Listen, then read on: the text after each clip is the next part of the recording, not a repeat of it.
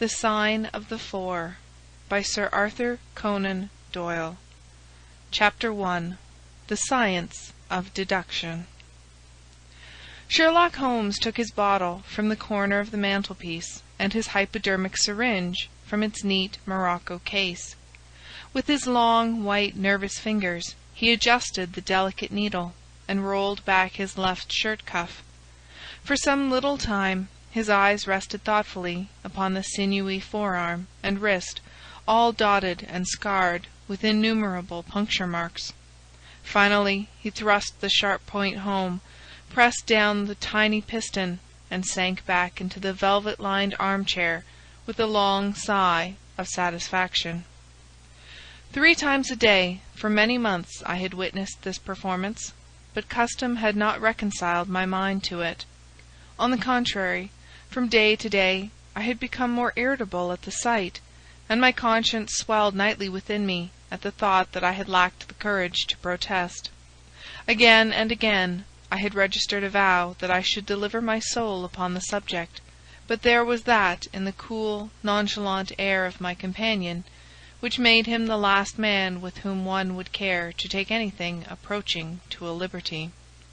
His great powers, his masterly manner, and the experience which I had had of his many extraordinary qualities, all made me diffident and backward in crossing him. Yet upon that afternoon, whether it was the bune which I had taken with my lunch, or the additional exasperation produced by the extreme deliberation of his manner, I suddenly felt that I could hold out no longer. "Which is it today?" I asked. "Morphine or cocaine?" He raised his eyes languidly from the old black-letter volume which he had opened. "It is cocaine," he said. "A 7% solution. Would you care to try it?" "No, indeed," I answered briskly. "My constitution has not got over the Afghan campaign yet. I cannot afford to throw any extra strain upon it." He smiled at my vehemence. "Perhaps you are right, Watson," he said. "I suppose that its influence is physically a bad one. I find it, however, so transcendently stimulating and clarifying to the mind that its secondary action is a matter of small moment." "But consider," I said earnestly, "count the cost. Your brain may, as you say, be roused and excited, but it is a pathological and morbid process, which involves increased tissue change, and may at last leave a permanent weakness.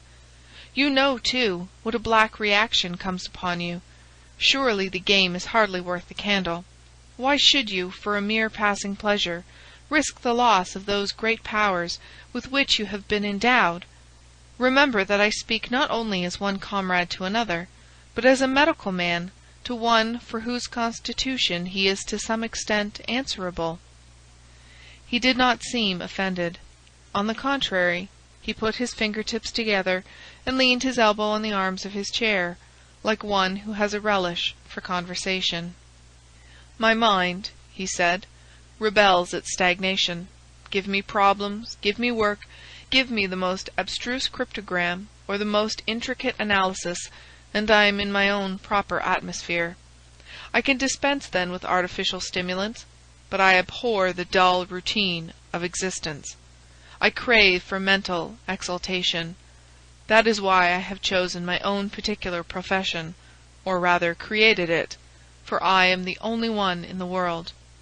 "The only unofficial detective?" I said, raising my eyebrows. "The only unofficial consulting detective," he answered. "I am the last and highest court of appeal in detection. When Gregson or Lestrade or Athelney Jones are out of their depths, which, by the way, is their normal state, the matter is laid before me. I examine the data as an expert and pronounce a specialist's opinion. I claim no credit in such cases. My name figures in no newspaper. The work itself, the pleasure of finding a field for my peculiar powers, is my highest reward. But you have yourself had some experience of my methods of work in the Jefferson Hope case." "Yes, indeed," said I cordially. "I was never so struck by anything in my life. I even embodied it in a small brochure with the somewhat fantastic title of A Study in Scarlet." He shook his head sadly. "I glanced over it," said he.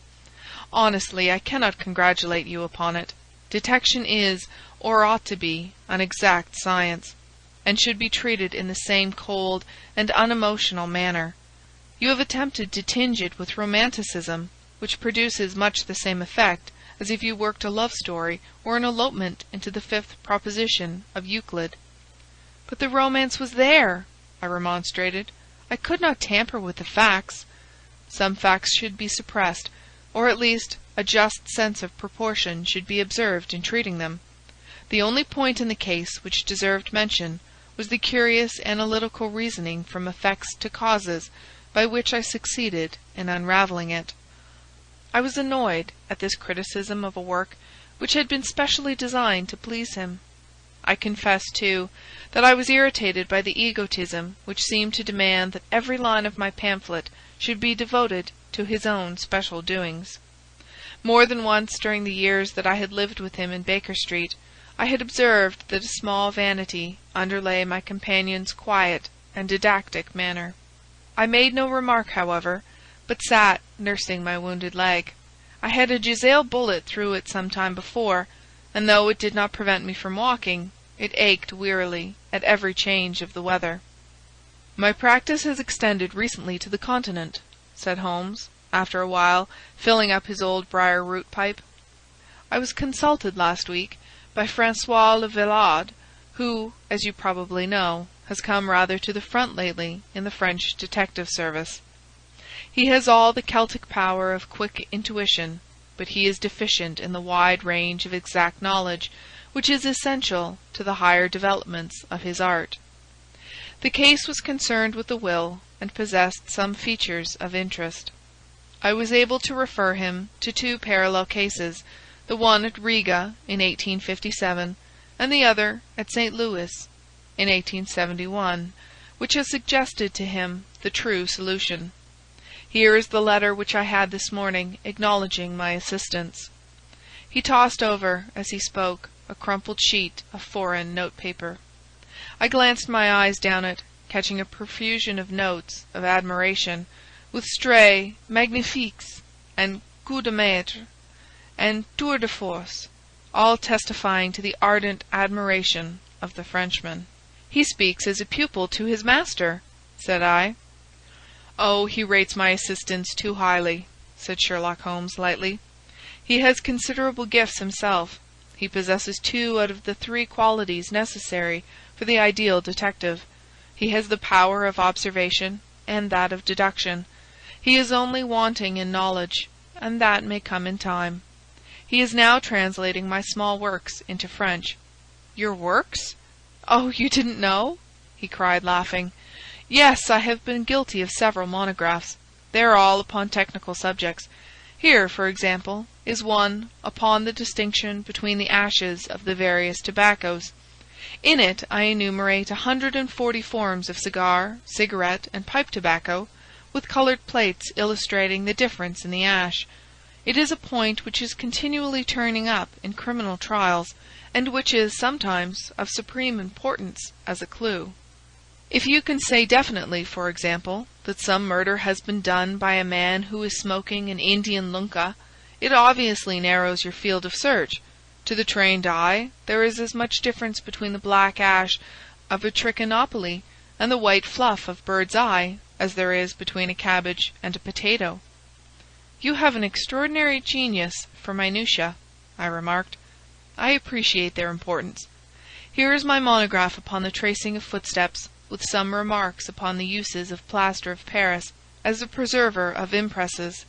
Here, too, is a curious little work upon the influence of a trade upon the form of the hand, with lithotypes of the hands of slaters, sailors, cork-cutters, compositors, weavers, and diamond polishers. That is a matter of great practical interest to the scientific detective, especially in cases of unclaimed bodies, or in discovering the antecedents of criminals. But I weary you with my hobby." "Not at all," I answered earnestly. "It is of the greatest interest to me, especially since I have had the opportunity of observing your practical application of it. But you spoke just now of observation and deduction. Surely the one to some extent, implies the other." "Why, hardly," he answered, leaning back luxuriously in his armchair, and sending up thick blue wreaths from his pipe. "For example, observation shows me that you have been to the Wigmore Street post office this morning, but deduction lets me know that when there you dispatched a telegram." "Right!" said I. "Right on both points. But I confess that I don't see how you arrived at it. It was a sudden impulse upon my part, and I have mentioned it to no one." "It is simplicity itself," he remarked, chuckling at my surprise, "so absurdly simple that an explanation is superfluous, and yet it may serve to define the limits of observation and of deduction. Observation tells me that you have a little reddish mould adhering to your instep. Just opposite the Seymour Street office they have taken up the pavement and thrown up some earth, which lies in such a way that it is difficult to avoid treading in it in entering. The earth is of this peculiar reddish tint which is found, as far as I know, nowhere else in the neighbourhood. So much is observation. The rest is deduction." "How, then, did you deduce the telegram?" "Why, of course I knew that you had not written the letter, since I sat opposite to you all morning. I see also in your open desk there that you have a sheet of stamps and a thick bundle of postcards. What could you go into the post office for, then, but to send a wire? Eliminate all other factors, and the one which remains must be the truth." "In this case it certainly is so," I replied after a little thought. "The thing, however, is, as you say, of the simplest. Would you think me impertinent if I were to put your theories to a more severe test?" "On the contrary," he answered, "it would prevent me from taking a second dose of cocaine. I should be delighted to look into any problem which you might submit to me." "I have heard you say that it is difficult for a man to have any object in daily use without leaving the impress of his individuality upon it in such a way that a trained observer might read it. Now, I have here a watch which has recently come into my possession. Would you have the kindness to let me have an opinion upon the character or habits of the late owner?" I handed him over the watch with some slight feeling of amusement in my heart, for the test was, as I thought, an impossible one, and I intended it as a lesson against the somewhat dogmatic tone which he occasionally assumed. He balanced the watch in his hand, gazed hard at the dial, opened the back, and examined the works, first with his naked eyes, and then with a powerful convex lens. I could hardly keep from smiling at his crestfallen face when he finally snapped the case to and handed it back. "There are hardly any data," he remarked. "The watch has been recently cleaned, which robs me of my most suggestive facts." "You are right," I answered. "It was cleaned before being sent to me." In my heart I accused my companion of putting forward a most lame and impotent excuse to cover his failure. What data could he expect from an uncleaned watch? "Though unsatisfactory, my research has not been entirely barren," he observed, staring up at the ceiling with dreamy, lack-lustre eyes. "Subject to your correction, I should judge that the watch belonged to your elder brother, who inherited it from your father." "That you gather, no doubt, from the H.W. upon the back?" "Quite so. The W. suggests your own name. The date of the watch is nearly 50 years back, and the initials are as old as the watch, so it was made for the last generation. Jewellery usually descends to the eldest son, and he is most likely to have the same name as the father. Your father has, if I remember right, been dead many years. It has, therefore, been in the hands of your eldest brother." "Right so far," said I. "Anything else?" "He was a man of untidy habits, very untidy and careless. He was left with good prospects, but he threw away his chances, lived for some time in poverty with occasional short intervals of prosperity, and finally, taking to drink, he died. That is all I can gather."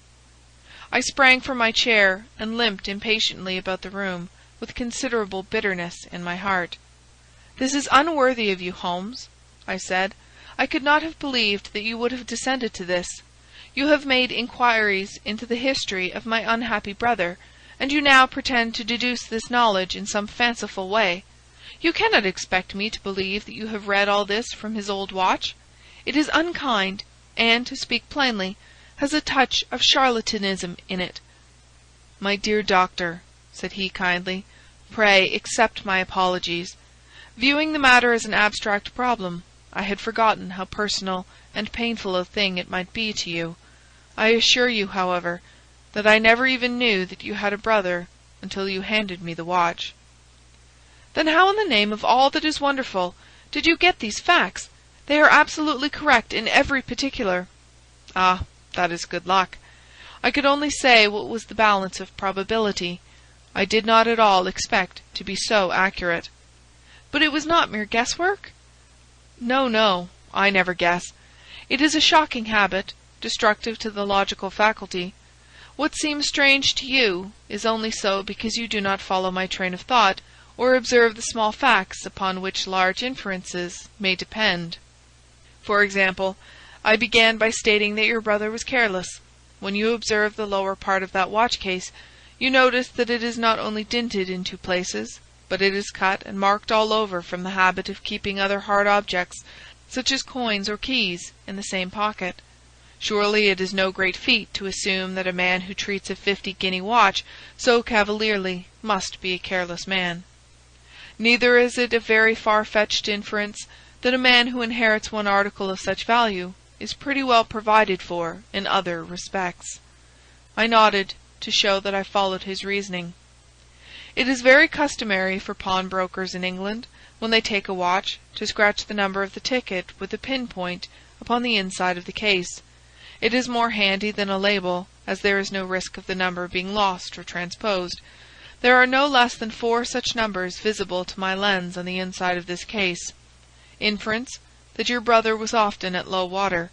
Second inference, that he had occasional bursts of prosperity, or he could not have redeemed the pledge. Finally, I ask you to look at the inner plate, which contains the keyhole. Look at the thousands of scratches all round the hole, marks where the key has slipped. What sober man's key could have scored those grooves? But you will never see a drunkard's watch without them. He winds it at night, and he leaves these traces of his unsteady hand. Where is the mystery in all this?" "It is as clear as daylight," I answered. "I regret the injustice which I did you. I should have had more faith in your marvellous faculty. May I ask whether you have any professional inquiry on foot at present?" "None. Hence the cocaine. I cannot live without brain-work.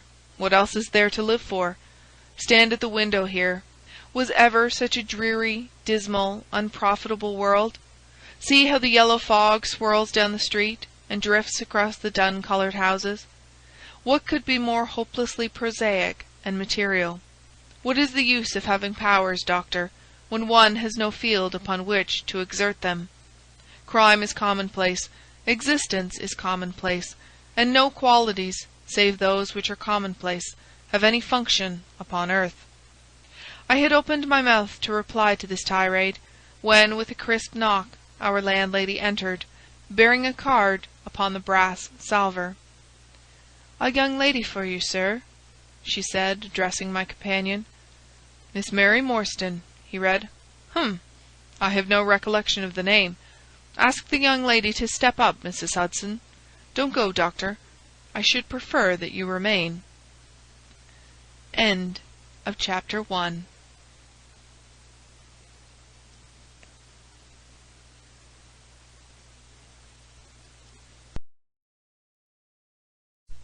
Chapter 2. The Statement of the Case. Miss Morstan entered the room with a firm step and an outward composure of manner. She was a blonde young lady, small, dainty, well-gloved, and dressed in the most perfect taste. There was, however, a plainness and simplicity about her costume which bore with it a suggestion of limited means. The dress was a sombre greyish beige, untrimmed and unbraided, and she wore a small turban of the same dull hue, relieved only by the suspicion of white feather in the side. Her face had neither regularity of feature nor beauty of complexion, but her expression was sweet and amiable, and her large blue eyes were singularly spiritual and sympathetic. In an experience of women which extends over many nations and 3 separate continents, I have never looked upon a face which gave a clearer promise of a refined and sensitive nature. I could not but observe that as she took the seat which Sherlock Holmes placed for her, her lip trembled, her hand quivered, and she showed every sign of intense inward agitation. "I have come to you, Mr. Holmes," she said, "because you once enabled my employer, Mrs. Cecil Forrester, to unravel a little domestic complication. She was much impressed by your kindness and skill." "Mrs. Cecil Forrester," he repeated thoughtfully. "I believe that I was of some slight service to her. The case, however, as I remember it, was a very simple one." "She did not think so, but at least you cannot say the same of mine. I can hardly imagine anything more strange, more utterly inexplicable, than the situation in which I find myself." Holmes rubbed his hands, and his eyes glistened. He leaned forward in his chair, with an expression of extraordinary concentration upon his clear-cut, hawk-like features. "State your case," said he, in brisk business tones. I felt that my position was an embarrassing one. "You will, I am sure, excuse me," I said, rising from my chair. To my surprise, the young lady held up her gloved hand to detain me. "If your friend," she said, "would be good enough to stop, he might be of inestimable service to me." I relapsed into my chair. "Briefly," she continued, "the facts are these. My father was an officer in an Indian regiment who sent me home when I was quite a child. My mother was dead, and I had no relative in England.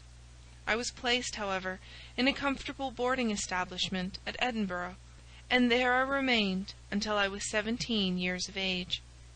In the year 1878, my father, who was senior captain of his regiment, obtained 12 months' leave and came home. He telegraphed to me from London that he had arrived all safe, and directed me to come down at once, giving the Langham Hotel as his address. His message, as I remember, was full of kindness and love. On reaching London I drove to the Langham, and was informed that Captain Morstan was staying there, but that he had gone out the night before and had not yet returned. I waited all day without news of him. That night, on the advice of the manager of the hotel, I communicated with the police, and next morning we advertised in all the papers. Our inquiries led to no result, and from that day to this no word has ever been heard of my unfortunate father. He came home with his heart full of hope, to find some peace, some comfort, and instead—" She put her hand to her throat, and a choking sob cut short the sentence. "The date?" asked Holmes, opening his notebook. "He disappeared on the 3rd of December, 1878, nearly 10 years ago." "His luggage?" "Remained at the hotel. There was nothing in it to suggest a clue. Some clothes, some books, and a considerable number of curiosities from the Andaman Islands. He had been one of the officers in charge of the convict guard there." "Had he any friends in town?" "Only one that we know of, Major Sholto, of his own regiment, the 34th Bombay Infantry. The Major had retired some little time before, and lived at Upper Norwood. We communicated with him, of course, but he did not even know that his brother officer was in England." "A singular case," remarked Holmes. "I have not yet described to you the most singular part. About 6 years ago, to be exact, upon the 4th of May, 1882, an advertisement appeared in the Times asking for the address of Miss Mary Morstan, and stating that it would be to her advantage to come forward. There was no name or address appended. I had at that time just entered the family of Mrs. Cecil Forrester in the capacity of governess. By her advice I published my address in the advertisement column.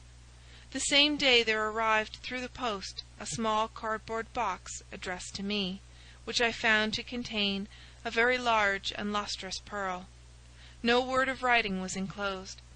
Since then, every year upon the same date, there has always appeared a similar box, containing a similar pearl, without any clue as to the sender. They have been pronounced by an expert to be of a rare variety and of considerable value. You can see for yourselves that they are very handsome." She opened a flat box as she spoke, and showed me 6 of the finest pearls that I had ever seen. "Your statement is most interesting," said Sherlock Holmes. "Has anything else occurred to you?" "Yes, and no later than today. That is why I have come to you.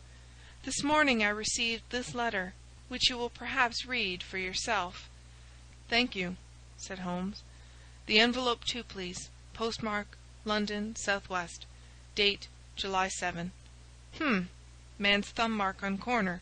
Probably postman. Best quality paper. Envelopes at 6d. a packet. Particular man in his stationery. No address. Be at the 3rd pillar from the left outside the Lyceum Theatre tonight at 7 o'clock. If you are distrustful, bring 2 friends. You are a wronged woman, and shall have justice. Do not bring police. If you do, all will be in vain. Your unknown friend." "Well, really this is a very pretty little mystery. What do you intend to do, Miss Morstan?" "That is exactly what I want to ask you." "Then we shall most certainly go, you and I, and yes, why, Dr. Watson is the very man. Your correspondent says 2 friends. He and I have worked together before." "But would he come?" she asked, with something appealing in her voice and expression. "I should be proud and happy," said I, fervently, "if I can be of any service." "You are both very kind," she answered. "I have led a retired life, and have no friends whom I could appeal to. If I am here at 6, it will do, I suppose?" "You must not be later," said Holmes. "There is one other point, however. Is this handwriting the same as that upon the pearl box addresses?" "I have them here," she answered, producing half a dozen pieces of paper. "You are certainly a model client. You have the correct intuition. Let us see now." He spread out the papers upon the table, and gave little darting glances from one to the other. "They are disguised hands, except the letter," he said presently. "But there can be no question as to the authorship. See how the irrepressible Greek E will break out, and see the twirl of the final S. They are undoubtedly by the same person. I should not like to suggest false hopes, Miss Morstan, but is there any resemblance between this hand and that of your father?" "Nothing could be more unlike." "I expected to hear you say so. We shall look out for you, then, at 6. Pray allow me to keep the papers. I may look into the matter before then. It is only 3:30. Au revoir, then." "Au revoir," said our visitor, and, with a bright, kindly glance from one to the other of us, she replaced her pearl box in her bosom and hurried away. Standing at the window, I watched her walking briskly down the street, until the grey turban and white feather were but a speck in the sombre crowd. "What a very attractive woman!" I exclaimed, turning to my companion. He had lit his pipe again, and was leaning back with drooping eyelids. "Is she?" he said languidly. "I did not observe." "You really are an automaton, a calculating machine," I cried. "There is something positively inhuman in you at times." He smiled gently. "It is of the first importance," he said, "not to allow your judgment to be biased by personal qualities. A client is to me a mere unit, a factor in a problem. The emotional qualities are antagonistic to clear reasoning. I assure you that the most winning woman I ever knew was hanged for poisoning 3 little children for their insurance money, and the most repellent man of my acquaintance is a philanthropist who has spent nearly $250,000 upon the London poor. In this case, however, I never make exceptions. An exception disproves the rule. Have you ever had occasion to study character and handwriting? What do you make of this fellow's scribble?"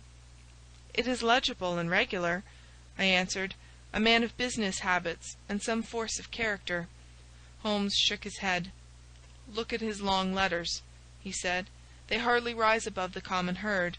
That D might be an A, and that L an E. Men of character always differentiate their long letters, however illegibly they may write. There is vacillation in his K's and self-esteem in his capitals. I am going out now. I have some few references to make. Let me recommend this book, one of the most remarkable ever penned. It is Winwood Reade's Martyrdom of Man. I shall be back in an hour." I sat in the window with the volume in my hand, but my thoughts were far from the daring speculations of the writer. My mind ran upon our late visitor, her smiles, the deep, rich tones of her voice, the strange mystery which overhung her life. If she were 17 at the time of her father's disappearance, she must be 27 now, a sweet age, when youth has lost its self-consciousness and become a little sobered by experience.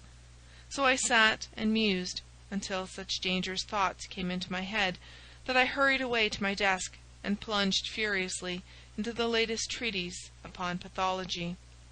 What was I, an army surgeon with a weak leg and a weaker banking account, that I should dare to think of such things? She was a unit, a factor, nothing more.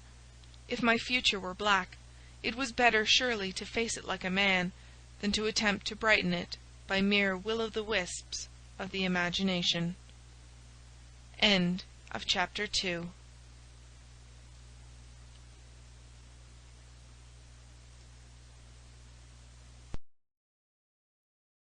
Chapter 3. In Quest of a Solution. It was 5:30 before Holmes returned. He was bright, eager, and in excellent spirits, a mood which in his case alternated with fits of the blackest depression. "There is no great mystery in this matter," he said, taking the cup of tea which I had poured out for him. "The facts appear to admit of only one explanation." "What? You have solved it already?" "Well, that would be too much to say. I have discovered a suggestive fact, that is all. It is, however, very suggestive. The details are still to be added. I have just found, on consulting the back files of the Times, that Major Sholto, of Upper Norwood, late of the 34th Bombay Infantry, died upon the 28th of April, 1882. I may be very obtuse, Holmes, but I fail to see what this suggests." "No? You surprise me. Look at it in this way, then. Captain Morstan disappears. The only person in London whom he could have visited is Major Sholto. Major Sholto denies having heard that he was in London. 4 years later, Sholto dies. Within a week of his death, Captain Morstan's daughter receives a valuable present, which is repeated from year to year, and now culminates in a letter which describes her as a wronged woman. What wrong can it refer to except this deprivation of her father? And why should the presents begin immediately after Sholto's death, unless it is that Sholto's heir knows something of the mystery, and desires to make compensation? Have you any alternative theory which will meet the facts?" "But what a strange compensation, and how strangely made! Why, too, should he write a letter now, rather than 6 years ago? Again, the letter speaks of giving her justice. What justice can she have? It is too much to suppose that her father is still alive. There is no other injustice in her case that you know of." "There are difficulties. There are certainly difficulties," said Sherlock Holmes pensively. "But our expedition of tonight will solve them all.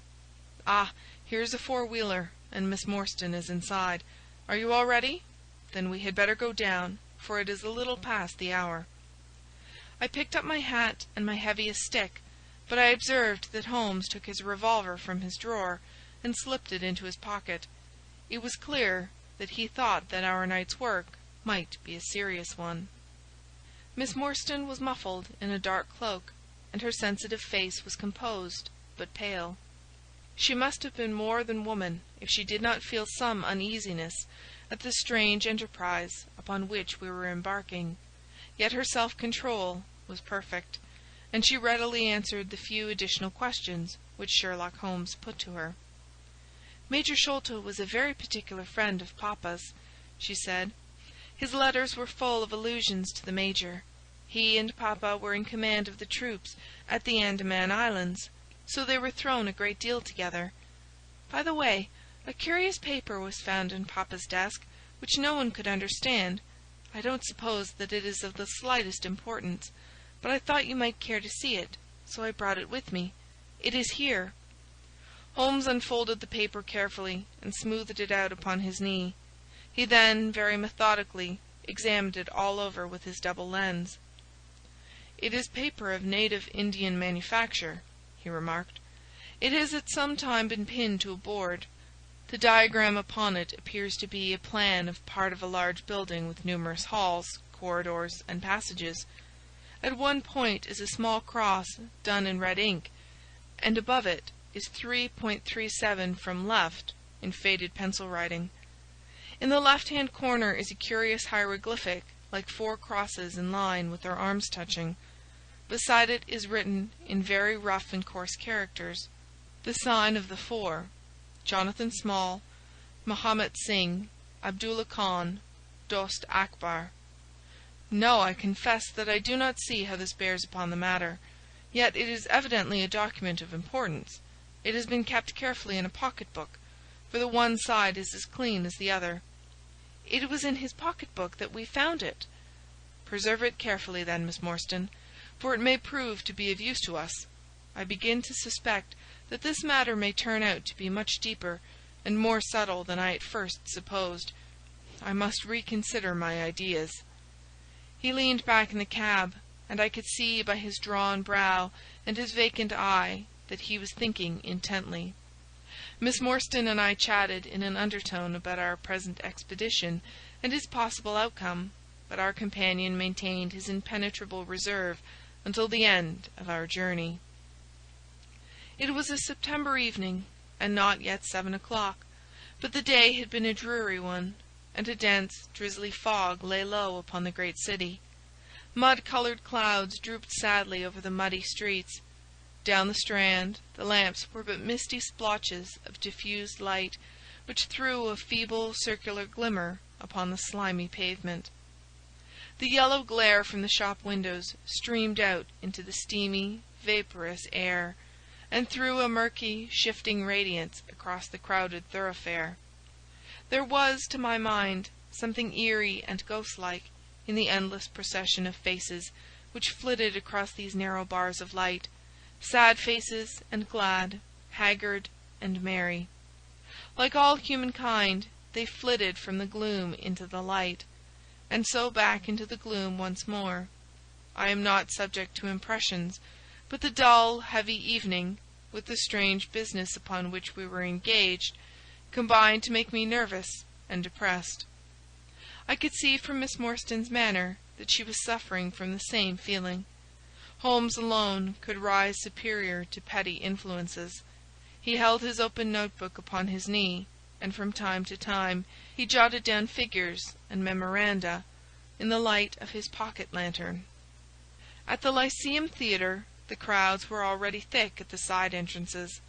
In front a continuous stream of hansoms and four-wheelers were rattling up, discharging their cargoes of shirt-fronted men and beshawled, bediamonded women. We had hardly reached the third pillar, which was our rendezvous, before a small, dark, brisk man in the dress of a coachman accosted us. "Are you the parties who come with Miss Morstan?" he asked. "I am Miss Morstan, and these 2 gentlemen are my friends," said she. He bent a pair of wonderfully penetrating and questioning eyes upon us. "You will excuse me, miss," he said with a certain dogged manner, "but I was to ask you to give me your word that neither of your companions is a police officer." "I give you my word on that," she answered. He gave a shrill whistle, on which a street Arab led across a four-wheeler and opened the door. The man who had addressed us mounted to the box, while we took our places inside. We had hardly done so before the driver whipped up his horse, and we plunged away at a furious pace through the foggy streets. The situation was a curious one. We were driving to an unknown place, on an unknown errand. Yet our invitation was either a complete hoax, which was an inconceivable hypothesis, or else we had good reason to think that important issues might hang upon our journey. Miss Morstan's demeanour was as resolute and collected as ever. I endeavoured to cheer and amuse her by reminiscences of my adventures in Afghanistan, but, to tell the truth, I was myself so excited at our situation, and so curious as to our destination, that my stories were slightly involved. To this day she declares that I told her one moving anecdote as to how a musket looked into my tent at the dead of night, and how I fired a double-barreled tiger cub at it. At first I had some idea as to the direction in which we were driving, but soon, what with our pace, the fog, and my own limited knowledge of London, I lost my bearings, and knew nothing, save that we seemed to be going a very long way. Sherlock Holmes was never at fault, however, and he muttered the names as the cab rattled through squares and in and out by tortuous by-streets. "Rochester Row," said he. "Now Vincent Square. Now we come out on the Vauxhall Bridge Road. We are making for the Surrey side, apparently. Yes, I thought so. Now we are on the bridge. You can catch glimpses of the river."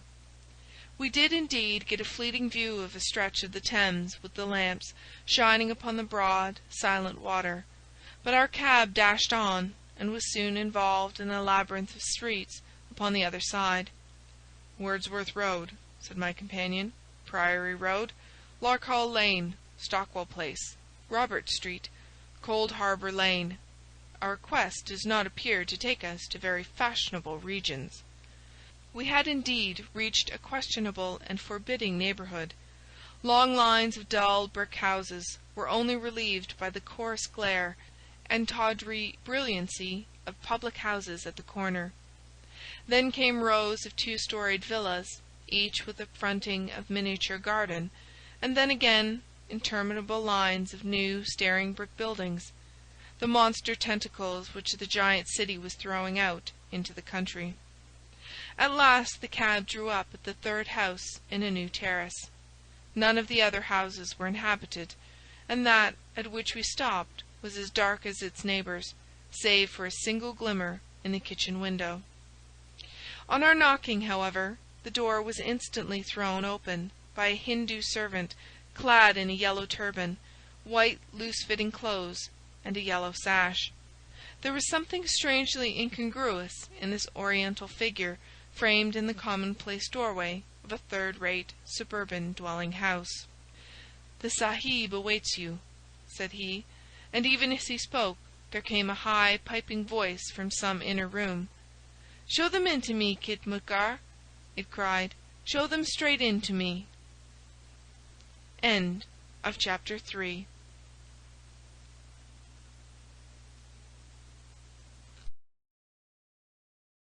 Chapter 4. The Story of the Bald-Headed Man. We followed the Indian down a sordid and common passage, ill-lit and worse furnished, until he came to a door upon the right, which he threw open. A blaze of yellow light streamed out upon us, and in the centre of the glare there stood a small man with a very high head, a bristle of red hair all around the fringe of it, and a bald, shining scalp, which shot out from among it like a mountain peak from fir trees. He writhed his hands together as he stood, and his features were in a perpetual jerk, now smiling, now scowling, but never for an instant in repose.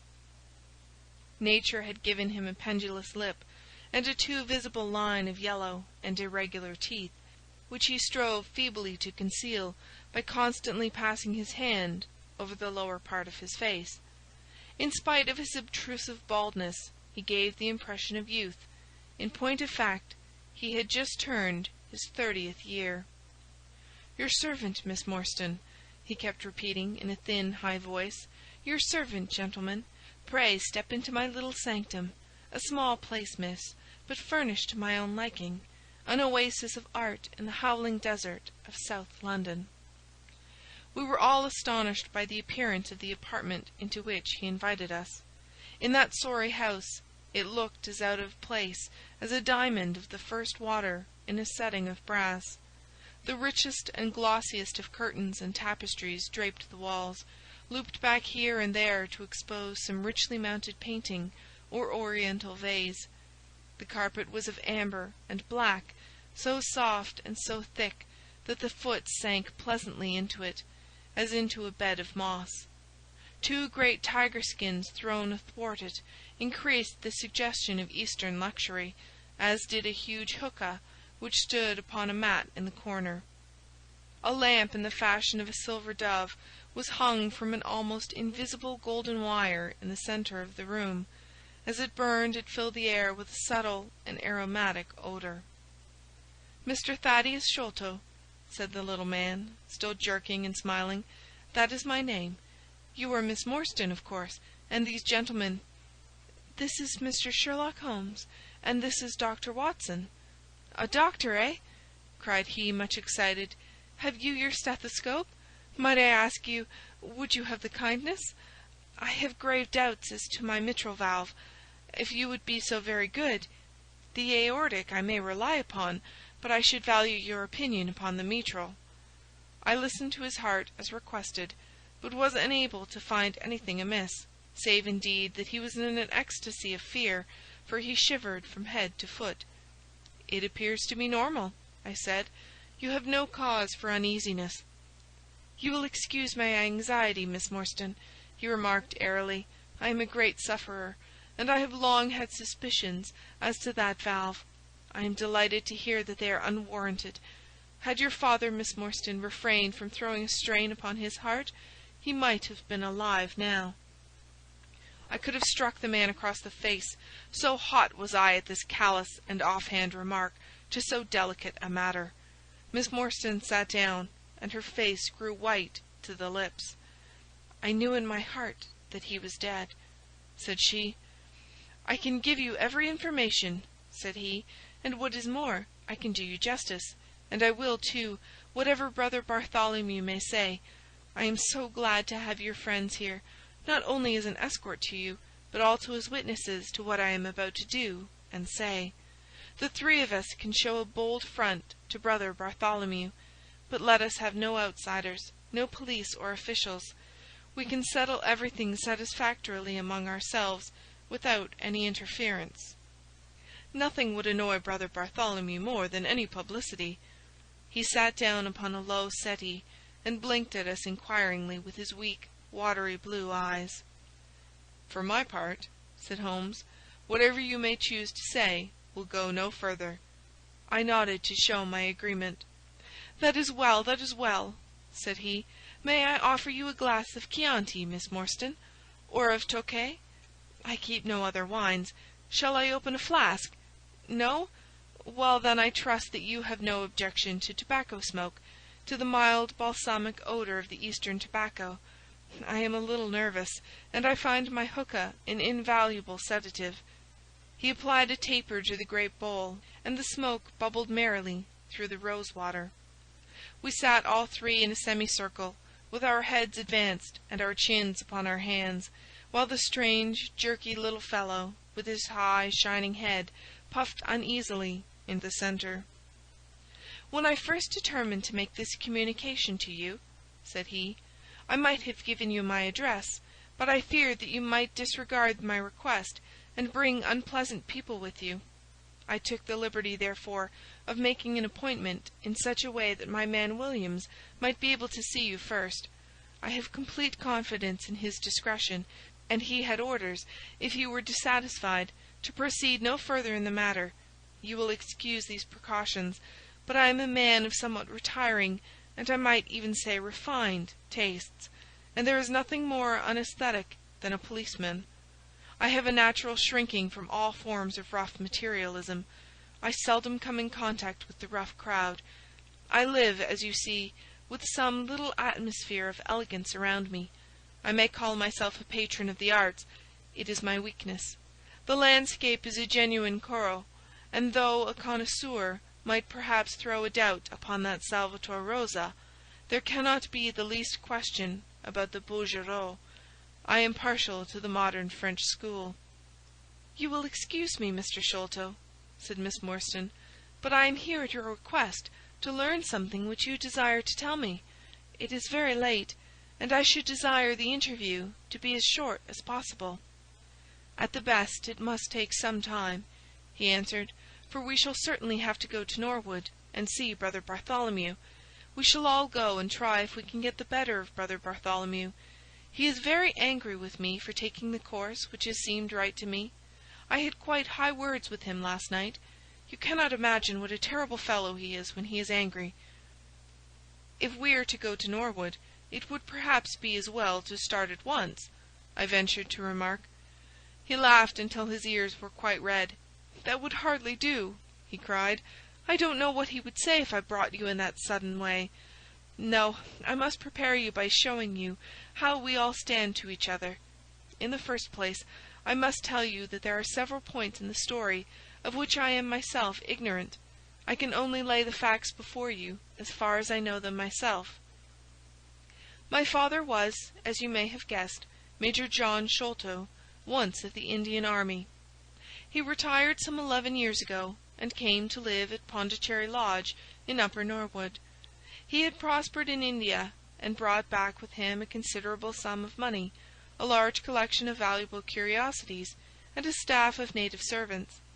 With these advantages he bought himself a house, and lived in great luxury. My twin brother Bartholomew and I were the only children. I very well remember the sensation which was caused by the disappearance of Captain Morstan. We read the details in the papers, and knowing that he had been a friend of our father's, we discussed the case freely in his presence. He used to join us in our speculations as to what could have happened.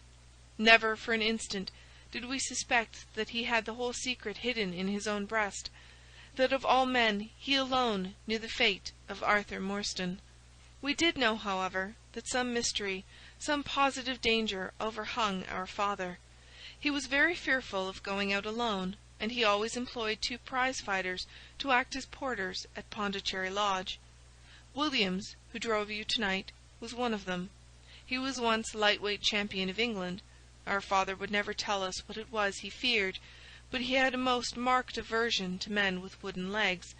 On one occasion he actually fired his revolver at a wooden-legged man, who proved to be a harmless tradesman canvassing for orders.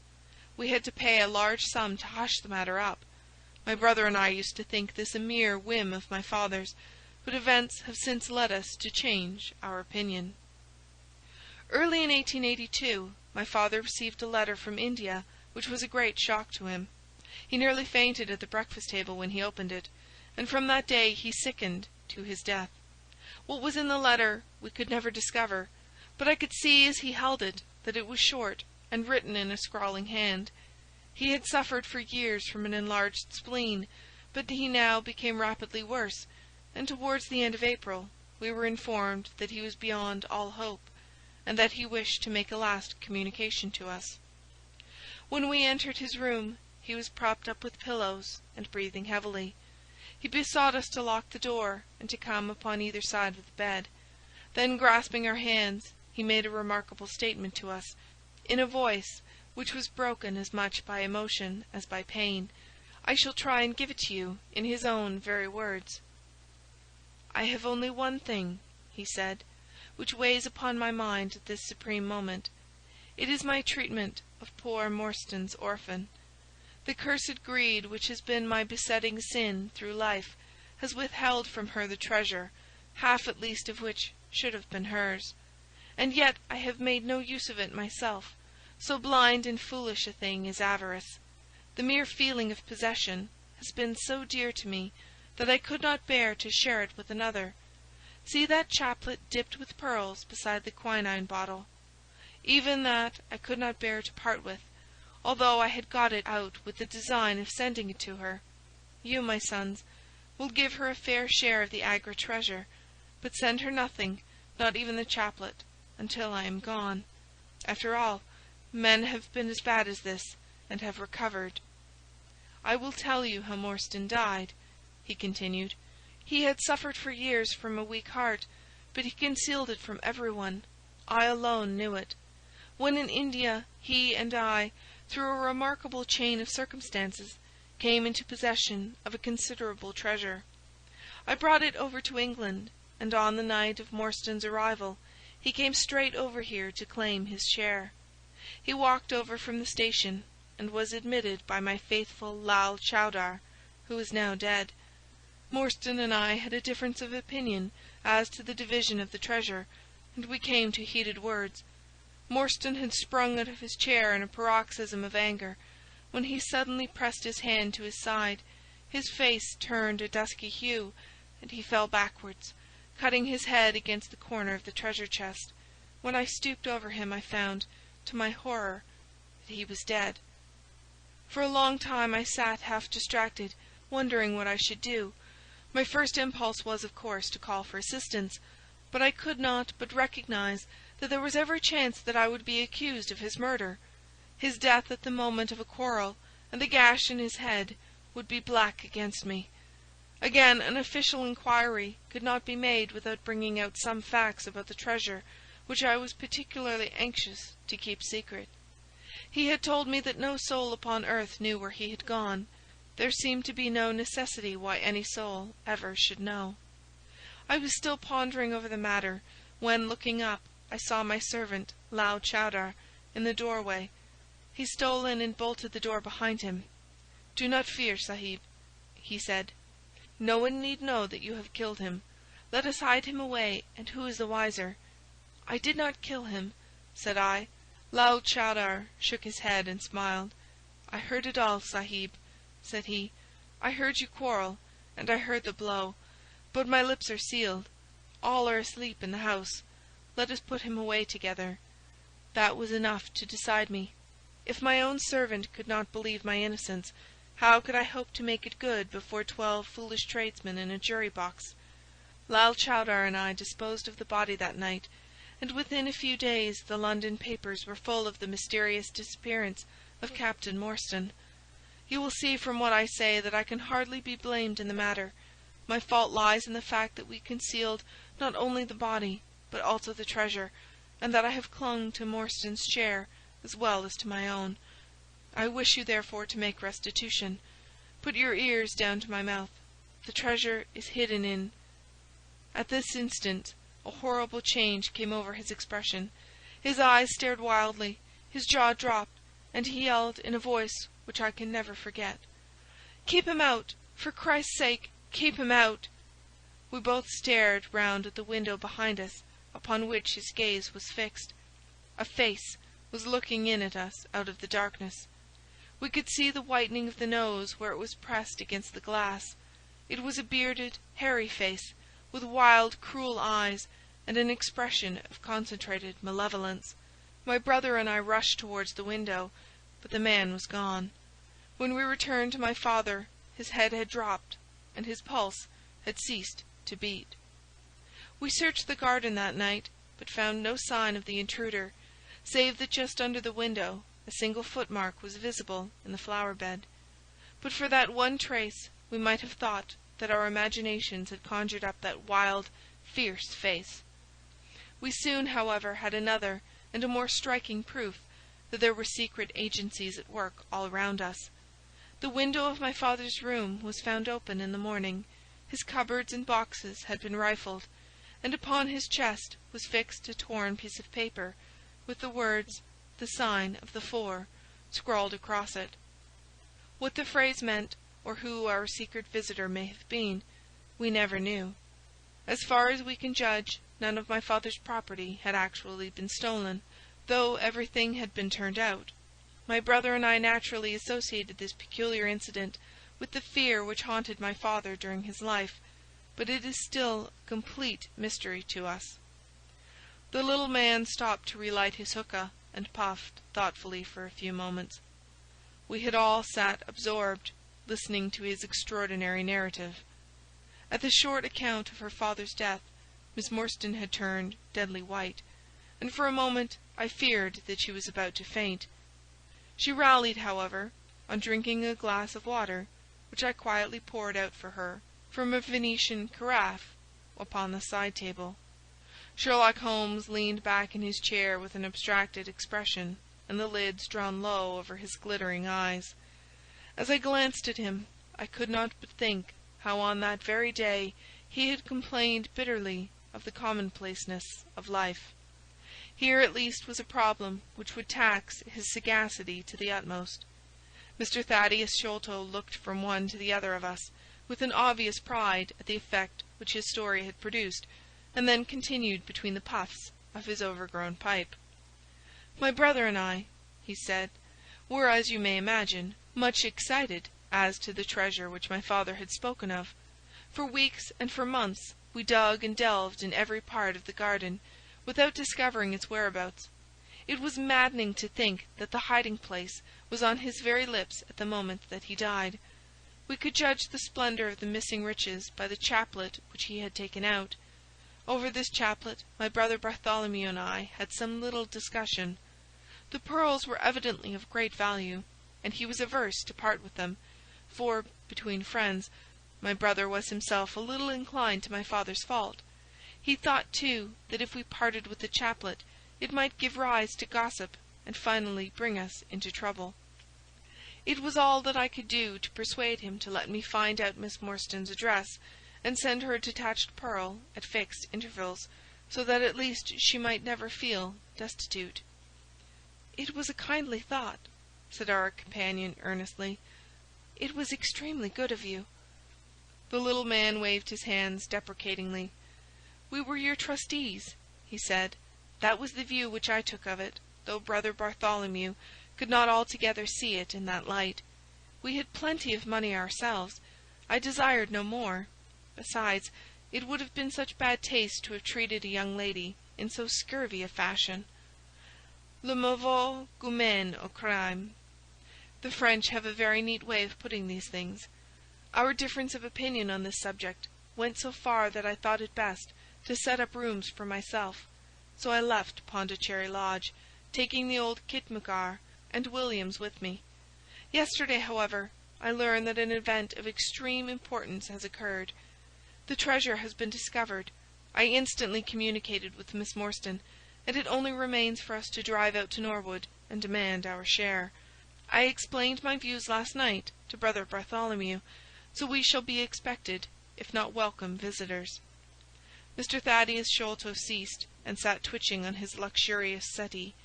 We all remained silent with our thoughts upon the new development which the mysterious business had taken. Holmes was the first to spring to his feet. "You have done well, sir, from first to last," said he. "It is possible that we may be able to make you some small return by throwing some light upon that which is still dark to you. But, as Miss Morstan remarked just now, it is late, and we had best put the matter through without delay." Our new acquaintance very deliberately coiled up the tube of his hookah, and produced from behind a curtain a very long befrogged topcoat, with a Strachan collar and cuffs. This he buttoned tightly up, in spite of the extreme closeness of the night, and finished his attire by putting on a rabbit-skin cap with hanging lappets which covered the ears, so that no part of him was visible save his mobile and peaky face. "My health is somewhat fragile," he remarked as he led the way down the passage. "I am compelled to be a valetudinarian." Our cab was awaiting us outside, and our programme was evidently prearranged, for the driver started off at once at a rapid pace. Thaddeus Sholto talked incessantly, in a voice which rose high above the rattle of the wheels. "Bartholomew's a clever fellow," said he. "How do you think he found out where the treasure was?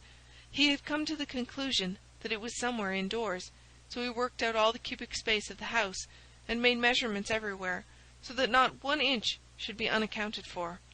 Among other things, he found that the height of the building was 74 feet, but on adding together the heights of all the separate rooms, and making every allowance for the space between, which he ascertained by borings, he could not bring the total to more than 70 feet.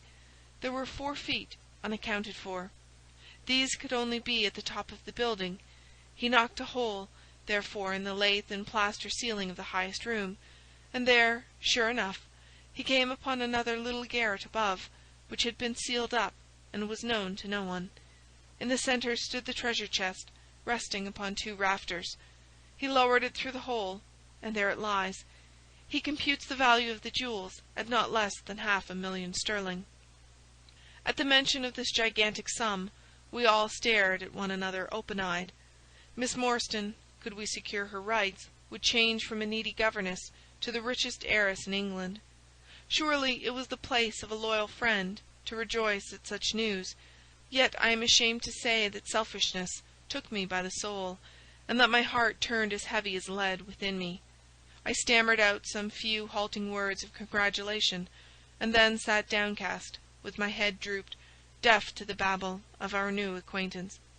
He was clearly a confirmed hypochondriac, and I was dreamily conscious that he was pouring forth interminable trains of symptoms, and imploring information as to the composition and action of innumerable quack nostrums, some of which he bore about in a leather case in his pocket.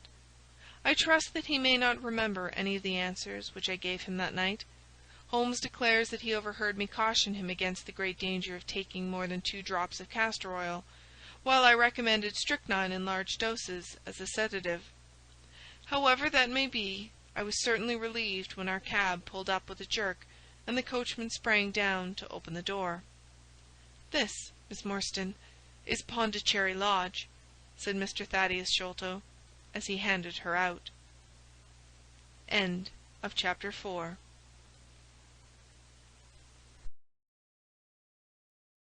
Chapter 5. The Tragedy of Pondicherry Lodge. It was nearly 11 o'clock when we reached this final stage of our night's adventures. We had left the damp fog of the great city behind us, and the night was fairly fine. A warm wind blew from the westward, and heavy clouds moved slowly across the sky, with half a moon peeping occasionally through the rifts. It was clear enough to see for some distance, but Thaddeus Sholto took down one of the side lamps from the carriage to give us a better light upon our way. Pondicherry Lodge stood in its own grounds, and was girt round with a very high stone wall topped with broken glass. A single narrow iron-clamped door formed the only means of entrance. On this our guide knocked with the peculiar postman-like rat-tat. "Who is there?"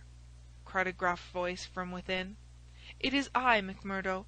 You surely know my knock by this time." There was a grumbling sound and a clanking and jarring of keys. The door swung heavily back, and a short, deep-chested man stood in the opening, with the yellow light of the lantern shining upon his protruded face and twinkling, distrustful eyes. "That you, Mr. Thaddeus? But who are the others? I had no orders about them from the master."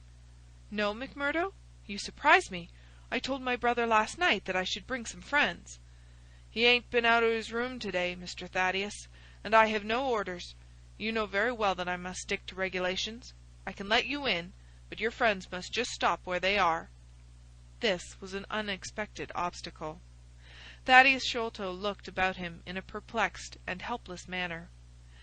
"This is too bad of you, McMurdo," he said. "If I guarantee them, that is enough for you. There's the young lady, too. She cannot wait on the public road at this hour." "Very sorry, Mr. Thaddeus," said the porter inexorably. "Folk may be friends o' yours, and yet no friends o' the master's. He pays me well to do my duty, and my duty I'll do. I don't know none o' your friends." "Oh, yes, you do, McMurdo," cried Sherlock Holmes genially. "I don't think you can have forgotten me.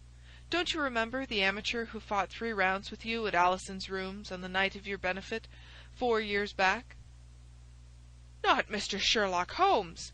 roared the prize-fighter. "God's truth, how could I have mistook you? If instead of standing there so quiet you had just stepped up and given me that crosset of yours under the jaw, I'd ha' known you without a question. Ah, you're one that has wasted your gifts, you have. You might have aimed high, if you had joined the fancy." "You see, Watson, if all else fails me, I have still one of the scientific professions open to me," said Holmes, laughing. "Our friend won't keep us out in the cold now, I am sure." "In you come, sir, in you come, you and your friends," he answered.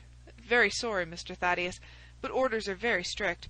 Had to be certain of your friends before I let them in." Inside, a gravel path wound through desolate grounds to a huge clump of a house, square and prosaic, all plunged in shadow, save where a moonbeam struck one corner and glimmered in a garret window. The vast size of the building, with its gloom and its deathly silence, struck a chill to the heart. Even Thaddeus Sholto seemed ill at ease, and the lantern quivered and rattled in his hand. "I cannot understand it," he said. "There must be some mistake. I distinctly told Bartholomew that we should be here, and yet there is no light in his window. I do not know what to make of it." "Does he always guard the premises in this way?" asked Holmes. "Yes, he has followed my father's custom. He was the favourite son, you know, and I sometimes think that my father may have told him more than he ever told me. That is Bartholomew's window up there where the moonshine strikes. It is quite bright, but there is no light from within, I think." "None," said Holmes, "but I see the glint of a light in that little window beside the door." "Ah, that is the housekeeper's room. That is where old Mrs. Bernstone sits. She can tell us all about it. But perhaps you would not mind waiting here for a minute or two, for if we all go in together and she has no word of our coming she may be alarmed. But hush! What is that?" He held up the lantern, and his hand shook until the circles of light flickered and wavered all around us. Miss Morstan seized my wrist, and we all stood with thumping hearts, straining our ears. From the great black house there sounded through the silent night the saddest and most pitiful of sounds, the shrill, broken whimpering of a frightened woman. "It is Mrs. Bernstone," said Sholto. "She is the only woman in the house. Wait here, I shall be back in a moment." He hurried for the door, and knocked in his peculiar way. We could see a tall old woman admit him, and sway with pleasure at the very sight of him. "Oh, Mr. Thaddeus, sir, I am so glad you have come. I am so glad you have come, Mr. Thaddeus, sir." We heard her reiterated rejoicings until the door was closed, and her voice died away into a muffled monotone.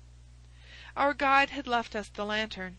Holmes swung it slowly round, and peered keenly at the house and at the great rubbish heaps which cumbered the grounds. Miss Morstan and I stood together, and her hand was in mine. A wondrous subtle thing is love, for here were we two who had never seen each other before that day, between whom no word or even look of affection had ever passed, and yet now in an hour of trouble our hands instinctively sought for each other. I have marvelled at it since, but at the time it seemed the most natural thing that I should go out to her so, and, as she has often told me, there was in her also the instinct to turn to me for comfort and protection. So we stood hand in hand, like two children, and there was peace in our hearts, for all the dark things that surrounded us. "What a strange place!" she said, looking round. "It looks as though all the moles in England had been let loose in it. I have seen something of the sort on the side of a hill near Ballarat, where the prospectors had been at work." "And for the same cause," said Holmes. "These are the traces of the treasure-seekers. You must remember that they were 6 years looking for it. No wonder that the grounds look like a gravel pit." At that moment the door of the house burst open, and Thaddeus Sholto came running out, with his hands thrown forward and terror in his eyes. "There is something amiss with Bartholomew," he cried. "I am frightened. My nerves cannot stand it." He was indeed half blubbering with fear, and his twitching feeble face, peeping out from the great Astrakhan collar, had the helpless appealing expression of a terrified child. "Come into the house," said Holmes, in his crisp, firm way. "Yes, do," pleaded Thaddeus Sholto. "I really do not feel equal to giving directions." We all followed him into the housekeeper's room, which stood upon the left-hand side of the passage. The old woman was pacing up and down with a scared look and restless picking fingers, but the sight of Miss Morstan appeared to have a soothing effect upon her. "God bless your sweet, calm face," she cried with a hysterical sob. "It does me good to see you. Oh, but I have been sorely tried this day." Our companion patted her thin, work-worn hand, and murmured some few words of kindly, womanly comfort, which brought the colour back into the other's bloodless cheeks. "Master has locked himself in and will not answer me," she explained. "All day I have waited to hear from him, for he often likes to be alone. But an hour ago I feared that something was amiss, so I went up and peeped through the keyhole. You must go up, Mr. Thaddeus. You must go up and look for yourself. I have seen Mr. Bartholomew Sholto in joy and in sorrow for 10 long years, but I never saw him with such a face on him as that." Sherlock Holmes took the lamp and led the way, for Thaddeus Sholto's teeth were chattering in his head. So shaken was he that I had to pass my hand under his arm as we went up the stairs, for his knees were trembling under him. Twice as we ascended, Holmes whipped his lens out of his pocket and carefully examined marks which appeared to me to be mere shapeless smudges of dust upon the cocoa-nut matting which served as a stair-carpet. He walked slowly from step to step, holding the lamp, and shooting keen glances to right and left. Miss Morstan had remained behind with the frightened housekeeper. The third flight of stairs ended in a straight passage of some length, with a great picture in Indian tapestry upon the right of it, and 3 doors upon the left. Holmes advanced along it in the same slow and methodical way, while we kept close at his heels, with our long black shadows streaming backwards down the corridor. The third door was that which we were seeking. Holmes knocked without receiving any answer, and then tried to turn the handle and force it open. It was locked on the inside, however, and by a broad and powerful bolt, as we could see when we set our lamp up against it. The key being turned, however, the hole was not entirely closed. Sherlock Holmes bent down to it, and instantly rose again with a sharp intaking of the breath. "There is something devilish in this, Watson," said he, more moved than I had ever before seen him. "What do you make of it?" I stooped to the hole and recoiled in horror. Moonlight was streaming into the room, and it was bright with a vague and shifty radiance, looking straight at me, and suspended, as it were, in the air, for all beneath was in shadow. There hung a face, the very face of our companion Thaddeus. There was the same high shining head, the same circular bristle of red hair, the same bloodless countenance. The features were set, however, in a horrible smile, a fixed and unnatural grin, which in that still and moonlit room was more jarring to the nerves than any scowl or contortion. So like was the face to that of our little friend, that I looked round at him to make sure that he was indeed with us. Then I recalled to mind that he had mentioned to us that his brother and he were twins. "This is terrible," I said to Holmes. "What is to be done?" "The door must come down," he answered, and springing against it, he put all his weight upon the lock. It creaked and groaned, but did not yield. Together we flung ourselves upon it once more, and this time it gave way with a sudden snap, and we found ourselves within Bartholomew Sholto's chamber. It appeared to have been fitted up as a chemical laboratory. A double line of glass-stoppered bottles was drawn up upon the wall opposite the door, and the table was littered over with Bunsen burners, test-tubes, and retorts. In the corner stood carboys of acid in wicker baskets. One of these appeared to leak or to have been broken, for a stream of dark-coloured liquid had trickled out from it, and the air was heavy with a peculiarly pungent, tar-like odour. A set of steps stood at one side of the room, in the midst of a litter of laths and plaster, and above them there was an opening in the ceiling large enough for a man to pass through. At the foot of the steps a long coil of rope was thrown carelessly together. By the table, in a wooden armchair, the master of the house was seated all in a heap, with his head sunk upon his left shoulder, and that ghastly, inscrutable smile upon his face. He was stiff and cold, and had clearly been dead many hours. It seemed to me that not only his features, but all his limbs were twisted and turned in the most fantastic fashion. By his hand upon the table there lay a peculiar instrument, a brown, close-grained stick, with a stone head like a hammer, rudely lashed on with coarse twine. Beside it was a torn sheet of note-paper, with some words scrawled upon it. Holmes glanced at it, and then handed it to me. "You see?" he said, with a significant raising of the eyebrows. In the light of the lantern I read, with a thrill of horror, the sign of the 4. "In God's name, what does it all mean?" I asked. "It means murder," said he, stooping over the dead man. "Ah, I expected it. Look here." He pointed to what looked like a long, dark thorn stuck in the skin just above the ear. "It looks like a thorn," said I. "It is a thorn. You may pick it out, but be careful, for it is poisoned." I took it up between my finger and thumb. It came away from the skin so readily that hardly any mark was left behind. One tiny speck of blood showed where the puncture had been. "This is all an insoluble mystery to me," said I. "It grows darker instead of clearer." "On the contrary," he answered, "it clears every instant. I only require a few missing links to have an entirely connected case."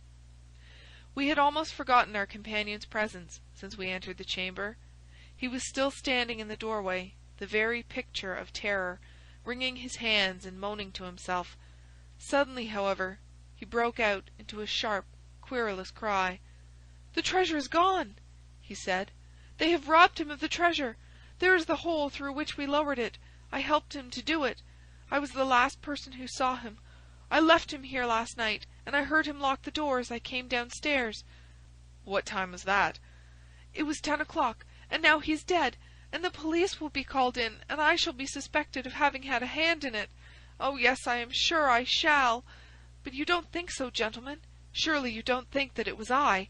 Is it likely that I would have brought you here if it were I? Oh, dear, I know that I shall go mad." He jerked his arms and stamped his feet in a kind of convulsive frenzy. "You have no reason for fear, Mr. Sholto," said Holmes kindly, putting his hand upon his shoulder.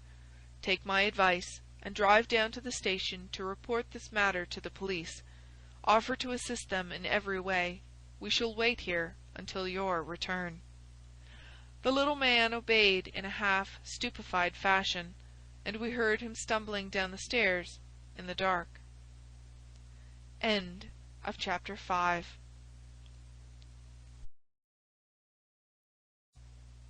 Chapter 6. Sherlock Holmes gives a demonstration. "Now, Watson," said Holmes, rubbing his hands, "we have half an hour to ourselves. Let us make good use of it. My case is, as I have told you, almost complete, but we must not err on the side of overconfidence. Simple as the case seems now, there may be something deeper underlying it." "Simple!" I ejaculated. "Surely," said he, with something of the air of a clinical professor expounding to his class. "Just sit in the corner there, that your footprints may not complicate matters. Now to work. In the first place, how did these folk come, and how did they go? The door has not been opened since last night. How of the window?" He carried the lamp across to it, muttering his observations aloud the while, but addressing them to himself rather than to me. "Window is snibbed on the inner side. Framework is solid. No hinges at the side. Let us open it. No water pipe near. Roof quite out of reach. Yet a man has mounted by the window. It rained a little last night. Here is the print of a foot in mould upon the sill, and here is a circular muddy mark, and here again upon the floor, and here again by the table. See here, Watson, this is really a very pretty demonstration." I looked at the round, well-defined muddy discs. "This is not a footmark," said I. "It is something much more valuable to us. It is the impression of a wooden stump. You see here on the sill is the boot mark, a heavy boot with the broad metal heel, and beside it is the mark of the timber toe." "It is the wooden-legged man." "Quite so. But there has been someone else, a very able and efficient ally. Could you scale that wall, Doctor?" I looked out of the open window. The moon still shone brightly on that angle of the house. We were a good 60 feet from the round, and look where I would, I could see no foothold, nor as much as a crevice in the brickwork. "It is absolutely impossible," I answered. "Without aid it is so. But suppose you had a friend up here who lowered you this good stout rope, which I see in the corner, securing one end of it to this great hook in the wall. Then I think, if you were an active man, you might swarm up, wooden leg and all. You would depart, of course, in the same fashion, and your ally would draw up the rope, untie it from the hook, shut the window, snib it on the inside, and get away in the way that he originally came. As a minor point, it may be noted," he continued, fingering the rope, "that our wooden-legged friend, though a fair climber, was not a professional sailor. His hands were far from horny. My lens discloses more than one blood mark, especially towards the end of the rope, from which I gather that he slipped down with such velocity that he took the skin off his hand." "This is all very well," said I, "but the thing becomes more unintelligible than ever. How about this mysterious ally? How came he into the room?" "Yes, the ally," repeated Holmes pensively. "There are features of interest about this ally. He lifts the case from the regions of the commonplace. I fancy that this ally breaks fresh ground in the annals of crime in this country, though parallel cases suggest themselves from India, and, if my memory serves me, from Senegambia." "How came he, then?" I reiterated. "The door is locked. The window is inaccessible.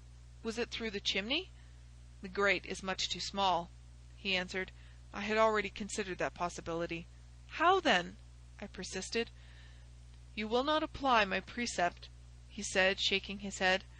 "How often have I said to you that when you have eliminated the impossible, whatever remains, however improbable, must be the truth? We know that he did not come through the door, the window, or the chimney. We also know that he could not have been concealed in the room, as there is no concealment possible. Whence, then, did he come?" "He came through the hole in the roof!" I cried. "Of course he did. He must have done so. If you will have the kindness to hold the lamp for me, we shall now extend our researches to the room above, the secret room in which the treasure was found." He mounted the steps, and seizing a rafter with either hand, he swung himself up into the garret. Then, lying on his face, he reached down for the lamp, and held it while I followed him. The chamber in which we found ourselves was about 10 feet one way and 6 the other. The floor was formed by the rafters, with thin lath and plaster between, so that in walking one had to step from beam to beam. The roof ran up to an apex, and was evidently the inner shell of the true roof of the house. There was no furniture of any sort, and the accumulated dust of years lay thick upon the floor. "Here you are, you see," said Sherlock Holmes, putting his hand against the sloping wall. "This is a trap door which leads out on to the roof. I can press it back, and here is the roof itself, sloping at a gentle angle.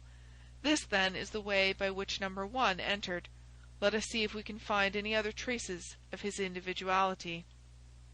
He held down the lamp to the floor, and as he did so, I saw for the second time that night a startled, surprised look come over his face. For myself, as I followed his gaze, my skin was cold under my clothes. The floor was covered thickly with the prints of a naked foot, clear, well defined, perfectly formed, but scarce half the size of those of an ordinary man. "Holmes," I said in a whisper, "a child has done the horrid thing." He had recovered his self-possession in an instant. "I was staggered for the moment," he said, "but the thing is quite natural. My memory failed me, or I should have been able to foretell it.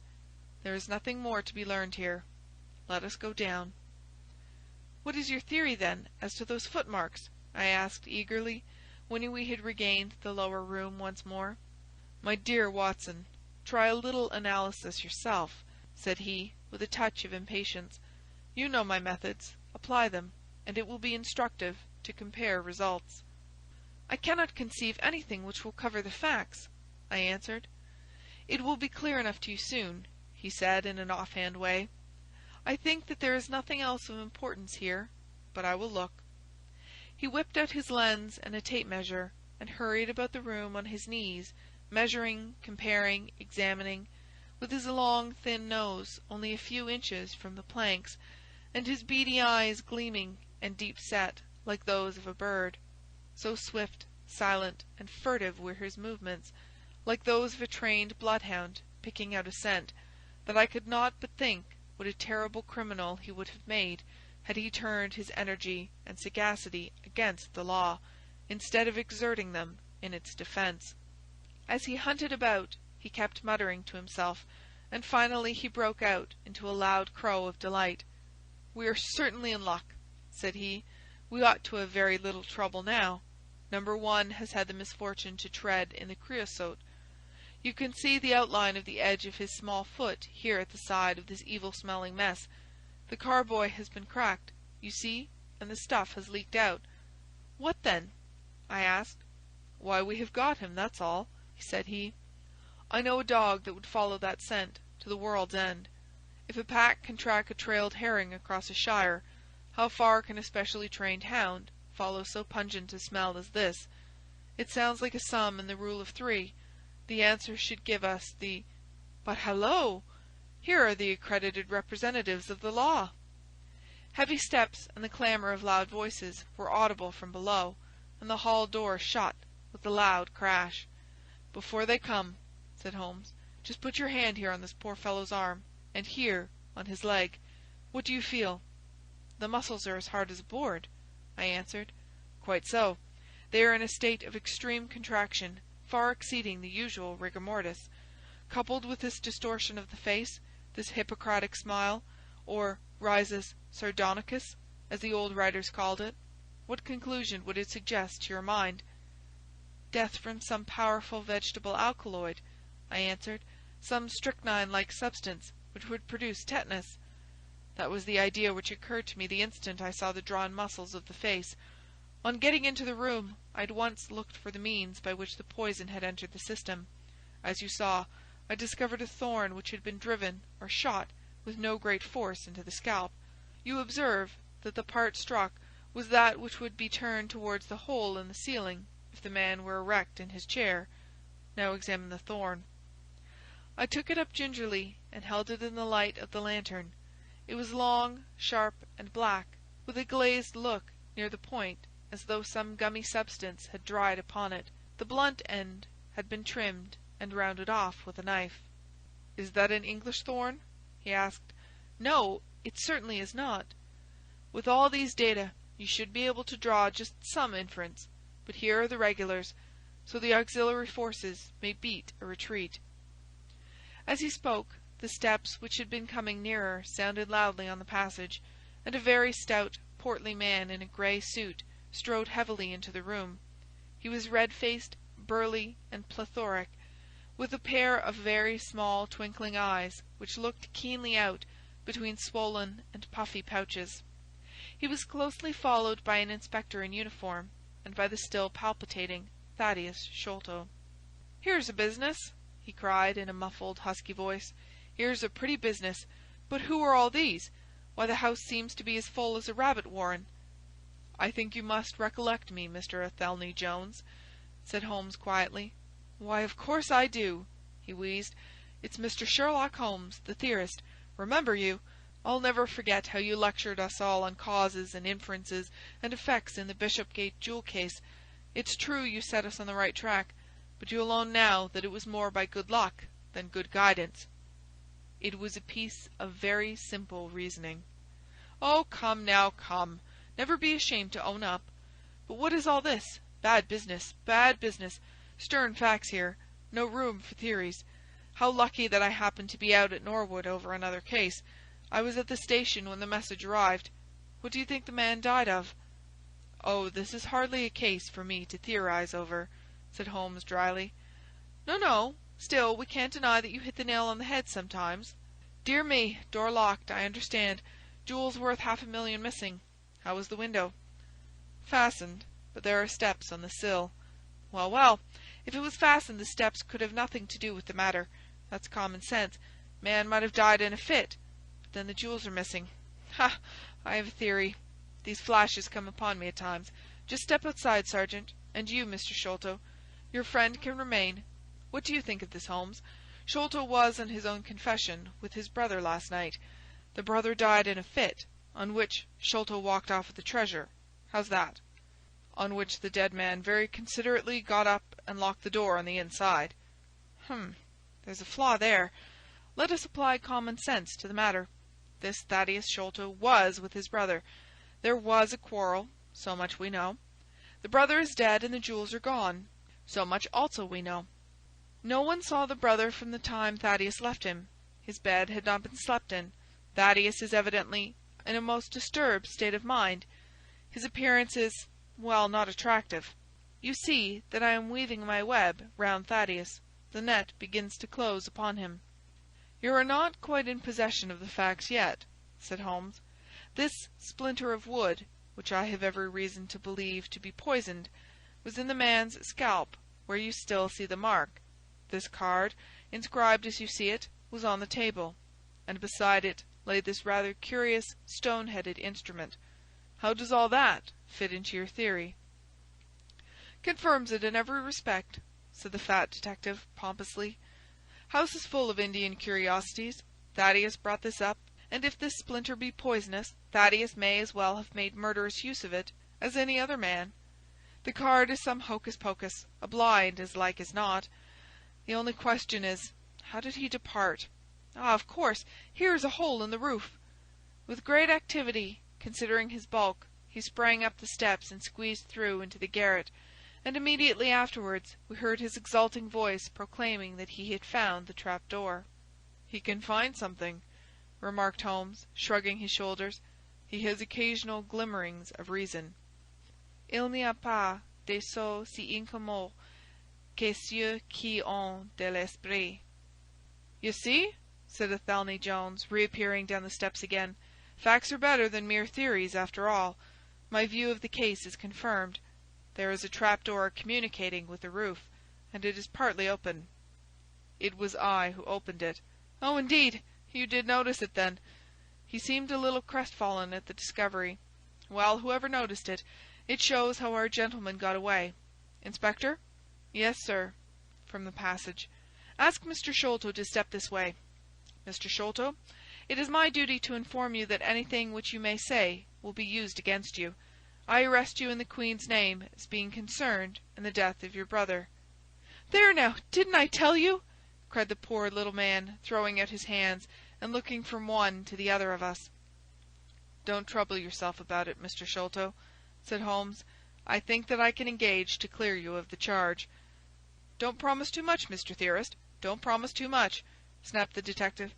"You may find it a harder matter than you think." "Not only will I clear him, Mr. Jones, but I will make you a free present of the name and description of one of the two people who were in this room last night. His name, I have every reason to believe, is Jonathan Small. He is a poorly educated man, small, active, with his right leg off, and wearing a wooden stump which is worn away upon the inner side. His left boot has a coarse, square-toed sole, with an iron band round the heel. He is a middle-aged man, much sunburned, and has been a convict. These few indications may be of some assistance to you, coupled with the fact that there is a good deal of skin missing from the palm of his hand. The other man—" "Ah, the other man?" asked Athelney Jones in a sneering voice, but impressed none the less, as I could easily see, by the precision of the other's manner. "Is a rather curious person," said Sherlock Holmes, turning upon his heel. "I hope before very long to be able to introduce you to the pair of them. A word with you, Watson?" He led me out to the head of the stair. "This unexpected occurrence," he said, "has caused us rather to lose sight of the original purpose of our journey." "I have just been thinking so," I answered. "It is not right that Miss Morstan should remain in this stricken house. No, you must escort her home. She lives with Mrs. Cecil Forrester in Lower Camberwell, so it is not very far. I will wait for you here if you will drive out again. Or perhaps you are too tired?" "By no means. I don't think I could rest until I know more of this fantastic business. I have seen something of the rough side of life, but I give you my word that this quick succession of strange surprises tonight has shaken my nerve completely. I should like, however, to see the matter through with you, now that I have got so far." "Your presence will be of great service to me," he answered.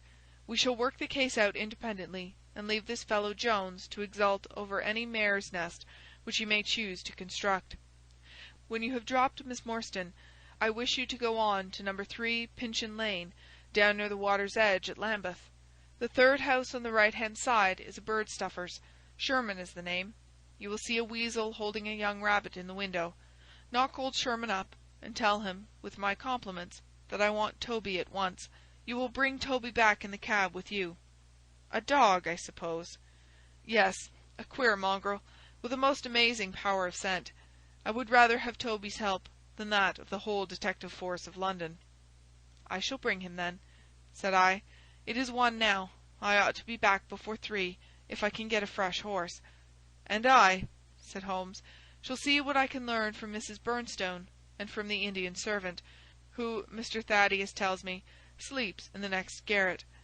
Then I shall study the great Jones's methods, and listen to his not too delicate sarcasms. "Wir sind gewohnt, dass die Menschen verhöhnen, was sie nicht verstehen." Goethe is always pithy. End of chapter 6.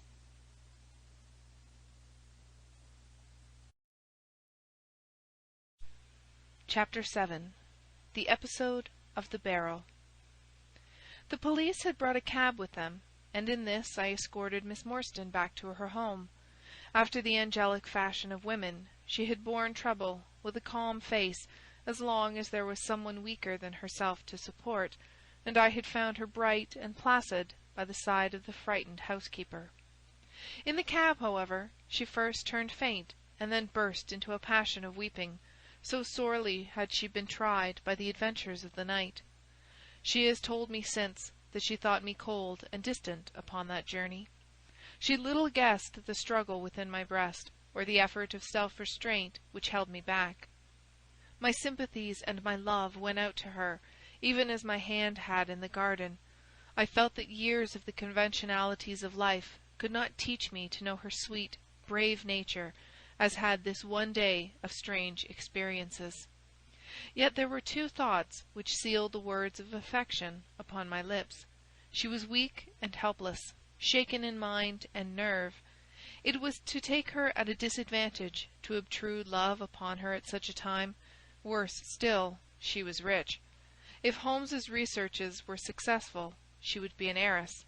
Was it fair, was it honourable, that a half-pay surgeon should take such advantage of an intimacy which chance had brought about? Might she not look upon me as a mere vulgar fortune-seeker? I could not bear to risk that such a thought should cross her mind. This Agra treasure intervened like an impassable barrier between us. It was nearly 2 o'clock when we reached Mrs. Cecil Forrester's. The servants had retired hours ago, but Mrs. Forrester had been so interested by the strange message which Miss Morstan had received that she had sat up in the hope of her return. She opened the door herself, a middle-aged, graceful woman, and it gave me joy to see how tenderly her arm stole round the other's waist, and how motherly was the voice in which she greeted her. She was clearly no mere paid dependent, but an honoured friend. I was introduced, and Mrs. Forrester earnestly begged me to step in and tell her our adventures. I explained, however, the importance of my errand, and promised faithfully to call and report any progress which we might make with the case. As we drove away I stole a glance back, and I still seemed to see that little group on the step, the two graceful clinging figures, the half-open door, the hall light shining through stained glass, the barometer, and the bright stair-rods. It was soothing to catch even that passing glimpse of a tranquil English home in the midst of the wild, dark business which had absorbed us. And the more I thought of what had happened, the wilder and darker it grew. I reviewed the whole extraordinary sequence of events as I rattled on through the silent, gas-lit streets. There was the original problem. That, at least, was pretty clear now. The death of Captain Morstan, the sending of the pearls, the advertisement, the letter. We had had light upon all those events. They had only led us, however, to a deeper and far more tragic mystery. The Indian treasure, the curious plan found among Morstan's baggage, the strange scene at Major Sholto's death, the rediscovery of the treasure immediately followed by the murder of the discoverer, the very singular accompaniments to the crime, the footsteps, the remarkable weapons, the words upon the card, corresponding with those upon Captain Morstan's chart.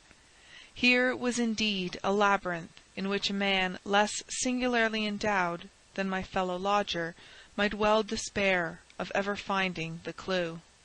Pinchin Lane was a row of shabby, two-storied brick houses in the lower quarter of Lambeth.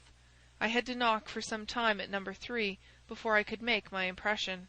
At last, however, there was the glint of a candle behind the blind, and a face looked out at the upper window.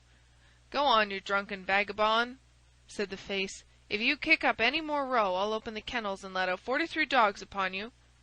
"If you'll let one out, it's just what I have come for," said I. "Go on." yelled the voice. "So help me gracious, I have a wiper in the bag, and I'll drop it on your head if you don't hook it." "But I want a dog," I cried. "I won't be argued with," shouted Mr. Sherman. "Now stand clear, for when I say 3, down goes the wiper." "Mr. Sherlock Holmes," I began, but the words had a most magical effect, for the window instantly slammed shut, and within a minute the door was unbarred and open. Mr. Sherman was a lanky, lean old man, with stooping shoulders, a stringy neck, and blue-tinted glasses. "A friend of Mr. Sherlock is always welcome," said he. "Step in, sir. Keep clear of the badger, for he bites. Ah, naughty, naughty. Would you take a nip at the gentleman?" This to a stoat which thrust its wicked head and red eyes between the bars of its cage. "Don't mind that, sir. It's only a slow worm. It ain't got no fangs, so I gives it the run o' the room, for it keeps the bettles down. You must not mind my bein' just a little short with you at first, for I'm guyed at by the children, and there's many a one just comes down this lane to knock me up. What was it that Mr. Sherlock Holmes wanted, sir?" "He wanted a dog of yours." "Ah, that would be Toby." Yes, Toby was the name. "Toby lives at number 7 on the left here." He moved slowly forward, with his candle among the queer animal family which he had gathered round him.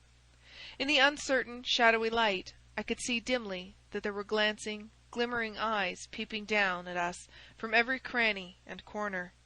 Even the rafters above our heads were lined by solemn fowls, who lazily shifted their weight from one leg to the other as our voices disturbed their slumbers.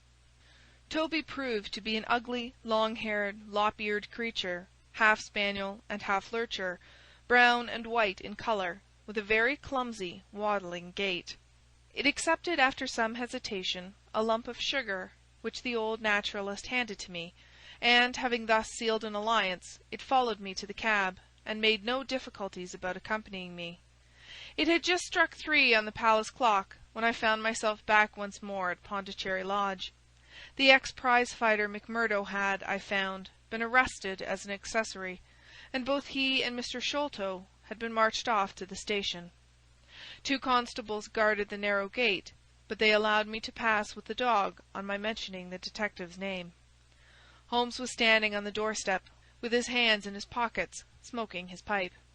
"Ah, you have him there," said he. "Good dog, then. Athelney Jones has gone. We have had an immense display of energy since you left. He has arrested not only friend Thaddeus, but the gatekeeper, the housekeeper, and the Indian servant. We have the place to ourselves, but for a sergeant upstairs. Leave the dog here, and come up." We tied Toby to the hall table, and reascended the stairs. The room was as he had left it, save that a sheet had been draped over the central figure. A weary-looking police sergeant reclined in the corner. "Lend me your bull's-eye, sergeant," said my companion. "Now tie this bit of card round my neck, so as to hang it in front of me. Thank you. Now I must kick off my boots and stockings. Just you carry them down with you, Watson. I am going to do a little climbing, and dip my handkerchief into the creosote. That will do. Now come up into the garret with me for a moment." We clambered up through the hole. Holmes turned his light once more upon the footsteps in the dust. "I wish you particularly to notice these footmarks," he said. "Do you observe anything noteworthy about them?" "They belong," I said, "to a child or a small woman." "Apart from their size, though, is there nothing else?" "They appear to be much as other footmarks." "Not at all. Look here. This is the print of a right foot in the dust. Now I make one with my naked foot beside it. What is the chief difference?" "Your toes are all cramped together. The other print has each toe distinctively divided." "Quite so. That is the point. Bear that in mind. Now would you kindly step over to that flap window and smell the edge of the woodwork? I shall stay here, as I have this handkerchief in my hand." I did as he directed, and was instantly conscious of a strong, tarry smell. "That is where he put his foot in getting out. If you can trace him, I should think that Toby will have no difficulty. Now run downstairs, loose the dog, and look out for Blondin." By the time that I got out into the grounds, Sherlock Holmes was on the roof, and I could see him like an enormous glowworm crawling very slowly along the ridge. I lost sight of him behind a stack of chimneys, but he presently reappeared, and then vanished once more upon the opposite side. When I made my way round there, I found him seated at one of the corner eaves. "That you, Watson?" he cried. "Yes." "This is the place. What is that black thing down there?" "A water barrel." "Top on it?" "Yes." "No sign of a ladder?" "No." "Confound the fellow! It's a most breakneck place. I ought to be able to come down where he could climb up. The water pipe feels pretty firm. Here goes, anyhow." There was a scuffling of feet, and the lantern began to come steadily down the side of the wall. Then, with a light spring, he came on to the barrel, and from there to the earth. "It was easy to follow him," he said, drawing on his stockings and boots. "Tiles were loosened the whole way along, and in his hurry he had dropped this. It confirms my diagnosis, as you doctors express it." The object which he held up to me was a small pocket or pouch woven out of coloured grasses and with a few tawdry beads strung round it. In shape and size it was not unlike a cigarette case. Inside were half a dozen spines of dark wood, sharp at one end and rounded at the other, like that which had struck Bartholomew Sholto. "They are hellish things," said he. "Look out that you don't prick yourself. I'm delighted to have them, for the chances are that they are all he has. There is the less fear of you or me finding one in our skin before long. I would sooner face a Martini bullet myself. Are you game for a 6-mile trudge, Watson?" "Certainly," I answered. "Your leg will stand it?" "Oh, yes." "Here you are, doggy. Good old Toby. Smell it, Toby, smell it." He pushed the creosote handkerchief under the dog's nose, while the creature stood with its fluffy legs separated, and with a most comical cock to its head, like a connoisseur sniffing the bouquet of a famous vintage. Holmes then threw the handkerchief to a distance, fastened a stout cord to the mongrel's collar, and led him to the foot of the water barrel. The creature instantly broke into a succession of high, tremulous yelps, and with his nose on the ground and his tail in the air, pattered off upon the trail at a pace which strained his leash and kept us at the top of our speed. The east had been gradually whitening, and we could now see some distance in the cold grey light. The square, massive house, with its black, empty windows and high, bare walls, towered up, sad and forlorn, behind us. Our course led right across the grounds, in and out among the trenches and pits with which they were scarred and intersected. The whole place, with its scattered dirt heaps and ill-grown shrubs, had a blighted, ill-omened look, which harmonized with the black tragedy which hung over it. On reaching the boundary wall, Toby ran along, whining eagerly underneath its shadow, and stopped finally in a corner screened by a young beech. Where the two walls joined, several bricks had been loosened, and the crevices left were worn down and rounded upon the lower side, as though they had frequently been used as a ladder. Holmes clambered up, and taking the dog from me, he dropped it over upon the other side. "There's the print of Wooden Leg's hand," he remarked, as I mounted up beside him. "You see the little smudge of blood upon the white plaster? What a lucky thing it is that we have had no very heavy rain since yesterday.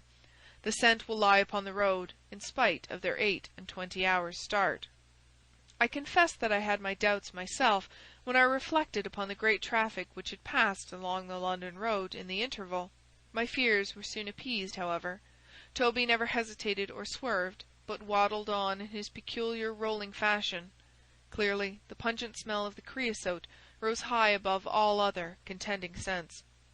"Do not imagine," said Holmes, "that I depend for my success in this case upon the mere chance of one of these fellows having put his foot in the chemical.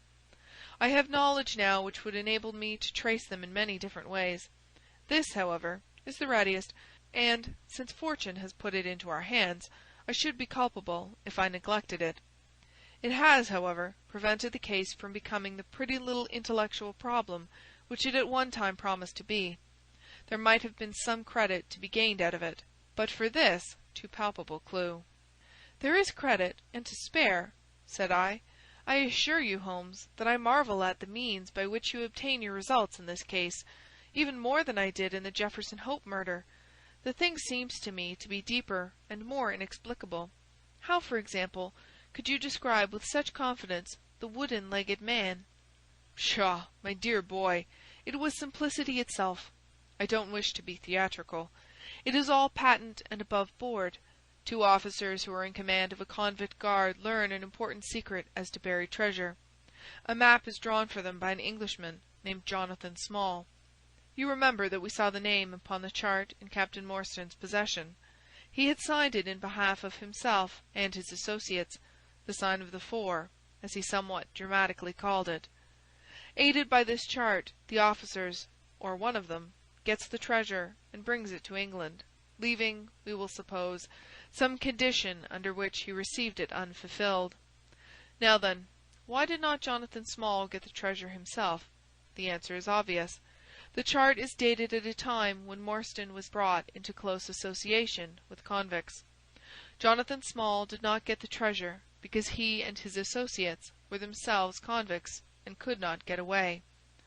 "But that is mere speculation," said I. "It is more than that. It is the only hypothesis which covers the facts. Let us see how it fits in with the sequel. Major Sholto remains at peace for some years, happy in the possession of his treasure. Then he receives a letter from India which gives him a great fright. What was that?" "A letter to say that the men whom he had wronged had been set free." "Or had escaped. That is much more likely, for he would have known what their term of imprisonment was. It would not have been a surprise to him. What does he do then? He guards himself against a wooden-legged man, a white man, mark you, for he mistakes a white tradesman for him, and actually fires a pistol at him. Now only one white man's name is on the chart. The others are Hindus or Mohammedans. There is no other white man. Therefore, we may say with confidence that the wooden-legged man is identical with Jonathan Small. Does the reasoning strike you as being faulty?" "No, it is clear and concise." "Well now, let us put ourselves in the place of Jonathan Small. Let us look at it from his point of view. He comes to England with the double idea of regaining what he would consider to be his rights, and of having his revenge upon the man who had wronged him. He found out where Sholto lived, and very possibly he established communications with someone inside the house. There is this butler, Lal Rao, whom we have not seen. Mrs. Bernstone gives him far from a good character. Small could not find out, however, where the treasure was hid, for no one ever knew, save the Major and one faithful servant who had died. Suddenly Small learns that the Major is on his deathbed. In a frenzy, lest the secret of the treasure die with him, he runs the gauntlet of the guards, makes his way to the dying man's window, and is only deterred from entering by the presence of his 2 sons. Mad with hate, however, against the dead man, he enters the room that night, searches his private papers in the hope of discovering some memorandum relating to the treasure, and finally leaves a memento of his visit and the short inscription upon the card. He had doubtless planned beforehand that should he slay the Major, he would leave some such record upon the body as a sign that it was not a common murder, but, from the point of view of the 4 associates, something in the nature of an act of justice. Whimsical and bizarre conceits of this kind are common enough in the annals of crime, and usually afford valuable indications as to the criminal. Do you follow all this?" "Very clearly." "Now what could Jonathan Small do? He could only continue to keep a secret watch upon the efforts made to find the treasure. Possibly he leaves England, and only comes back at intervals. Then comes the discovery of the garret, and he is instantly informed of it. We again trace the presence of some confederate in the household. Jonathan, with his wooden leg, is utterly unable to reach the lofty room of Bartholomew Sholto. He takes with him, however, a rather curious associate, who gets over this difficulty, but dips his naked foot into creosote, whence comes Toby, and a 6-mile limp for a half-pay officer with a damaged tendo Achilles." "But it was the associate and not Jonathan who committed the crime." "Quite so, and rather to Jonathan's disgust, to judge by the way he stamped about when he got into the room. He bore no grudge against Bartholomew Sholto, and would have preferred if he could have been simply bound and gagged. He did not wish to put his head in a halter. There was no help for it, however. The savage instincts of his companion had broken out, and the poison had done its work. So Jonathan Small left his record, lowered the treasure box to the ground, and followed it himself. That was the train of events, as far as I can decipher them. Of course, as to his personal appearance, he must be middle-aged, and must be sunburned after serving his time in such an oven as the Andamans. His height is readily calculated from the length of his stride, and we know that he was bearded. His hairiness was the one point which impressed itself upon Thaddeus Sholto when he saw him at the window. I don't know that there is anything else." "The associate?" "Ah, well, there is no great mystery in that. But you will know all about it soon enough. How sweet the morning air is! See how that one little cloud floats like a pink feather from some gigantic flamingo. Now the red rim of the sun pushes itself over the London cloud bank. It shines on a good many folk, but on none, I dare bet, who are on a stranger errand than you and I. How small we feel with our petty ambitions and strivings in the presence of the great elemental forces of nature. Are you well up in your Jean-Paul?" "Fairly so. I worked back to him through Carlisle." "That was like following the brook to the parent lake. He makes one curious but profound remark. It is that the chief proof of man's real greatness lies in his perception of his own smallness. It argues, you see, a power of comparison and of appreciation, which is in itself a proof of nobility. There is much food for thought in Richter. You have not a pistol, have you?" "I have my stick. It is just possible that we may need something of the sort if we get to their lair. Jonathan I shall leave to you, but if the other turns nasty, I shall shoot him dead." He took out his revolver as he spoke, and having loaded 2 of the chambers, he put it back into the right-hand pocket of his jacket. We had during this time been following the guidance of Toby down the half-rural, villa-lined roads which led to the metropolis. Now, however, we were beginning to come among continuous streets where labourers and dockmen were already astir, and slatternly women were taking down shutters and brushing doorsteps. At the square-topped corner public-houses business was just beginning, and rough-looking men were emerging, rubbing their sleeves across their beards after their morning wet. Strange dogs sauntered up and stared wonderingly at us as we passed, but our inimitable Toby looked neither to the right nor to the left, but trotted onwards with his nose to the ground and an occasional eager whine which spoke of a hot scent. We had traversed Streatham, Brixton, Camberwell, and now found ourselves in Kennington Lane, having borne away through the side streets to the east of the Oval. The men whom we pursued seemed to have taken a curious zigzag road, with the idea probably of escaping observation. They had never kept to the main road if a parallel side street would serve their turn. At the foot of Kennington Lane they had edged away to the left through Bond Street and Miles Street. Where the latter street turns into Knight's Place, Toby ceased to advance, but began to run backwards and forwards, with one ear cocked and the other drooping, the very picture of canine indecision. Then he waddled round in circles, looking up to us from time to time, as if to ask for sympathy in his embarrassment. "What the deuce is the matter with the dog?" growled Holmes. "They surely would not take a cab or go off in a balloon." "Perhaps they stood here for some time," I suggested. "Ah, it's all right. He's off again," said my companion in a tone of relief. He was indeed off, for after sniffing round again he suddenly made up his mind, and darted away with an energy and determination such as he had not yet shown.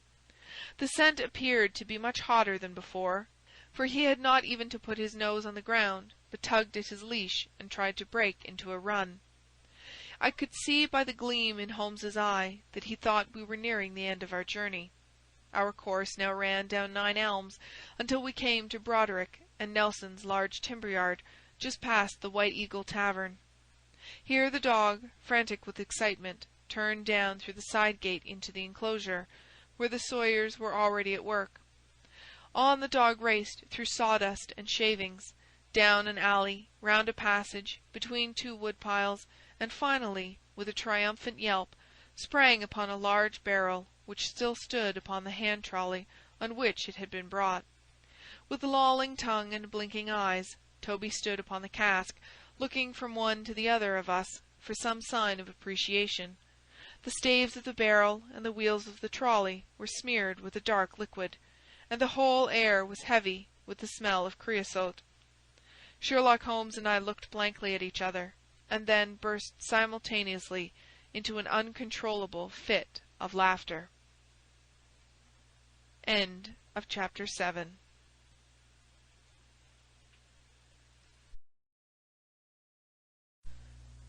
Chapter 8. The Baker Street Irregulars. "What now?" I asked. "Toby has lost his character for infallibility." "He acted according to his lights," said Holmes, lifting him down from the barrel and walking him out of the timber yard. "If you consider how much creosote is carted about London in one day, it is no great wonder that our trail should have been crossed. It is much used now, especially for the seasoning of wood. Poor Toby is not to blame." "We must get on the main scent again, I suppose?" "Yes, and fortunately we have no distance to go." Evidently, what puzzled the dog at the corner of Knight's Place was that there were two different trails running in opposite directions. We took the wrong one. It only remains to follow the other. There was no difficulty about this. On leading Toby to the place where he had committed his fault, he cast about in a wide circle, and finally dashed off in a fresh direction. "We must take care that he does not now bring us to the place where the creosote barrel came from," I observed. "I had thought of that, but you notice that he keeps on the pavement, whereas the barrel passed down the roadway. No, we are on the true scent now." It tended down towards the riverside, running through Belmont Place and Prince's Street. At the end of Broad Street it ran right down to the water's edge, where there was a small wooden wharf. Toby led us to the very edge of this, and there stood whining, looking out on the dark current beyond. "We are out of luck," said Holmes. "They have taken to a boat here." Several small punts and skiffs were lying about in the water and on the edge of the wharf.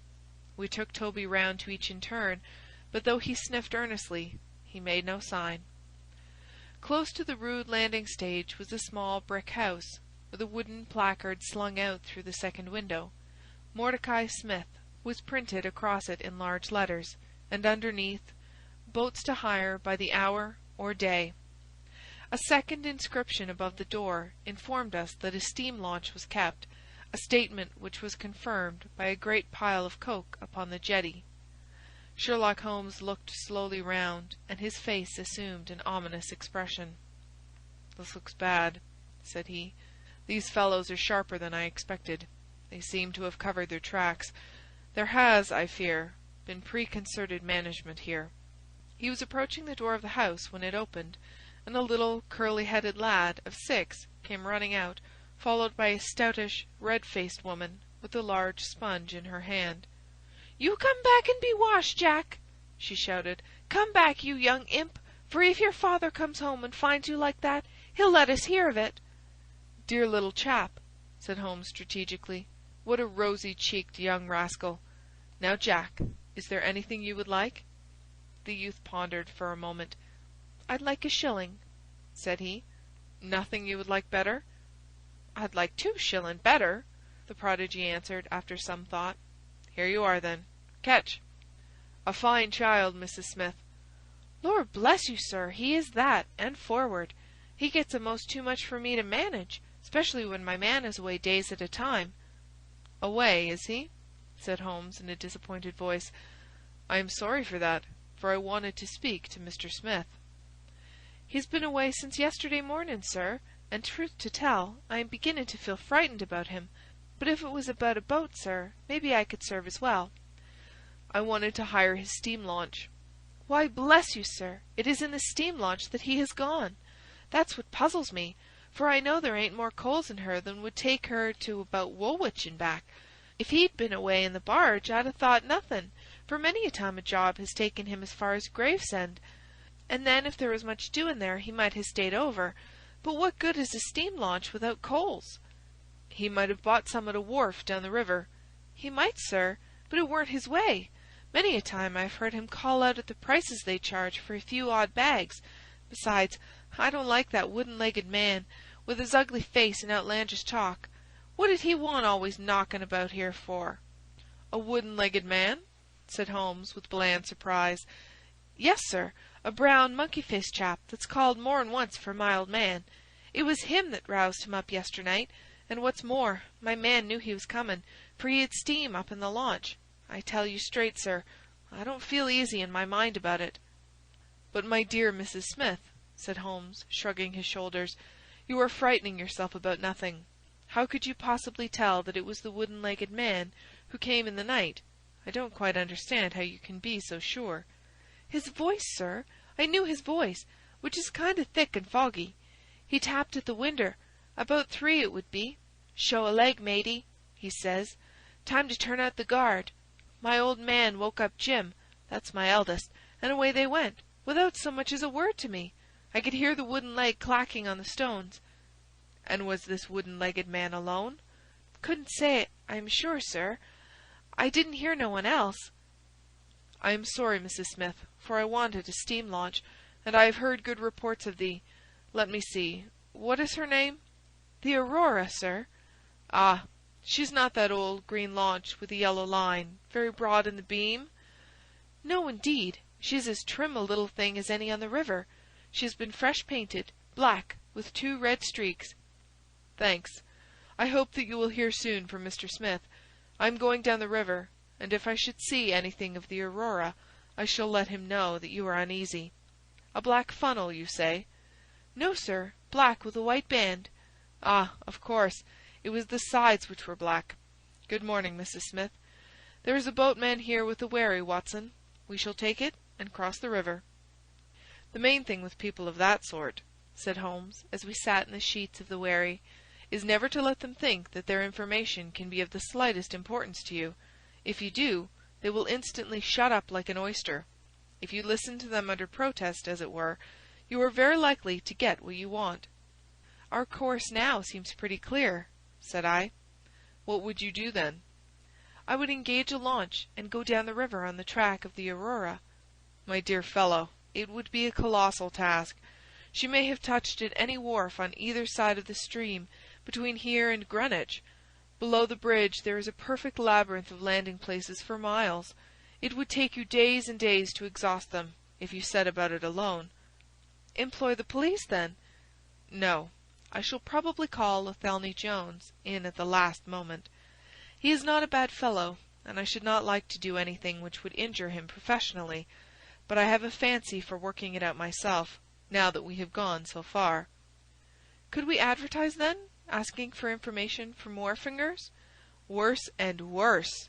Our men would know that the chase was hot at their heels, and they would be off out of the country. As it is, they are likely enough to leave, but as long as they think they are perfectly safe, they will be in no hurry. Jones's energy will be of use to us there, for his view of the case is sure to push itself into the daily press, and the runaways will think that every one is off on the wrong scent." "What are we to do, then?" I asked, as we landed near Millbank Penitentiary. "Take this hansom, drive home, have some breakfast, and get an hour's sleep. It is quite on the cards that we may be afoot to-night again. Stop at a telegraph office, cabby. We will keep Toby, for he may be of use to us yet." We pulled up at the Great Peter Street post office, and Holmes dispatched his wire. "Whom do you think that is to?" he asked, as we resumed our journey. "I'm sure I do not know." "You remember the Baker Street division of the detective police force whom I employed in the Jefferson Hope case? Well," said I, laughing, "this is just the case where they might be invaluable. If they fail, I have other resources, but I shall try them first. That wire was to my dirty little Lieutenant Wiggins, and I expect that he and his gang will be with us before we have finished our breakfast." It was between 8 and 9 o'clock now, and I was conscious of a strong reaction after the successive excitements of the night. I was limp and weary, befogged in mind and fatigued in body. I had not the professional enthusiasm which carried my companion on, nor could I look at the matter as a mere abstract intellectual problem. As far as the death of Bartholomew Sholto went, I had heard little good of him, and could feel no intense antipathy to his murderers. The treasure, however, was a different matter. That, or part of it, belonged rightfully to Miss Morstan. While there was a chance of recovering it, I was ready to devote my life to the one object. True, if I found it, it would probably put her forever beyond my reach, yet it would be a petty and selfish love which would be influenced by such a thought as that. If Holmes could work to find the criminals, I had a tenfold stronger reason to urge me on to find the treasure. A bath at Baker Street and a complete change freshened me up wonderfully. When I came down to our room I found the breakfast laid and Holmes pouring out the coffee. "Here it is," said he, laughing, and pointing to an open newspaper. "The energetic Jones and the ubiquitous reporter have fixed it up between them. But you have had enough of the case. Better have your ham and eggs first." I took the paper from him and read the short notice, which was headed "Mysterious Business at Upper Norwood." "About 12 o'clock last night," said the Standard, "Mr. Bartholomew Sholto of Pondicherry Lodge, Upper Norwood, was found dead in his room under circumstances which point to foul play. As far as we can learn, no actual traces of violence were found upon Mr. Sholto's person, but a valuable collection of Indian gems which the deceased gentleman had inherited from his father has been carried off. The discovery was first made by Mr. Sherlock Holmes and Dr. Watson, who had called at the house of Mr. Thaddeus Sholto, brother of the deceased. By a singular piece of good fortune, Mr. Athelney Jones, the well-known member of the detective police force, happened to be at the Norwood police station, and was on the ground within half an hour of the first alarm. His trained and experienced faculties were at once directed towards the detection of the criminals, with the gratifying result that the brother, Thaddeus Sholto, has already been arrested, together with the housekeeper, Mrs. Bernstone, an Indian butler named Lal Rao, and a porter or gatekeeper named McMurdo. It is quite certain that the thief or thieves were well acquainted with the house, for Mr. Jones's well-known technical knowledge and his powers of minute observation have enabled him to prove conclusively that the miscreants could not have entered by the door or by the window, but must have made their way across the roof of the building, and so through a trap-door into a room which communicated with that in which the body was found. This fact, which has been very clearly made out, proves conclusively that it was no mere haphazard burglary. The prompt and energetic action of the officers of the law shows the great advantage of the presence on such occasions of a single, vigorous, and masterful mind. We cannot but think that it supplies an argument to those who wish to see our detectives more decentralized, and so brought into closer and more effective touch with the cases which it is their duty to investigate. "Isn't it gorgeous?" said Holmes, grinning over his coffee-cup. "What do you think of it?" "I think we have had a close shave ourselves of being arrested for the crime." "So do I. I wouldn't answer for our safety now, if he should happen to have another of his attacks of energy." At this moment there was a loud ring at the bell, and I could hear Mrs. Hudson, our landlady, raising her voice in a wail of expostulation and dismay. "By heaven, Holmes," I said, half rising, "I believe that they are really after us." "No, it's not quite as bad as that. It is the unofficial force, the Baker Street irregulars." As he spoke, there came a swift pattering of naked feet upon the stairs, a clatter of high voices, and in rushed a dozen dirty and ragged little street Arabs. There was some show of discipline among them, despite their tumultuous entry, for they instantly drew up in line and stood facing us with expectant faces. One of their number, taller and older than the others, stood forward with an air of lounging superiority, which was very funny in such a disreputable little scarecrow. "Got your message, sir," said he, "and brought 'em on sharp. 3 bob and a tanner for tickets." "Here you are," said Holmes, producing some silver. "In future they can report to you, Wiggins, and you to me. I cannot have the house invaded in this way. However, it is just as well that you should all hear the instructions. I want to find the whereabouts of a steam launch called the Aurora, owner Mordecai Smith, black with 2 red streaks, funnel black with a white band. She is down the river somewhere. I want one boy to be at Mordecai Smith's landing stage opposite Millbank to say if the boat comes back. You must divide it out among yourselves, and do both banks thoroughly. Let me know the moment you have news. Is that all clear?" "Yes, governor," said Wiggins. "The old scale of pay, and a guinea to the boy who finds the boat. Here's a day in advance. Now off you go." He handed them a shilling each, and away they buzzed down the stairs, and I saw them a moment later streaming down the street. "If the launch is above water, "They will find her," said Holmes, as he rose from the table and lit his pipe. "They can go everywhere, see everything, overhear everyone. I expect to hear before evening that they have spotted her. In the meanwhile, we can do nothing but await results. We cannot pick up the broken trail until we find either the Aurora or Mr. Mordecai Smith." "Toby could eat these scraps, I dare say. Are you going to bed, Holmes?" "No, I am not tired. I have a curious constitution. I never remember feeling tired by work, though idleness exhausts me completely. I am going to smoke and to think over this queer business to which my fair client has introduced us. If ever man had an easy task, this of ours ought to be. Wooden-legged men are not so common, but the other man must, I should think, be absolutely unique." "That other man again!" "I have no wish to make a mystery of him, to you anyway, but you must have formed your own opinion. Now do consider the data. Diminutive footmarks, toes never fettered by boots, naked feet, stone-headed wooden mace, great agility, small poisoned darts. What do you make of all this?" "A savage!" I exclaimed. "Perhaps one of those Indians who were the associates of Jonathan Small." "Hardly that," said he. "When I first saw signs of strange weapons, I was inclined to think so. But the remarkable character of the footmarks caused me to reconsider my views. Some of the inhabitants of the Indian peninsula are small men, but none could have left such marks as that. The Hindoo proper has long and thin feet. The sandal-wearing Mohammedan has the great toe well separated from the others because the thong is commonly passed between. These little darts, too, could only be shot in one way. They're from a blowpipe. Now then, where are we to find our savage?" "South American?" I hazarded. He stretched his hand up and took down a bulky volume from the shelf. "This is the first volume of a gazetteer which is now being published. It may be looked upon as the very latest authority. What have we here? Andaman Islands, situated 340 miles to the north of Sumatra, in the Bay of Bengal.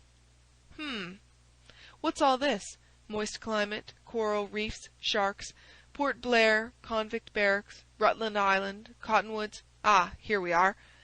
The aborigines of the Andaman Islands may perhaps claim the distinction of being the smallest race upon this earth, though some anthropologists prefer the Bushmen of Africa, the Digger Indians of America, and the Terra del Fuegans. The average height is rather below 4 feet, although many full-grown adults may be found who are very much smaller than this. They are a fierce, morose, and intractable people, though capable of forming most devoted friendships when their confidence has once been gained. Mark that, Watson. Now then, listen to this. They are naturally hideous, having large, misshapen heads, small, fierce eyes, and distorted features. Their feet and hands, however, are remarkably small. So intractable and fierce are they that all the efforts of the British official have failed to win them over in any degree. They have always been a terror to shipwrecked crews, braining the survivors with their stone-headed clubs, or shooting them with their poisoned arrows. These massacres are invariably concluded by a cannibal feast. Nice, amiable people, Watson. If this fellow had been left to his own unaided devices, this affair might have taken an even more ghastly turn. I fancy that, even as it is, Jonathan Small would give a good deal not to have employed him." "But how came he to have so singular a companion?" "Ah, that is more than I can tell. Since, however, we had already determined that Small had come from the Andamans, it is not so very wonderful that this islander should be with him. No doubt we shall know all about it in time. Look here, Watson, you look regularly done. Lie down there on the sofa and see if I can put you to sleep." He took up his violin in the corner, and as I stretched myself out, he began to play some low, dreamy, melodious air, his own, no doubt, for he had a remarkable gift for improvisation. I have a vague remembrance of his gaunt limbs, his earnest face, and the rise and fall of his bow. Then I seemed to be floated peacefully away upon a soft sea of sound, until I found myself in dreamland, with the sweet face of Mary Morstan looking down upon me. End of chapter 8.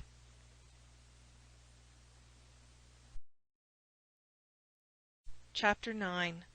A Break in the Chain. It was late afternoon before I woke, strengthened and refreshed. Sherlock Holmes still sat exactly as I had left him, save that he had laid aside his violin and was deep in a book. He looked across at me as I stirred, and I noticed that his face was dark and troubled. "You have slept soundly," he said. "I feared that our talk would wake you." "I heard nothing," I answered. "Have you had fresh news, then?" "Unfortunately, no. I confess that I am surprised and disappointed. I expected something definite by this time. Wiggins has just been up to report. He says that no trace can be found of the launch. It is a provoking check, for every hour is of importance." "Can I do anything? I am perfectly fresh now, and quite ready for another night's outing." "No, we can do nothing. We can only wait. If we go ourselves, the message might come in our absence, and delay be caused. You can do what you will, but I must remain on guard." "Then I shall run over to Camberwell and call upon Mrs. Cecil Forrester. She asked me to yesterday." "On Mrs. Cecil Forrester?" asked Holmes, with the twinkle of a smile in his eyes. "Well, of course, Miss Morstan, too. They were anxious to hear what happened." "I would not tell them too much," said Holmes. "Women are never to be entirely trusted, not the best of them." I did not pause to argue over this atrocious sentiment. "I shall be back in an hour or two," I remarked. "All right. Good luck. But I say, if you are crossing the river, you may as well return Toby, for I don't think it is at all likely that we shall have any use for him now." I took our mongrel accordingly, and left him, together with a half-sovereign, at the old naturalist's in Pinchin Lane. At Camberwell I found Miss Morstan, a little weary after her night's adventures, but very eager to hear the news. Mrs. Forrester, too, was full of curiosity. I told them all that we had done, suppressing, however, the more dreadful parts of the tragedy. Thus, although I spoke of Mr. Sholto's death, I said nothing of the exact manner and method of it. With all my omissions, however, there was enough to startle and amaze them. "It is a romance!" cried Mrs. Forrester. "An injured lady, 500,000 in treasure, a black cannibal, and a wooden-legged ruffian. They take the place of the conventional dragon or wicked earl." "And 2 knight-errants to the rescue," added Miss Morstan, with a bright glance at me. "Why, Mary, your fortune depends upon the issue of this search. I don't think that you are nearly excited enough. Just imagine what it must be to be so rich, and to have the world at your feet." It sent a little thrill of joy to my heart to notice that she showed no sign of elation at the prospect. On the contrary, she gave a toss of her proud head, as though the matter were one in which she took small interest. "It is for Mr. Thaddeus Sholto that I am anxious," she said. "Nothing else is of any consequence, but I think that he has behaved most kindly and honourably throughout. It is our duty to clear him of this dreadful and unfounded charge." It was evening before I left Camberwell, and quite dark by the time I reached home. My companion's book and pipe lay by his chair, but he had disappeared. I looked about in the hope of seeing a note, but there was none. "I suppose that Mr. Sherlock Holmes has gone out?"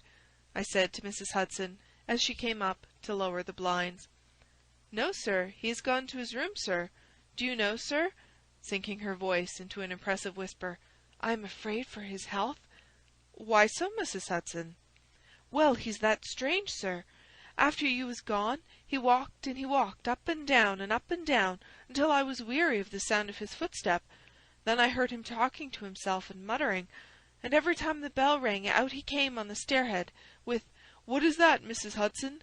And now he has slammed off to his room, but I can hear him walking away the same as ever. I hope he is not going to be ill, sir. I ventured to say something to him about cooling medicine, but he turned on me, sir, with such a look that I don't know how I ever got out of the room."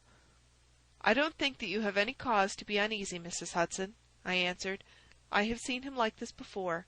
He has some small matter upon his mind which makes him restless." I tried to speak lightly to our worthy landlady, but I was myself somewhat uneasy when through the long night I still from time to time heard the dull sound of his tread, and knew how his keen spirit was chafing against this involuntary inaction. At breakfast-time he looked worn and haggard, with a little fleck of feverish colour upon either cheek. "You are knocking yourself up, old man," I remarked. "I heard you marching about in the night." "No, I could not sleep," he answered. "This infernal problem is consuming me. It is too much to be balked by so petty an obstacle when all else had been overcome. I know the men, the launch, everything, and yet I can get no news. I have set other agencies at work, and used every means at my disposal. The whole river has been searched on either side, but there is no news, nor has Mrs. Smith heard of her husband. I shall come to the conclusion soon that they have scuttled the craft, but there are objections to that. Or that Mrs. Smith has put us on a wrong scent. No, I think that may be dismissed. I had inquiries made, and there is a launch of that description. Could it have gone up the river? I have considered that possibility too, and there is a search party who will work up as far as Richmond. If no news comes to-day, I shall start off myself to-morrow, and go for the men rather than the boat. But surely we shall hear something." We did not, however. Not a word came to us either from Wiggins or from the other agencies. There were articles in most of the papers upon the Norwood tragedy. They all appeared to be rather hostile to the unfortunate Thaddeus Sholto. No fresh details were to be found, however, in any of them, save that an inquest was to be held upon the following day. I walked over to Camberwell in the evening to report our ill success to the ladies, and on my return I found Holmes dejected and somewhat morose. He would hardly reply to my questions, and busied himself all evening in an abstruse chemical analysis which involved much heating of retorts and distilling of vapours, ending at last in a smell which fairly drove me out of the apartment.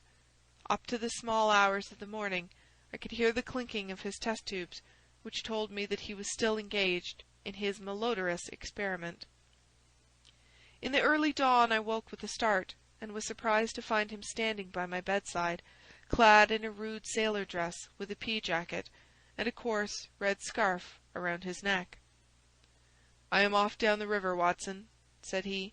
"I have been turning it over in my mind, and I can see only one way out of it. It is worth trying at all events." "Surely I can come with you, then?" said I. "No, you can be much more useful if you will remain here as my representative. I am loath to go, for it is quite on the cards that some message may come during the day, though Wiggins was despondent about it last night. I want you to open all notes and telegrams, and to act on your own judgment if any news should come. Can I rely upon you?" "Most certainly." "I am afraid that you will not be able to wire to me, for I can hardly tell yet where I may find myself. If I am in luck, however, I may not be gone so very long. I shall have news of some sort or other before I get back." I had heard nothing of him by breakfast-time. On opening the Standard, however, I found that there was a fresh allusion to the business. "With reference to the Upper Norwood tragedy," it remarked, "we have reason to believe that the matter promises to be even more complex and mysterious than was originally supposed. Fresh evidence has shown that it is quite impossible that Mr. Thaddeus Sholto could have been in any way concerned in the matter. He and the housekeeper, Mrs. Bernstone, were both released yesterday evening. It is believed, however, that the police have a clue as to the real culprits, and that it is being prosecuted by Mr. Athelney Jones, of Scotland Yard, with all his well-known energy and sagacity. Further arrests may be expected at any moment." "That is satisfactory so far as it goes," thought I. "Friend Sholto is safe at any rate. I wonder what the fresh clue may be, though it seems to be a stereotyped form whenever the police have made a blunder." I tossed the paper down upon the table, but at that moment my eye caught an advertisement in the agony column. It ran in this way: "Lost. Whereas Mordecai Smith, boatman, and his son Jim left Smith's Wharf at or about 3 o'clock last Tuesday morning in the steam launch Aurora, black with 2 red stripes, funnel black with a white band, the sum of £5 will be paid to anyone who can give information to Mrs. Smith at Smith's Wharf, or at 221B Baker Street, as to the whereabouts of the said Mordecai Smith and the launch Aurora. This was clearly Holmes's doing. The Baker Street address was enough to prove that. It struck me as rather ingenious, because it might be read by the fugitives without their seeing it in more than the natural anxiety of a wife for her missing husband. It was a long day.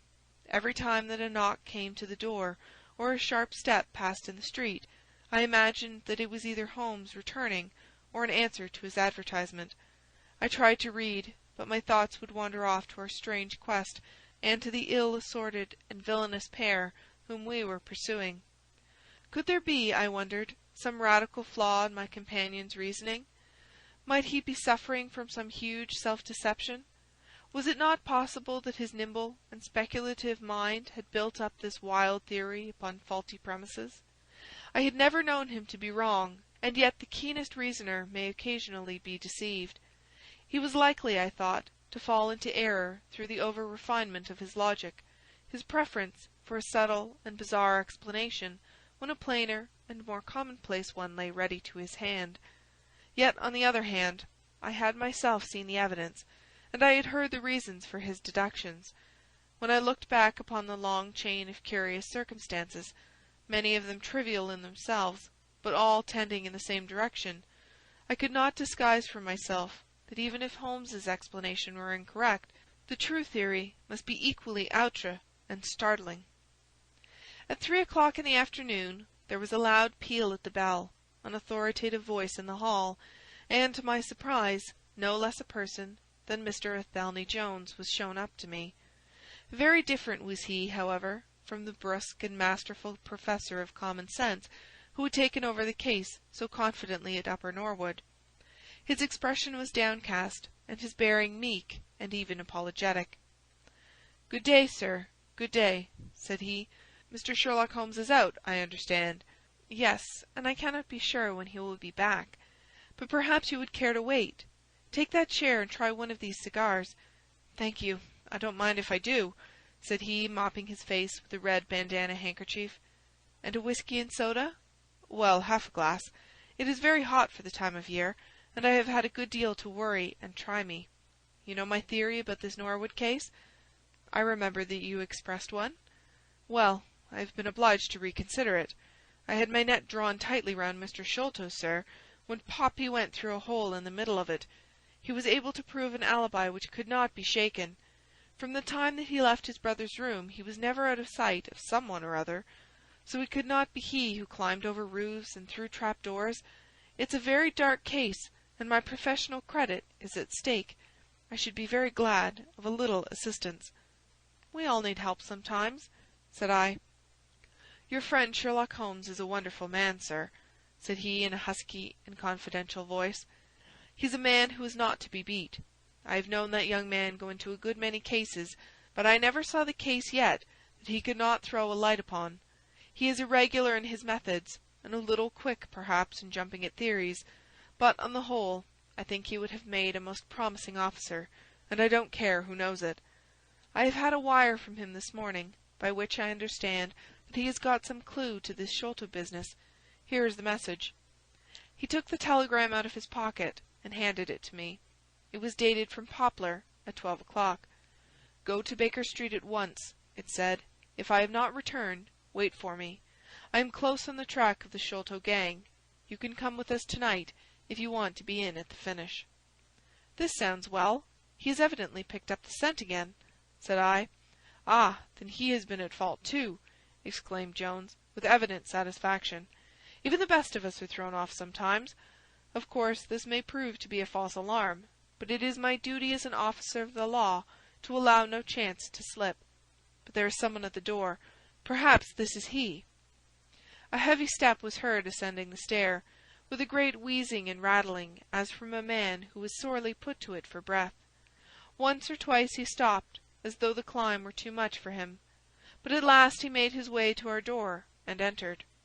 His appearance corresponded to the sounds which we had heard. He was an aged man, clad in seafaring garb, with an old pea-jacket buttoned up to his throat. His back was bowed, his knees were shaky, and his breath was painfully asthmatic. As he leaned upon a thick oaken cudgel, his shoulders heaved in the effort to draw the airs into his lungs.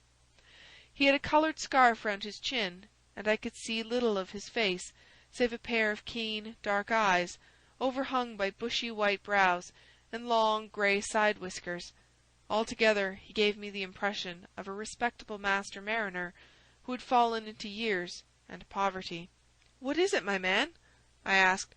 He looked about him in the slow, methodical fashion of old age. "Is Mr. Sherlock Holmes here?" said he. "No, but I am acting for him. You can tell me any message you have for him." "It was to him himself I was to tell it," said he. "But I tell you that I'm acting for him. Was it about Mordecai Smith's boat?" "Yes, I knows well where it is, and I knows where the men he is after are, and I knows where the treasure is. I knows all about it." "Then tell me, and I shall let him know." "It was to him that I was to tell it," he repeated with the petulant obstinacy of a very old man. "Well, you must wait for him." "No, no, I ain't going to lose a whole day to please no one.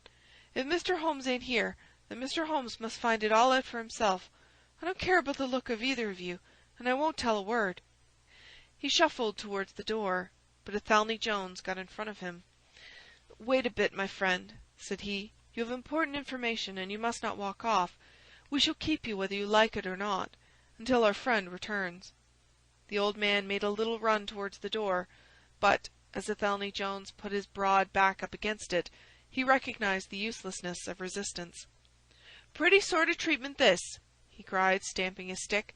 "I come here to see a gentleman, and you two, who I never saw in my life, seize me and treat me in this fashion." "You will be none the worse," I said. "We shall recompense you for the loss of your time. Sit over here on the sofa, and you will not have long to wait." He came across sullenly enough, and seated himself with his face resting on his hands. Jones and I resumed our cigars and our talk. Suddenly, however, Holmes's voice broke in upon us. "I think that you might offer me a cigar too," he said. We both started in our chairs. There was Holmes, sitting close to us with an air of quiet amusement. "Holmes!" I exclaimed. "You here? But where is the old man?" "Here is the old man," said he, holding out a heap of white hair. "Here he is, wig, whiskers, eyebrows, and all. I thought my disguise was pretty good, but I hardly expected that it would stand that test." "Ah, you rogue!" cried Jones, highly delighted. "You would have made an actor, and a rare one. You had the proper workhouse cough, and those weak legs of yours are worth £10 a week. I thought I knew the glint of your eye, though. You didn't get away from us so easily, you see. I have been working in that get-up all day," said he, lighting his cigar. "You see, a good many of the criminal classes begin to know me, especially since our friend here took to publishing some of my cases, so I can only go on the warpath under some simple disguise like this. You got my wire?" "Yes, that was what brought me here." "How has your case prospered?" "It has all come to nothing. I have had to release 2 of my prisoners, and there is no evidence against the other 2. "Never mind. We shall give you 2 others in the place of them. But you must put yourself under my orders. You are welcome to all the official credit, but you must act on the line that I point out. Is that agreed?" "Entirely, if you will help me to the men." "Well, then, in the first place I shall want a fast police boat, a steam launch, to be at the Westminster Stairs at 7 o'clock." "That is easily managed. There is always one about there, but I can step across the road and telephone to make sure." "Then I shall want 2 staunch men, in case of resistance. There will be 2 or 3 in the boat. What else? When we secure the men we shall get the treasure. I think that it would be a pleasure to my friend here to take the box round to the young lady to whom half of it rightfully belongs. Let her be the first to open it. Eh, Watson?" "It would be a great pleasure to me." "Rather an irregular proceeding," said Jones, shaking his head. "However, the whole thing is irregular, and I suppose we must wink at it. The treasure must afterwards be handed over to the authorities until after the official investigation." "Certainly. That is easily managed. One other point. I should much like to have a few details about this matter from the lips of Jonathan Small himself. You know I like to work the detail of my cases out. There is no objection to my having an unofficial interview with him, either here in my rooms or elsewhere, as long as he is efficiently guarded?" "Well, you are master of the situation. I have had no proof yet of the existence of this Jonathan Small. However, if you can catch him, I don't see how I can refuse you an interview with him." "That is understood, then?" "Perfectly. Is there anything else?" "Only that I insist upon your dining with us. It will be ready in half an hour. I have oysters and a brace of grouse, with something a little choice in white wines. Watson, you have never yet recognized my merits as a housekeeper." End of chapter 9.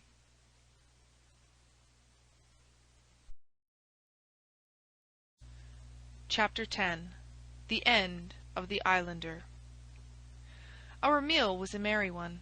Holmes could talk exceedingly well when he chose, and that night he did choose. He appeared to be in a state of nervous exaltation. I have never known him so brilliant. He spoke on a quick succession of subjects, on miracle plays, on medieval pottery, on Stradivarius violins, on the Buddhism of Ceylon, and on the warships of the future, handling each as though he had made a special study of it.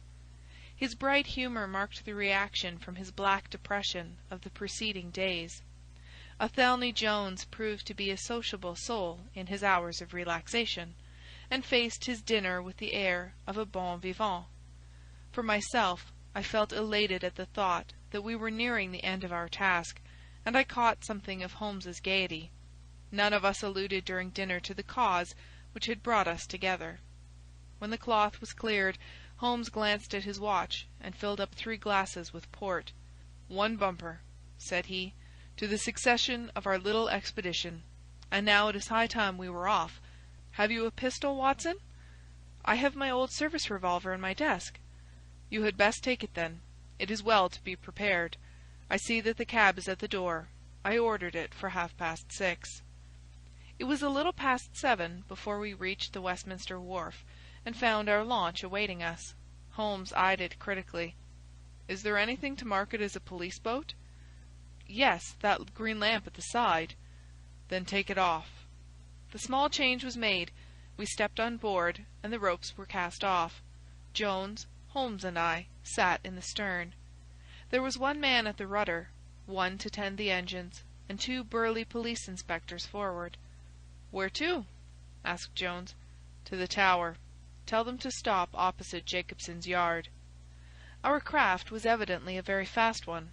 We shot past the long lines of loaded barges as though they were stationary. Holmes smiled with satisfaction as we overhauled a river steamer and left her behind us. "We ought to be able to catch anything on the river," he said. "Well, hardly that, but there are not many launches to beat us." "We shall have to catch the Aurora, and she has a name for being a clipper. I will tell you how the land lies, Watson. You recollect how annoyed I was at being balked by so small a thing?" "Yes." "Well, I gave my mind a thorough rest by plunging into a chemical analysis. One of our greatest statesmen has said that a change of work is the best rest. So it is. When I had succeeded in dissolving the hydrocarbon which I was at work at, I came back to our problem of the Sholtos, and thought the whole matter out again. My boys had been up the river and down the river without result. The launch was not at any landing stage or wharf, nor had it returned. Yet it could hardly have been scuttled to hide their traces, though that always remained as a possible hypothesis if all else failed. I knew this man Small had a certain degree of low cunning, but I did not think him capable of anything in the nature of delicate finesse. That is usually a product of higher education. I then reflected that since he had certainly been in London some time, as we had evidence that he maintained a continual watch over Pondicherry Lodge, he could hardly leave at a moment's notice, but would need some little time, if it were only a day, to arrange his affairs. That was the balance of probability, at any rate. "It seems to me to be a little weak," said I. "It is more probable that he had arranged his affairs before ever he set out upon this expedition." "No, I hardly think so. This lair of his would be too valuable a retreat in case of need for him to give it up until he was sure that he could do without it." But a second consideration struck me. Jonathan Small must have felt that the peculiar appearance of his companion, however much he may have top-coated him, would give rise to gossip, and possibly be associated with this Norwood tragedy. He was quite sharp enough to see that.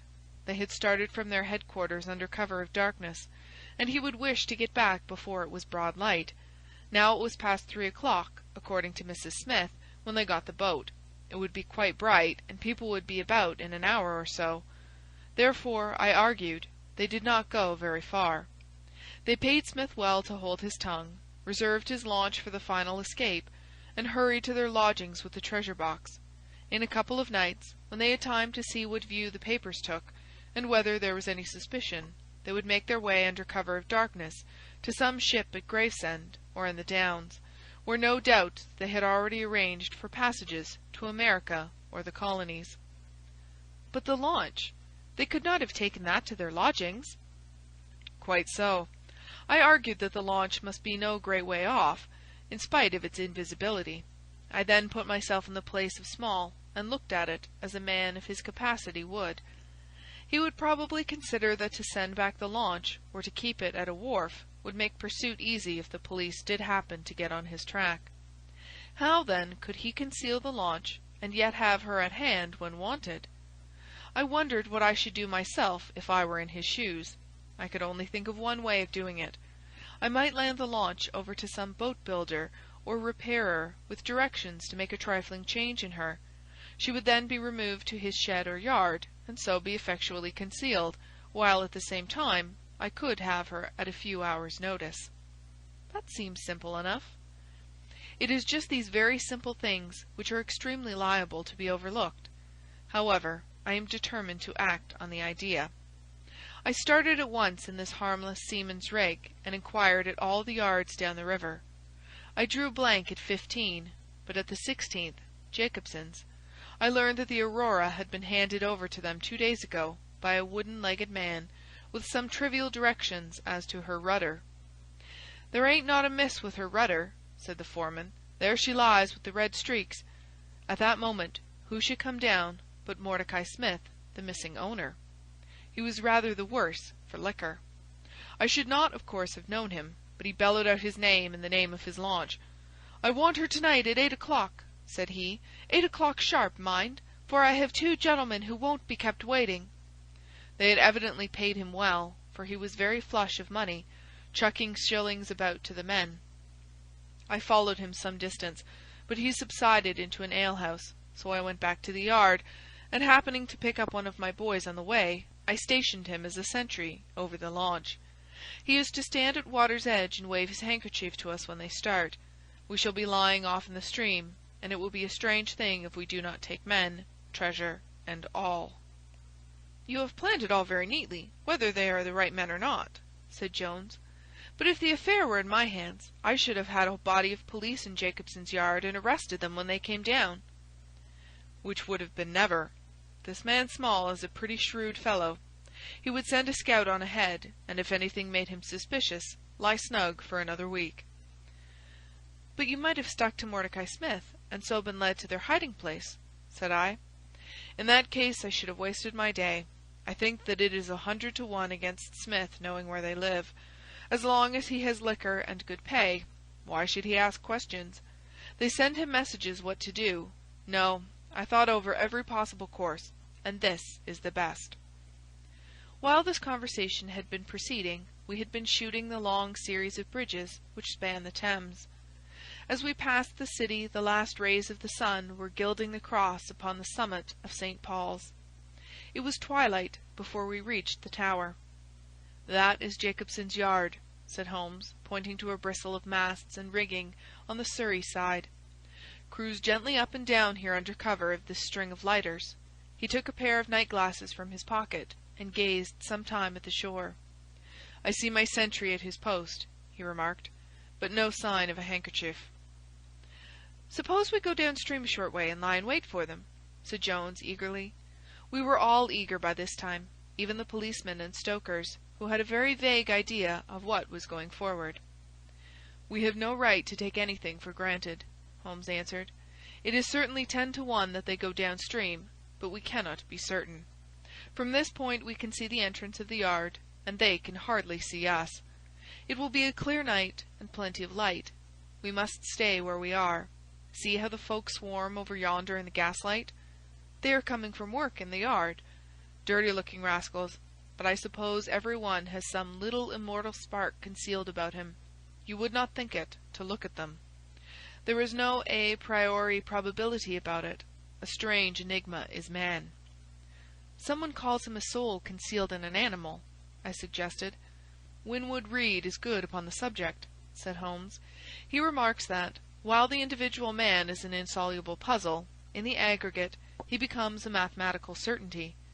You can, for example, never foretell what any one man will do, but you can say with precision what an average number will be up to. Individuals vary, but percentages remain constant. So says the statistician.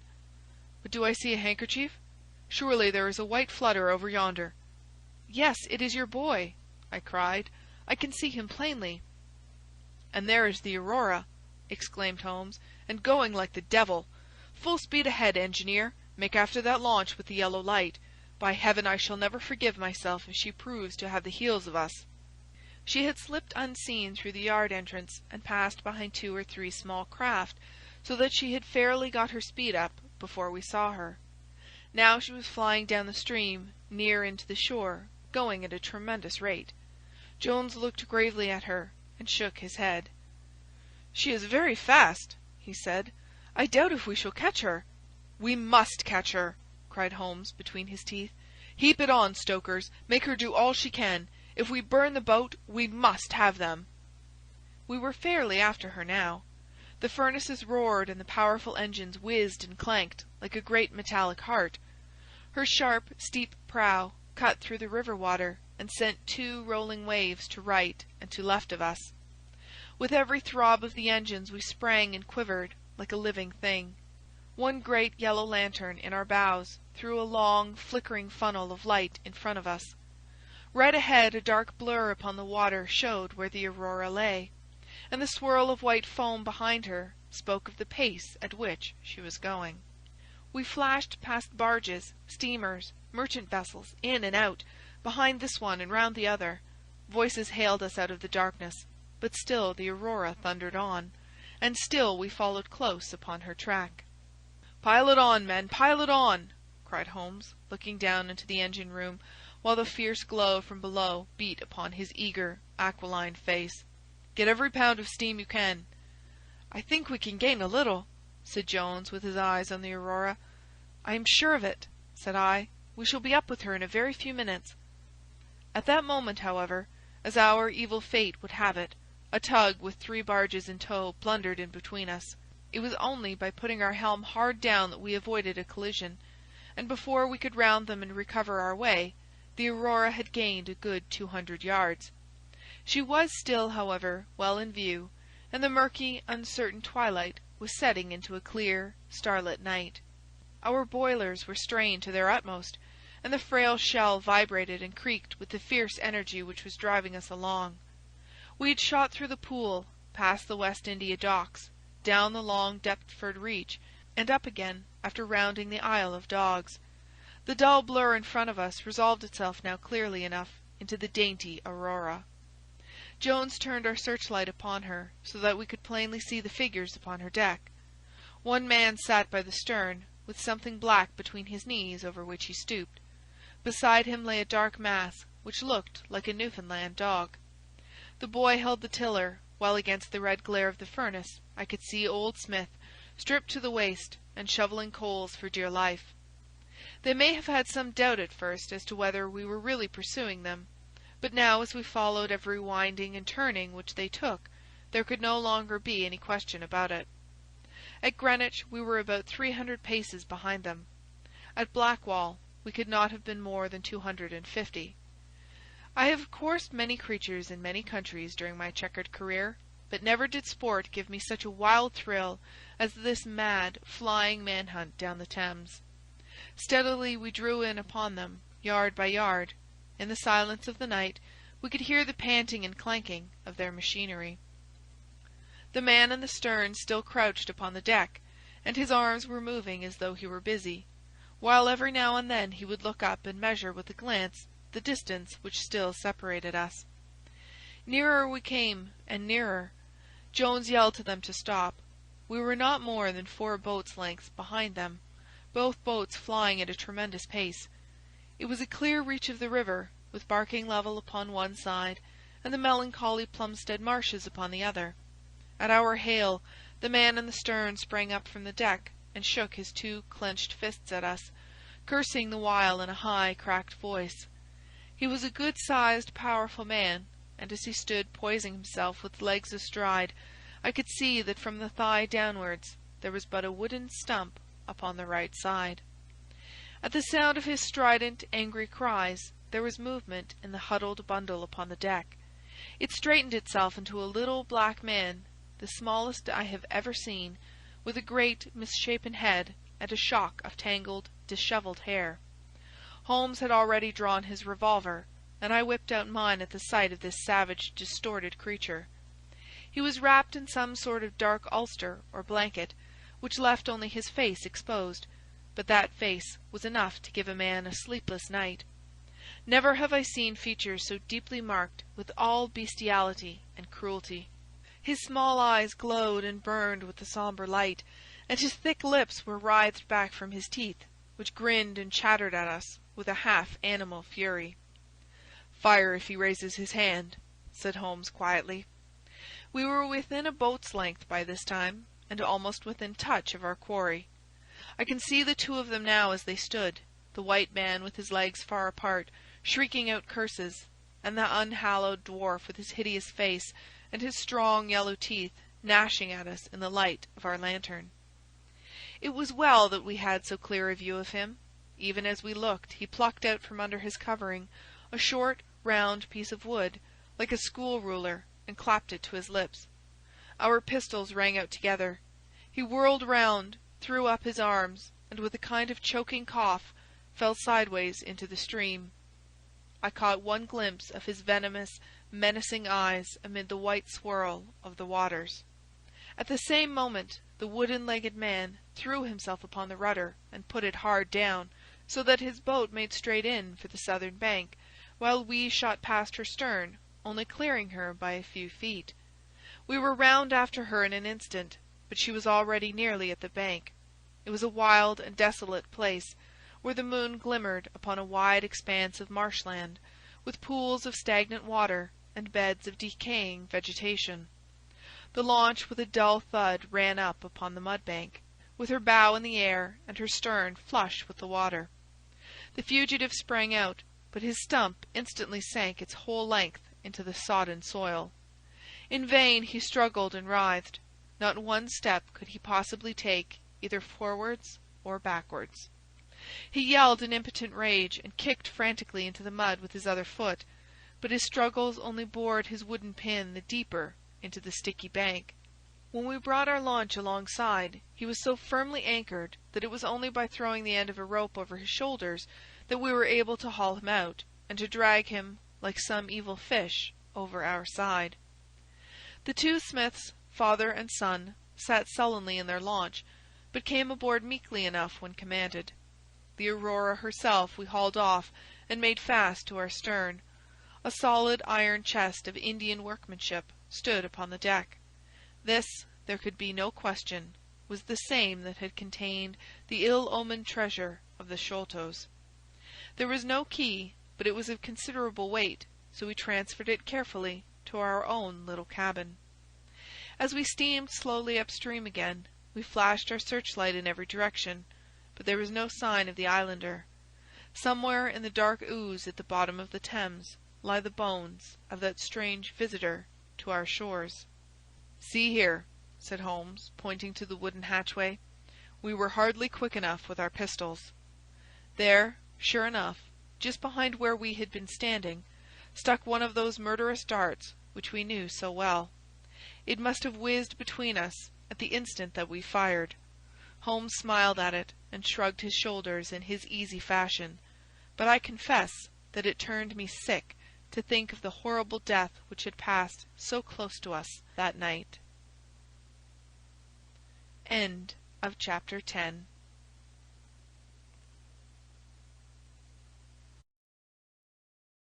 Chapter 11. The Great Agra Treasure. Our captive sat in the cabin opposite to the iron box which he had done so much and waited so long to gain. He was a sunburned, reckless-eyed fellow, with a network of lines and wrinkles all over his mahogany features, which told of a hard, open-air life. There was a singular prominence about his bearded chin, which marked a man who was not to be easily turned from his purpose. His age may have been 50 or thereabouts, for his black, curly hair was thickly shot with grey. His face in repose was not an unpleasing one, though his heavy brows and aggressive chin gave him, as I had lately seen, a terrible expression when moved to anger. He sat now with his handcuffed hands upon his lap, and his head sunk upon his breast, while he looked with his keen, twinkling eyes at the box which had been the cause of his ill-doings. It seemed to me that there was more sorrow than anger in his rigid and contained countenance. Once he looked up at me with a gleam of something like humour in his eyes. "Well, Jonathan Small," said Holmes, lighting a cigar, "I am sorry that it has come to this." "And so am I, sir," he answered frankly. "I don't believe that I can swing over the job. I give you my word on the book that I never raised hand against Mr. Sholto. It was that little hell-hound Tonga who shot one of his cursed darts into him. I had no part in it, sir. I was as grieved as if it had been my blood relation. I welted the little devil with the slack end of the rope for it, but it was done, and I could not undo it again." "Have a cigar," said Holmes, "and you had best take a pull out of my flask, for you are very wet. How could you expect so small and weak a man as this black fellow to overpower Mr. Sholto, and hold him while you were climbing the rope?" "You seem to know as much about it as if you were there, sir. The truth is that I hoped to find the room clear. I knew the habits of the house pretty well, and it was the time when Mr. Sholto usually went down to his supper. I shall make no secret of the business. The best defence that I can make is just the simple truth. Now, if it had been the old Major, I would have swung for him with a light heart. I would have thought no more of knifing him than of smoking this cigar. But it's cursed hard that I should be lagged over this young Sholto, with whom I had no quarrel whatever." "You are under the charge of Mr. Athelney Jones of Scotland Yard. He is going to bring you up to my rooms, and I shall ask you for a true account of the matter. You must make a clean breast of it, for if you do I hope that I may be of use to you. I think I can prove that the poison acts so quickly that the man was dead before ever you reached the room." "That he was, sir. I never got such a turn in my life as when I saw him grinning at me with his head on his shoulder as I climbed through the window. It fairly shook me, sir. I'd have half killed Tonga for it if he had not scrambled off. That was how he came to leave his club, and some of his darts too, as he tells me, which I dare say helped to put you on our track, though how you kept on it is more than I can tell. I don't feel no malice against you for it, but it does seem a queer thing," he added with a bitter smile, "that I, who have a fair claim to nigh upon 500,000 of money, should spend the first half of my life building a breakwater in the Andamans, and am like to spend the other half digging drains at Dartmoor. It was an evil day for me when I first clapped eyes upon the merchant Achmet, and had to do with the Agra treasure, which never brought anything but a curse yet upon the man who owned it. To him it brought murder, to Major Sholto it brought fear and guilt, to me it has meant slavery for life." At this moment Athelney Jones thrust his broad face and heavy shoulders into the tiny cabin. "Quite a family party," he remarked. "I think I shall have a pull at that flask, Holmes. Well, I think we may all congratulate each other. Pity we didn't take the other alive, but there was no choice. I say, Holmes, you must confess that you cut it rather fine. It was all we could do to overhaul her." "All is well that ends well," said Holmes, "but I certainly did not know that the Aurora was such a clipper. Smith says she is one of the fastest launches on the river, and that if he had had another man to help him with the engines, we should never have caught her. He swears he knew nothing of this Norwood business." "Neither he did," cried our prisoner. "Not a word. I chose his launch because I heard that she was a flyer. We told him nothing, but we paid him well, and he was to get something handsome if we reached our vessel, the Esmeralda, at Gravesend, outward bound for the Brazils." "Well, if he has done no wrong, we shall see that no wrong comes to him. If we are pretty quick in catching our men, we are not so quick in condemning them." It was amusing to notice how the consequential Jones was already beginning to give himself airs on the strength of the capture. From the slight smile which played over Sherlock Holmes's face, I could see that the speech had not been lost upon him. "We will be at Vauxhall Bridge presently," said Jones, "and shall land you, Dr. Watson, with the treasure box. I need hardly tell you that I am taking a very grave responsibility upon myself in doing this. It is most irregular. But, of course, an agreement is an agreement. I must, however, as a matter of duty, send an inspector with you, since you have so valuable a charge. You will drive, no doubt?" "Yes, I shall drive." "It is a pity there is no key, that we may make an inventory first. You will have to break it open. Where is the key, my man?" "At the bottom of the river," said Small, shortly. "Hum! There is no use your giving this unnecessary trouble. We have had work enough already through you. However, Doctor, I need not warn you to be careful. Bring the box back with you to the Baker Street rooms. You will find us there, on our way to the station." They landed me at Vauxhall, with my heavy iron box, and with a bluff, genial inspector as my companion. A quarter of an hour's drive brought us to Mrs. Cecil Forrester's. The servant seemed surprised at so late a visitor. Mrs. Cecil Forrester was out for the evening, she explained, and likely to be very late. Miss Morstan, however, was in the drawing-room, so to the drawing-room I went, box in hand, leaving the obliging inspector in the cab. She was seated by the open window, dressed in some sort of white, diaphanous material, with a little touch of scarlet at the neck and waist. The soft light of a shaded lamp fell upon her as she leaned back in the basket-chair, playing over her sweet, grave face, and tinting with a dull, metallic sparkle the rich coils of her luxuriant hair. One white arm and hand drooped over the side of the chair, and her whole pose and figure spoke of an absorbing melancholy. At the sound of my footfall she sprang to her feet, however, and a bright flush of surprise and of pleasure coloured her pale cheeks. "I heard a cab drive up," she said.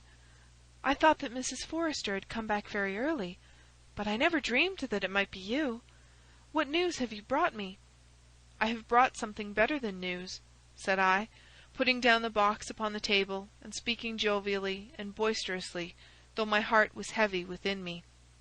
"I have brought you something which is worth all the news in the world. I have brought you a fortune." She glanced at the iron box. "Is that the treasure, then?"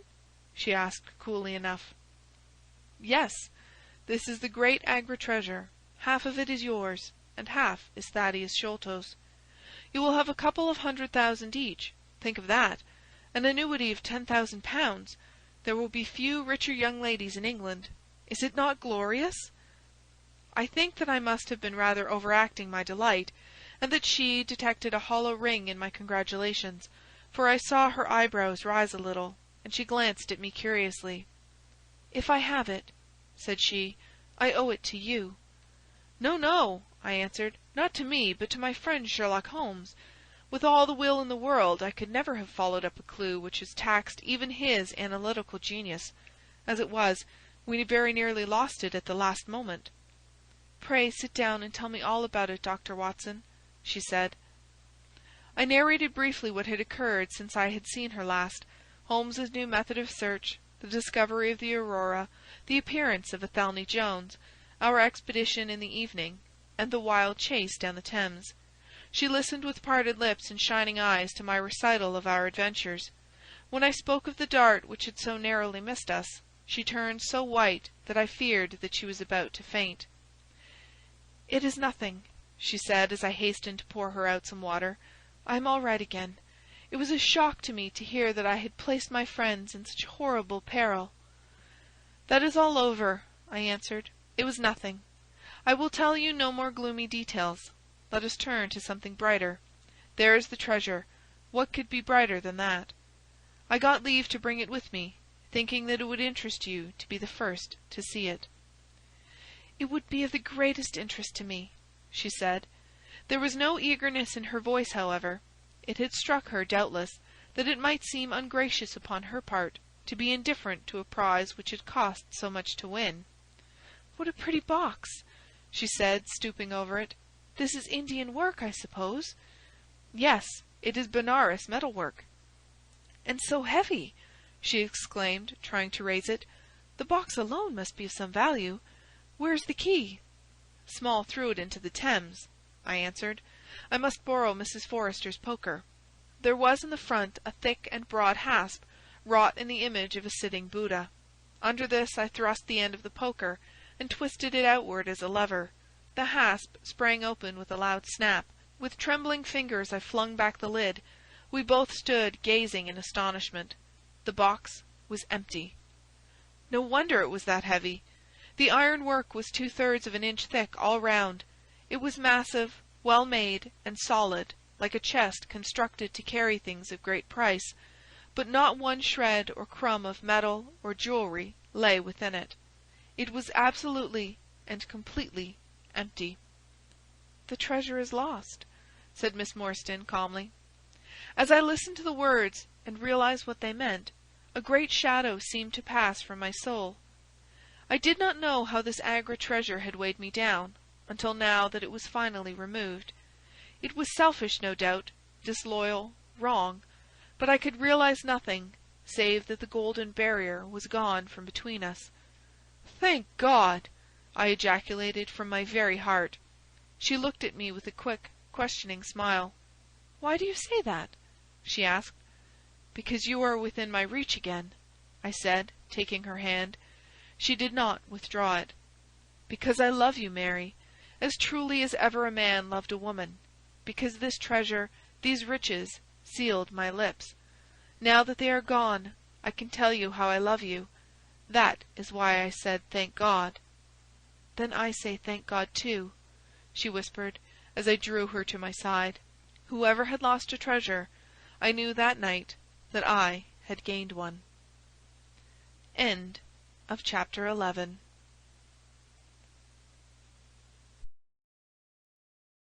Chapter 12. The Strange Story of Jonathan Small. A very patient man was that inspector in the cab, for it was a weary time before I rejoined him. His face clouded over when I showed him the empty box. "There goes the reward," said he gloomily. "Where there's no money, there's no pay. This night's work would have been worth a tenner each to Sam Brown and me, if the treasure had been there." "Mr. Thaddeus Sholto is a rich man," I said. "He will see that you are rewarded, treasure or no." The inspector shook his head despondently, however. "It's a bad job," he repeated, "and so Mr. Athelney Jones will think." His forecast proved to be correct, for the detective looked blank enough when I got to Baker Street and showed him the empty box. They had only just arrived, Holmes, the prisoner, and he, for they had changed their plans so far as to report themselves at a station upon the way.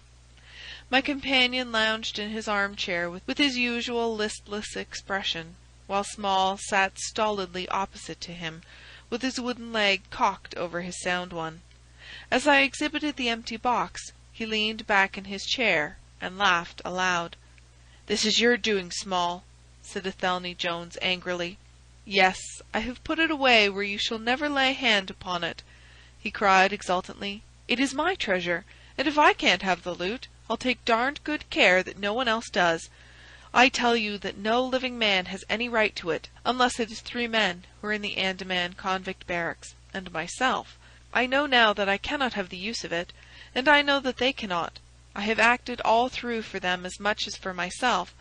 It's been the sign of 4 with us always.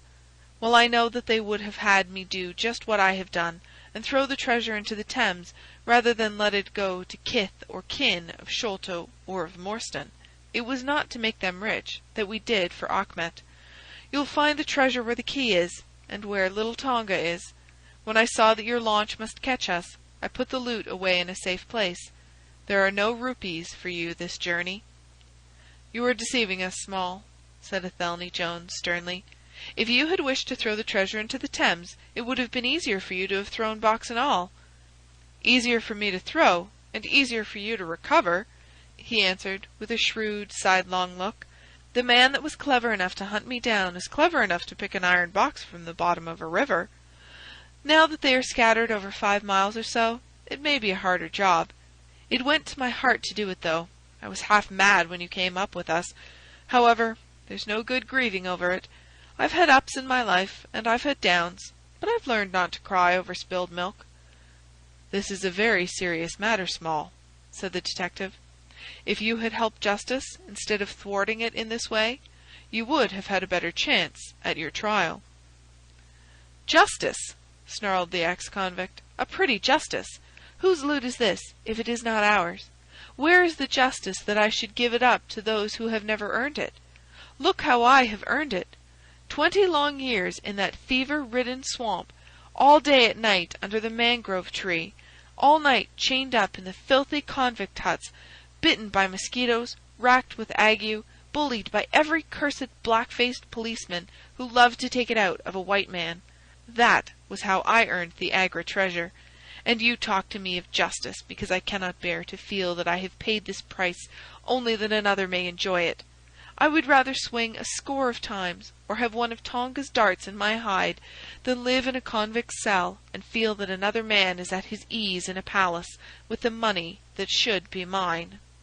Small had dropped his mask of stoicism, and all this came out in a wild whirl of words, while his eyes blazed, and the handcuffs clanked together with the impassioned movement of his hands. I could understand, as I saw the fury and the passion of the man, that it was no groundless or unnatural terror which had possessed Major Sholto when he first learned that the injured convict was upon his track. "You forget that we know nothing of all this," said Holmes quietly. "We have not heard your story, and we cannot tell how far justice may originally have been on your side." "Well, sir, you have been very fair-spoken to me, though I can see that I have you to thank that I have these bracelets upon my wrists. Still, I bear no grudge for that. It is all fair and above board. If you want to hear my story, I have no wish to hold it back. What I say to you is God's truth, every word of it. Thank you. You can put the glass beside me here, and I'll put my lips to it if I am dry. I am a Worcestershire man myself, born near Pershore. I dare say you would find a heap of Smalls living there now if you were to look. I have often thought of taking a look round there, but the truth is that I was never much of a credit to the family, and I doubt if they would be so very glad to see me. They were all steady, chapel-going folk, small farmers, well known and respected over the countryside, while I was always a bit of a rover. At last, however, when I was about 18, I gave them no more trouble, for I got into a mess over a girl, and could only get out of it again by taking the Queen's shilling and joining the 3rd Buffs, which was just starting for India. I wasn't destined to do much soldiering, however. I had just got past the goose-step and learned to handle my musket when I was fool enough to go swimming in the Ganges. Luckily for me, my company sergeant, John Holder, was in the water at the same time, and he was one of the finest swimmers in the service. A crocodile took me, just as I was halfway across, and nipped off my right leg, as clean as a surgeon could have done it, just above the knee. What with the shock and the loss of blood, I fainted, and should have drowned if Holder had not caught hold of me and paddled for the bank. I was 5 months in hospital over it, and when at last I was able to limp out of it with this timber toe strapped to my stump, I found myself invalided out of the army and unfitted for any active occupation. I was, as you can imagine, pretty down on my luck at this time, for I was a useless cripple, though not yet in my 20th year. However, my misfortune soon proved to be a blessing in disguise. A man named Abblewhite, who had come out there as an indigo planter, wanted an overseer to look after his coolies and keep them up to their work. He happened to be a friend of our colonel's, who had taken an interest in me since the accident.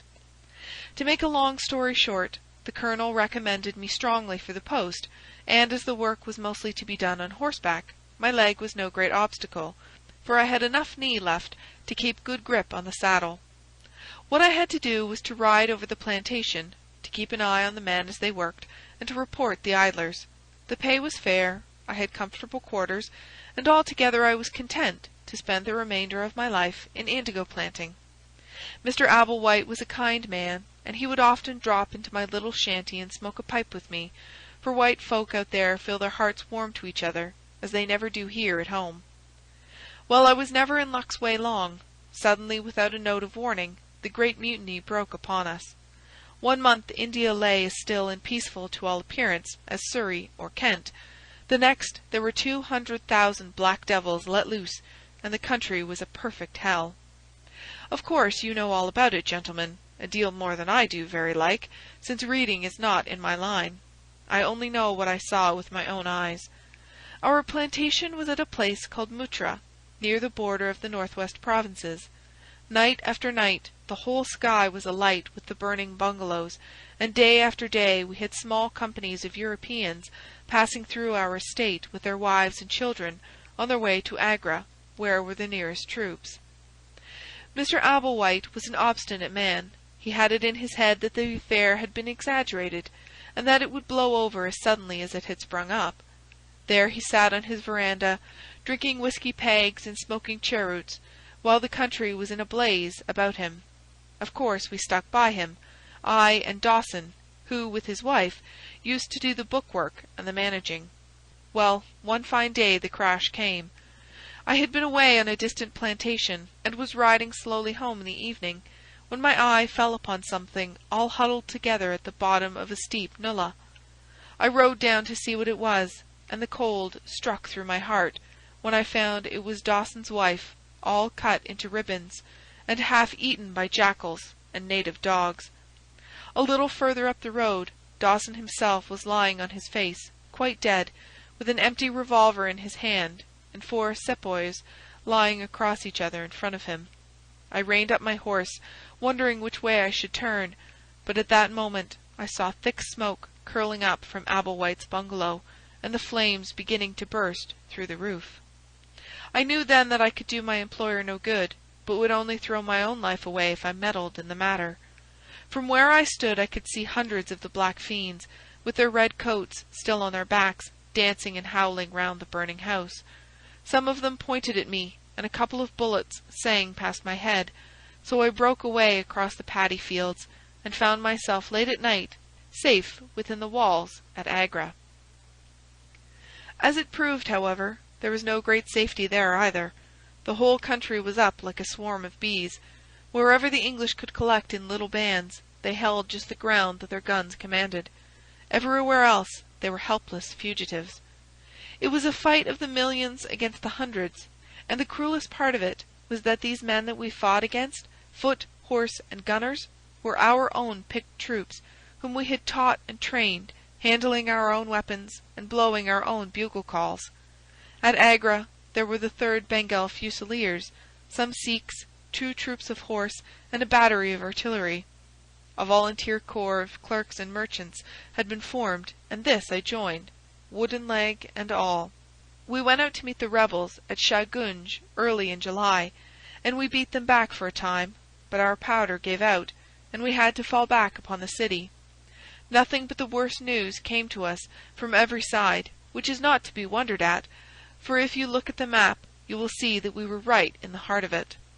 Lucknow is rather better than 100 miles to the east, and Cawnpore about as far to the south.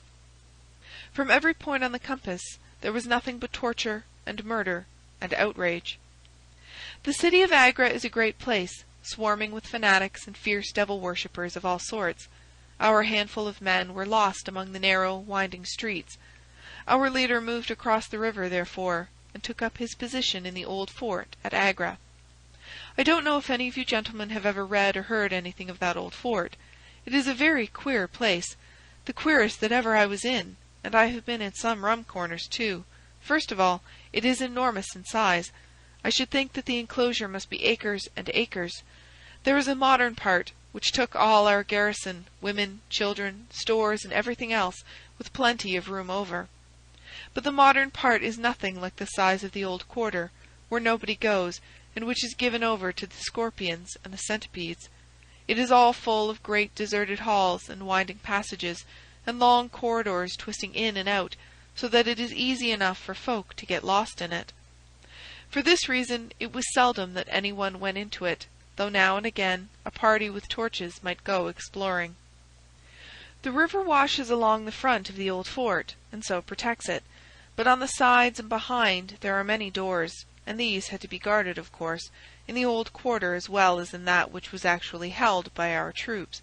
We were short-handed, with hardly enough men to man the angles of the building and to serve the guns. It was impossible for us, therefore, to station a strong guard at every one of the innumerable gates. What we did was to organize a central guard-house in the middle of the fort, and to leave each gate under the charge of one white man and 2 or 3 natives.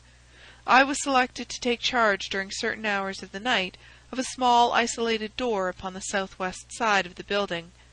2 Sikh troopers were placed under my command, and I was instructed if anything went wrong to fire my musket, when I might rely upon help coming at once from the central guard. As the guard was a good 200 paces away, however, and as the space between was cut up into a labyrinth of passages and corridors, I had great doubts as to whether they could arrive in time to be of any use in case of an actual attack. Well, I was pretty proud at having this small command given me, since I was a raw recruit, and a game-legged one at that. For 2 nights I kept the watch with my Punjabis. They were tall, fierce-looking chaps, Mahomet Singh and Abdullah Khan by name, both old fighting men who had borne arms against us at Chilianwalla. They could talk English pretty well, but I could get little out of them. They preferred to stand together and jabber all night in their queer Sikh lingo. For myself, I used to stand outside the gateway, looking down on the broad, winding river and on the twinkling lights of the great city. The beating of drums, the rattle of tom-toms, and the yells and howls of the rebels, drunk with opium and with bang, were enough to remind us all night of our dangerous neighbours across the stream. Every 2 hours the officer of the night used to come round to all the posts to make sure that all was well. The 3rd night of my watch was dark and dirty, with a small driving rain. It was dreary work standing in the gateway hour after hour in such weather. I tried again and again to make my Sikhs talk, but without much success. At 2 in the morning the rounds passed, and broke for a moment the weariness of the night. Finding that my companions would not be led into conversation, I took out my pipe and laid down my musket to strike the match. In an instant the 2 Sikhs were upon me. One of them snatched my firelock up and levelled it at my head, while the other held a great knife to my throat, and swore between his teeth that he would plunge it into me if I moved a step. My first thought was that these fellows were in league with the rebels, and that this was the beginning of an assault. If our door were in the hands of the sepoys, the place must fall, and the women and children be treated as they were in Cawnpore. Maybe you gentlemen think that I am just making out a case for myself, but I give you my word that when I thought of that, though I felt the point of the knife at my throat, I opened my mouth with the intention of giving a scream, if it was my last one, which might alarm the main guard. The man who held me seemed to know my thoughts, for even as I braced myself to it, he whispered, "Don't make a noise. The fort is safe enough. There are no rebel dogs on this side of the river." There was the ring of truth in what he said, and I knew that if I raised my voice, I was a dead man. I could read it in the fellow's brown eyes. I waited, therefore, in silence, to see what it was that they wanted from me. "Listen to me, Sahib," said the taller and fiercer of the pair, the one whom they called Abdullah Khan.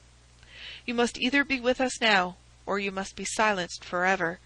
The thing is too great a one for us to hesitate.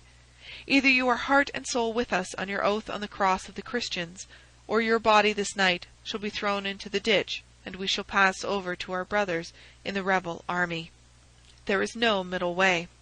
Which is it to be, death or life? We can only give you 3 minutes to decide, for the time is passing, and all must be done before the rounds come again." "How can I decide?" said I. "You have not told me what you want of me. But I tell you now that if it is anything against the safety of the fort, I will have no truck with it, so you can drive home your knife and welcome." "It is nothing against the fort," said he. "We only ask you to do that which your countrymen come to this land for. We ask you to be rich. If you will be one of us this night, we will swear to you upon the naked knife, and by the 3-fold oath which no Sikh was ever known to break, that you shall have your fair share of the loot. A quarter of the treasure shall be yours. We can say no fairer." "But what is the treasure, then?" I asked. "I am as ready to be rich as you can be, if you will but show me how it can be done." "You will swear, then," said he, "by the bones of your father, by the honour of your mother, by the cross of your faith, to raise no hand and speak no word against us, either now or afterwards?" "I will swear it," I answered, provided that the fort is not endangered. Then, my comrade, I will swear that you shall have a quarter of the treasure, which shall be equally divided among the 4 of us." "There are but 3," said I. "No. Dost Akbar must have his share. We can tell the tale to you while we await them. Do you stand at the gate, Mahomet Singh, and give notice of their coming. The thing stands thus, Sahib, and I tell it to you because I know that an oath is binding upon a Feringhi, and that we may trust you. Had you been a lying Hindu, though you had sworn by all the gods in their false temples, your blood would have been upon the knife, and your body in the water. But the Sikh knows the Englishman, and the Englishman knows the Sikh. Hearken, then, to what I have to say. There is a Rajah in the northern provinces who has much wealth, though his lands are small.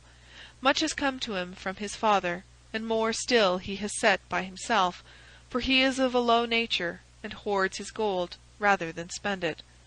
When the troubles broke out, he would be friends both with the lion and the tiger, with the sepoy, and with the company's Raj. Soon, however, it seemed to him that the white man's day was come, for through all the land he could hear of nothing but of their death and their overthrow. Yet, being a careful man, he made such plans that, come what might, half at least of his treasure should be left to him. That which was in gold and silver he kept by him in the vaults of his palace, but the most precious stones and the choicest pearls that he had he put in an iron box and sent it by a trusty servant who, under the guise of a merchant, should take it to the fort at Agra, there to lie until the land is at peace. Thus, if the rebels won, he would have his money, but if the company conquered, his jewels would be saved to him. Having thus divided his hoard, he threw himself into the cause of the sepoys, since they were strong upon his borders. By doing this, mark you, Sahib, his property becomes the due of those who have been true to their salt. This pretended merchant, who travels under the name of Achmet, is now in the city of Agra, and desires to gain his way into the fort. He has with him as travelling companion my foster brother, Dost Akbar, who knows his secret. Dost Akbar has promised this night to lead him to a side postern of the fort, and has chosen this one for his purpose. Here he will come presently, and here he will find Mahomet Singh and myself awaiting him. The place is lonely, and none shall know of his coming. The world shall know of the merchant Achmet no more, but the great treasure of the Rajah shall be divided among us. What say you to it, Sahib?" In Worcestershire the life of a man seems a great and a sacred thing, but it is very different when there is fire and blood all round you, and you have been used to meeting death at every turn. Whether Achmet the merchant lived or died was a thing as light as air to me, but at the talk about the treasure my heart turned to it, and I thought of what I might do in the old country with it, and how my folk would stare when they saw their ne'er-do-well coming back with his pockets full of gold moidores. I had, therefore, already made up my mind. Abdullah Khan, however, thinking that I hesitated, pressed the matter more closely. "Consider, Sahib," said he, "that if this man is taken by the commandant, he will be hung or shot, and his jewels taken by the government, so that no man will be a rupee the better for them. Now, since we do the taking of him, why should we not do the rest as well? The jewels will be as well with us as in the company's coffers. There will be enough to make every one of us rich men and great chiefs. No one can know about the matter, for here we are cut off from all men. What could be better for the purpose?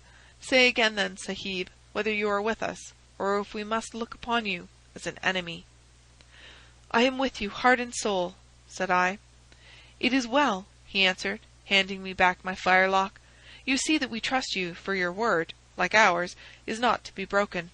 We have now only to wait for my brother and the merchant." "Does your brother know, then, of what you will do?" I asked. "The plan is his. He has devised it. We will go to the gate and share the watch with Mahomet Singh." The rain was still falling steadily, for it was just the beginning of the wet season. Brown, heavy clouds were drifting across the sky, and it was hard to see more than a stone-cast. A deep moat lay in front of our door, but the water was in places nearly dried up, and it could easily be crossed. It was strange to me to be standing there with those 2 wild Punjabis, waiting for the man who was coming to his death. Suddenly my eye caught the glint of a shaded lantern at the other side of the moat. It vanished among the mound heaps, and then appeared again, coming slowly in our direction. "Here they are!" I exclaimed. "You will challenge him, Sahib, as usual," whispered Abdullah. "Give him no cause for fear. Send us in with him, and we shall do the rest while you stay here on guard. Have the lantern ready to uncover, that we may be sure that it is indeed the man." The light had flickered onwards, now stopping and now advancing, until I could see 2 dark figures upon the other side of the moat. I let them scramble down the sloping bank, splash through the mire, and climb halfway up to the gate before I challenged them. "Who goes there?" said I in a subdued voice. "Friends," came the answer. I uncovered my lantern and threw a flood of light upon them. The first was an enormous Sikh, with a black beard which nearly swept down to his cummerbund. Outside of a show, I have never seen so tall a man. The other was a little, fat, round fellow, with a great yellow turban, and a bundle in his hand, done up in a shawl. He seemed to be all in a quiver with fear, for his hands twitched as if he had the ague, and his head kept turning to left and right, with 2 bright, little twinkling eyes, like a mouse when he ventures out from his hole. It gave me the chills to think of killing him, but I thought of the treasure, and my heart set as hard as a flint within me. When he saw my white face, he gave a little chirrup of joy, and came running up towards me. "Your protection, Sahib," he panted, "your protection for the unhappy merchant Achmet. I have travelled across Rajputana that I might seek the shelter of the fort at Agra.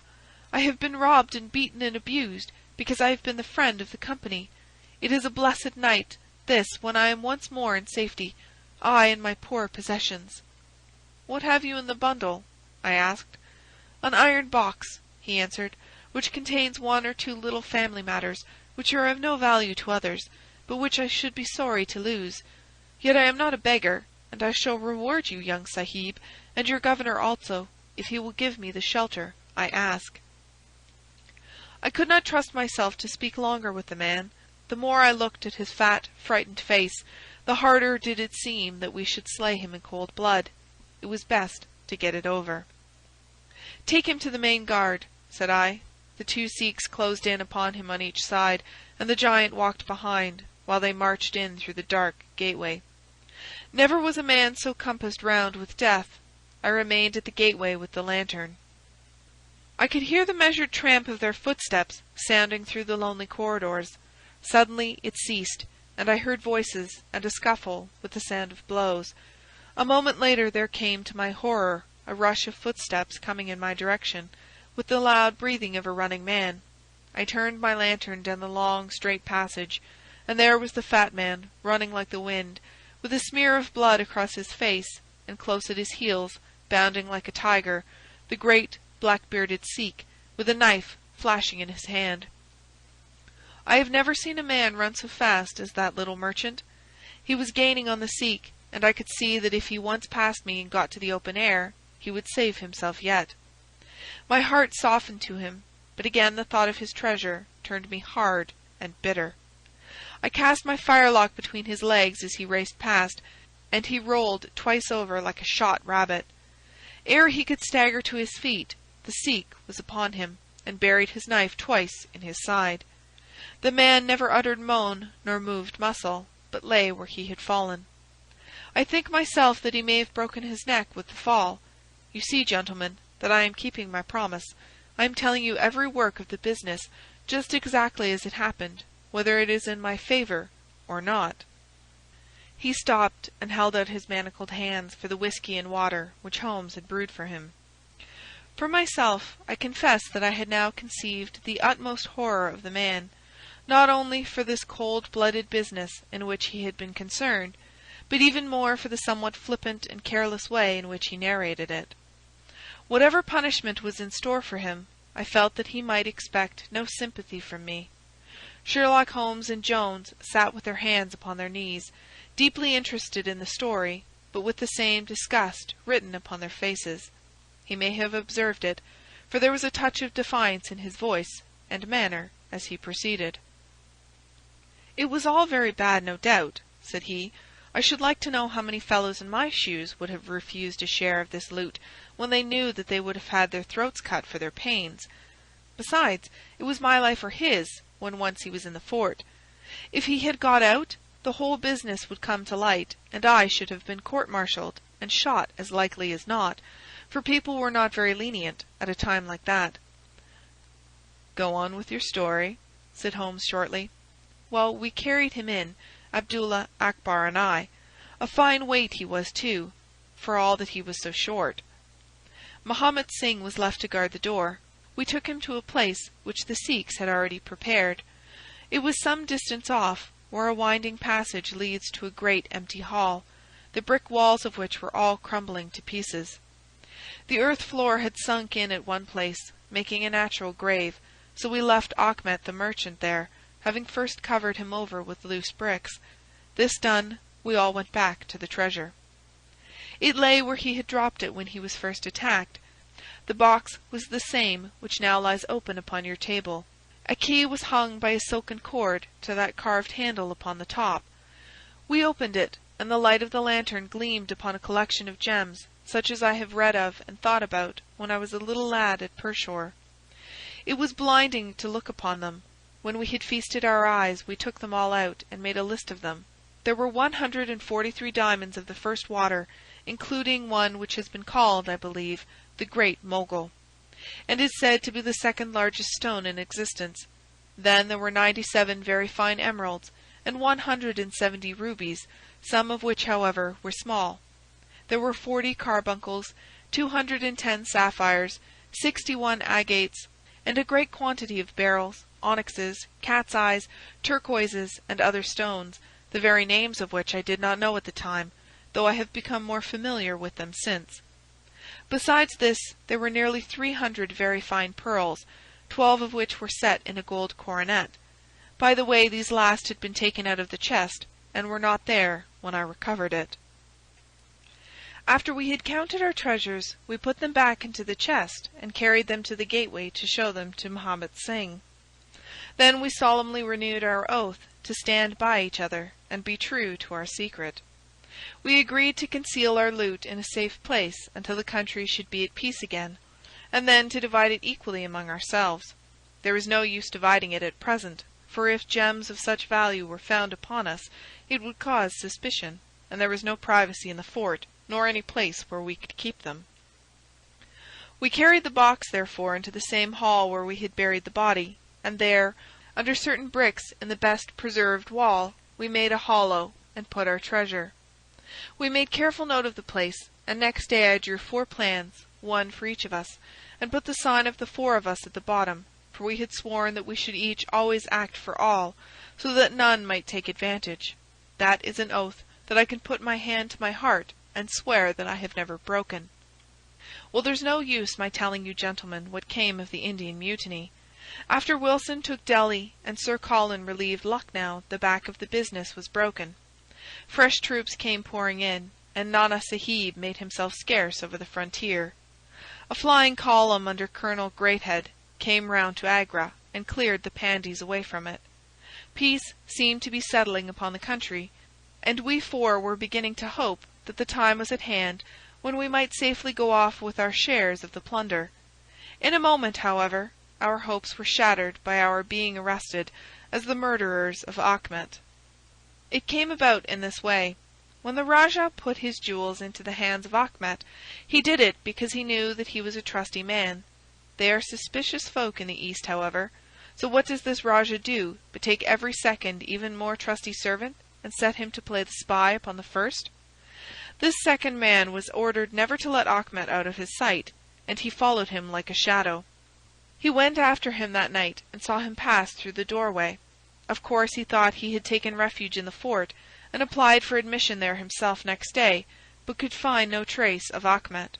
This seemed to him so strange that he spoke about it to a sergeant of guides, who brought it to the ears of the commandant. A thorough search was quickly made, and the body was discovered.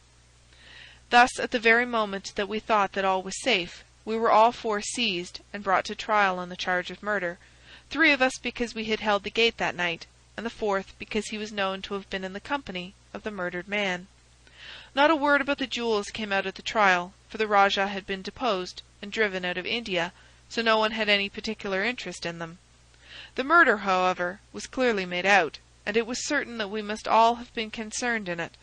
The 3 Sikhs got penal servitude for life, and I was condemned to death, though my sentence was afterwards commuted into the same as the others. It was rather a queer position that we found ourselves in then. There we were, all 4 tied by the leg, and with precious little chance of ever getting out again, while we each held a secret which might have put each of us in a palace if we could only have made use of it. It was enough to make a man eat his heart out to have to stand the kick and the cuff of every petty jack in office, to have rice to eat and water to drink, when that gorgeous fortune was ready for him outside, just waiting to be picked up. It might have driven me mad, but I was always a pretty stubborn one, so I just held on and bided my time. At last it seemed to me to have come. I was changed from Agra to Madras, and from there to Blair Island in the Andamans. There are very few white convicts at this settlement, and as I had behaved well from the first, I soon found myself a sort of privileged person. I was given a hut in Hopetown, which is a small place on the slopes of Mount Harriet, and I was left pretty much to myself. It is a dreary, fever-stricken place, and all beyond our little clearings was infested with wild cannibal natives, who were ready enough to blow a poisoned dart at us if they saw a chance. There was digging and ditching and yam planting, and a dozen other things to be done, so we were busy enough all day, though in the evening we had a little time to ourselves. Among other things, I learned to dispense drugs for the surgeon, and picked up a smattering of his knowledge. All the time I was on the lookout for a chance of escape, but it is hundreds of miles from any other land, and there is little or no wind in those seas, so it was a terribly difficult job to get away. The surgeon, Dr. Somerton, was a fast, sporting young chap, and the other young officers would meet in his rooms of an evening and play cards. The surgery, where I used to make up my drugs, was sitting next to his sitting-room with a small window between us. Often, if I felt lonesome, I used to turn out the lamp in the surgery, and then, standing there, I could hear their talk and watch their play. I am fond of a hand at cards myself, and it was almost as good as having one to watch the others. There was Major Sholto, Captain Morstan, and Lieutenant Bromley Brown, who were in command of the native troops, and there was the surgeon himself, and 2 or 3 prison officials, crafty old hands who played a nice, sly, safe game. A very snug little party they used to make. Well, there was one thing which very soon struck me, and that was that the soldiers used always to lose and the civilians to win. Mind, I don't say that there was anything unfair, but so it was. These prison chaps had done little else than play cards ever since they had been at the Andamans, and they knew each other's game to a point, while the others just played to pass the time and threw their cards down anyhow.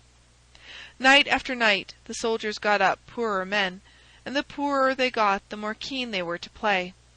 Major Sholto was the hardest hit. He used to pay in notes and gold at first, but soon it came to notes of hand and for big sums. He sometimes would win for a few deals, just to give him heart, and then the luck would set in against him worse than ever. All day he would wander about as black as thunder, and he took to drinking a deal more than was good for him. One night he lost even more heavily than usual. I was sitting in my hut when he and Captain Morstan came stumbling along on the way to their quarters. They were bosom friends, those 2, and never far apart. The Major was raving about his losses. "It's all up, Morstan," he was saying as they passed my hut. "I shall have to send in my papers. I am a ruined man." "Nonsense, old chap," said the other, slapping him upon the shoulder. "I've had a nasty facer myself, but—" That was all I could hear, but it was enough to set me thinking. A couple of days later, Major Sholto was strolling on the beach, so I took the chance of speaking to him. "I wish to have your advice, Major," said I. "Well, Small, what is it?" he asked, taking the cheroot from his lips. "I wanted to ask you, sir," said I, "who is the proper person to whom hidden treasure should be handed over?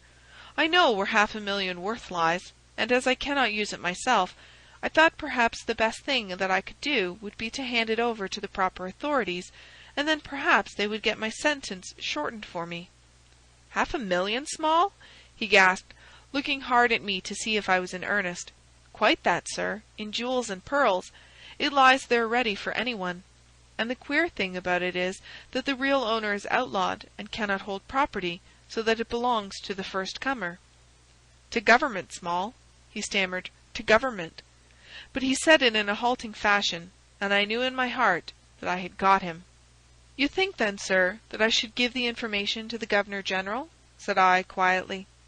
"Well, well, you must not do anything rash, or that you might repent. Let me hear all about it, Small. Give me the facts." I told him the whole story, with small changes so that he could not identify the places. When I had finished, he stood stock still and full of thought. I could see by the twitch of his lip that there was a struggle going on within him. "This is a very important matter, Small," he said at last. "You must not say a word to anyone about it, and I shall see you again soon." 2 nights later he and his friend Captain Morstan came to my hut in the dead of night with a lantern. "I want you just to let Captain Morstan hear that story from your own lips, Small," said he. I repeated it as I had told it before. "It rings true, eh?" said he. "It's good enough to act upon?" Captain Morstan nodded. "Look here, Small," said the Major. "We have been talking it over, my friend here and I, and we have come to the conclusion that this secret of yours is hardly a government matter after all, but is a private concern of your own, which of course you have the power of disposing of as you think best. Now the question is, what price would you ask for it? We might be inclined to take it up, and at least look into it, if we could agree as to terms." He tried to speak in a cool, careless way, but his eyes were shining with excitement and greed. "Why, as to that, gentlemen," I answered, trying also to be cool, but feeling as excited as he did, "there is only one bargain which a man in my position can make. I shall want you to help me to my freedom, and to help my 3 companions to theirs. We shall then take you into partnership, and give you a 5th share to divide between you." "Hum," said he, "a 5th share. That is not very tempting." "It would come to 50,000 apiece," said I. "But how can we gain your freedom? You know very well that you ask an impossibility." "Nothing of the sort," I answered. "I have thought it all out to the last detail. The only bar to our escape is that we can get no boat fit for the voyage, and no provisions to last us for so long a time. There are plenty of little yachts and yawls at Calcutta or Madras which would serve our turn well. Do you bring one over. We shall engage to get aboard her by night, and if you will drop us on any part of the Indian coast, you will have done your part of the bargain." "If there were only one," he said. "None or all," I answered. "We have sworn it. The 4 of us must always act together." "You see, Morstan," said he, "Small is a man of his word. He does not flinch from his friend. I think we may very well trust him." "It's a dirty business," the other answered. "Yet, as you say, the money would save our commissions handsomely." "Well, Small," said the Major, "we must, I suppose, try and meet you. We must first, of course, test the truth of your story. Tell me where the box is hid, and I shall get leave of absence and go back to India in the monthly relief boat to inquire into the affair." "Not so fast," said I, growing colder as he got hot. "I must have the consent of my 3 comrades. I tell you that it is 4 or none with us." "Nonsense," he broke in. "What have 3 black fellows to do with our agreement?" "Black or blue," said I, "they are in with me, and we all go together." Well, the matter ended by a second meeting, at which Mahomet Singh, Abdullah Khan, and Dost Akbar were all present. We talked the matter over again, and at last we came to an arrangement. We were to provide both the officers with charts of the part of the Agra fort, and mark the place in the wall where the treasure was hid. Major Sholto was to go to India to test our story. If he found the box he was to leave it there, to send out a small yacht provisioned for a voyage, which was to lie off Rutland Island, and to which we were to make our way, and finally to return to his duties. Captain Morstan was then to apply for leave of absence, to meet us at Agra, and there we were to have a final division of the treasure, he taking the Major's share as well as his own. All this we sealed by the most solemn oaths that the mind could think or the lips utter. I sat up all night with paper and ink, and by the morning I had the 2 charts all ready, signed with the sign of the 4, that is, of Abdullah, Akbar, Mahomet, and myself. Well, gentlemen, I weary you with my long story. and I know that my friend Mr. Jones is impatient to get me safely stowed in chokey. I'll make it as short as I can. The villain Sholto went off to India, but he never came back again. Captain Morstan showed me his name among a list of passengers in one of the mail-boats very shortly afterwards. His uncle had died, leaving him a fortune, and he had left the army, yet he could stoop to treat 5 men as he had treated us. Morstan went over to Agra shortly afterwards, and found, as we expected, that the treasure was indeed gone. The scoundrel had stolen it all, without carrying out one of the conditions on which we had sold him the secret. From that day I lived only for vengeance. I thought of it by day, and I nursed it by night. It became an overpowering, absorbing passion with me. I cared nothing for the law, nothing for the gallows. To escape, to track down Sholto, to have my hand upon his throat, that was my one thought. Even the Agra treasure had come to be a smaller thing in my mind than the slaying of Sholto. Well, I have set my mind on many things in this life, and never one which I did not carry out. It was weary years before my time came. I have told you that I had picked up something of a medicine. One day when Dr. Somerton was down with a fever, a little Andaman Islander was picked up by a convict gang in the woods. He was sick to death, and had gone to a lonely place to die. I took him in hand, though he was as venomous as a young snake, and after a couple of months I got him all right and able to walk. He took a kind of fancy to me then, and would hardly go back to his woods, but he was always hanging about my hut. I learned a little of his lingo from him, and this made him all the fonder of me. Tonga, for that was his name, was a fine boatman, and owned a big roomy canoe of his own. When I found that he was devoted to me, and would do anything to serve me, I saw my chance of escape. I talked it over with him. He was to bring his boat round on a certain night to an old wharf which was never guarded, and there he was to pick me up. I gave him directions to have several gourds of water, and a lot of yams, coconuts, and sweet potatoes. He was staunch and true, was little Tonga. No man ever had a more faithful mate. At the night named he had his boat at the wharf. As it chanced, however, there was one of the convict guard down there, a vile Pathan, who had never missed a chance of insulting and injuring me. I had always vowed vengeance, and now I had my chance. It was as if fate had placed him in my way that I might pay my debt before I left the island. He stood on the bank with his back to me, and his carbine on his shoulder. I looked about for a stone to beat out his brains with, but none could I see. Then a queer thought came into my head, and showed me where I could lay my hand on a weapon. I sat down in the darkness, and unstrapped my wooden leg. With 3 long hops I was on him. He put his carbine to his shoulder, but I struck him full, and knocked the whole front of his skull in. You can see the split in the wood now where I hit him. We both went down together, for I could not keep my balance, but when I got up, I found him still lying quiet enough. I made for the boat, and in an hour we were well out at sea. Tonga had brought all his earthly possessions with him, his arms and his gods. Among other things, he had a long bamboo spear and some Andaman coconut matting, with which I made a sort of sail. For 10 days we were beating about, trusting to luck, and on the 11th we were picked up by a trader which was going from Singapore to Jeddah with a cargo of Malay pilgrims. They were a rum crowd, and Tonga and I soon managed to settle down among them. They had one very good quality: they let you alone and asked no questions. Well, if I were to tell you all the adventures that my little chum and I went through, you would not thank me, for I would have you here until the sun was shining. Here and there we drifted about the world, something always turning up to keep us from London. All the time, however, I never lost sight of my purpose.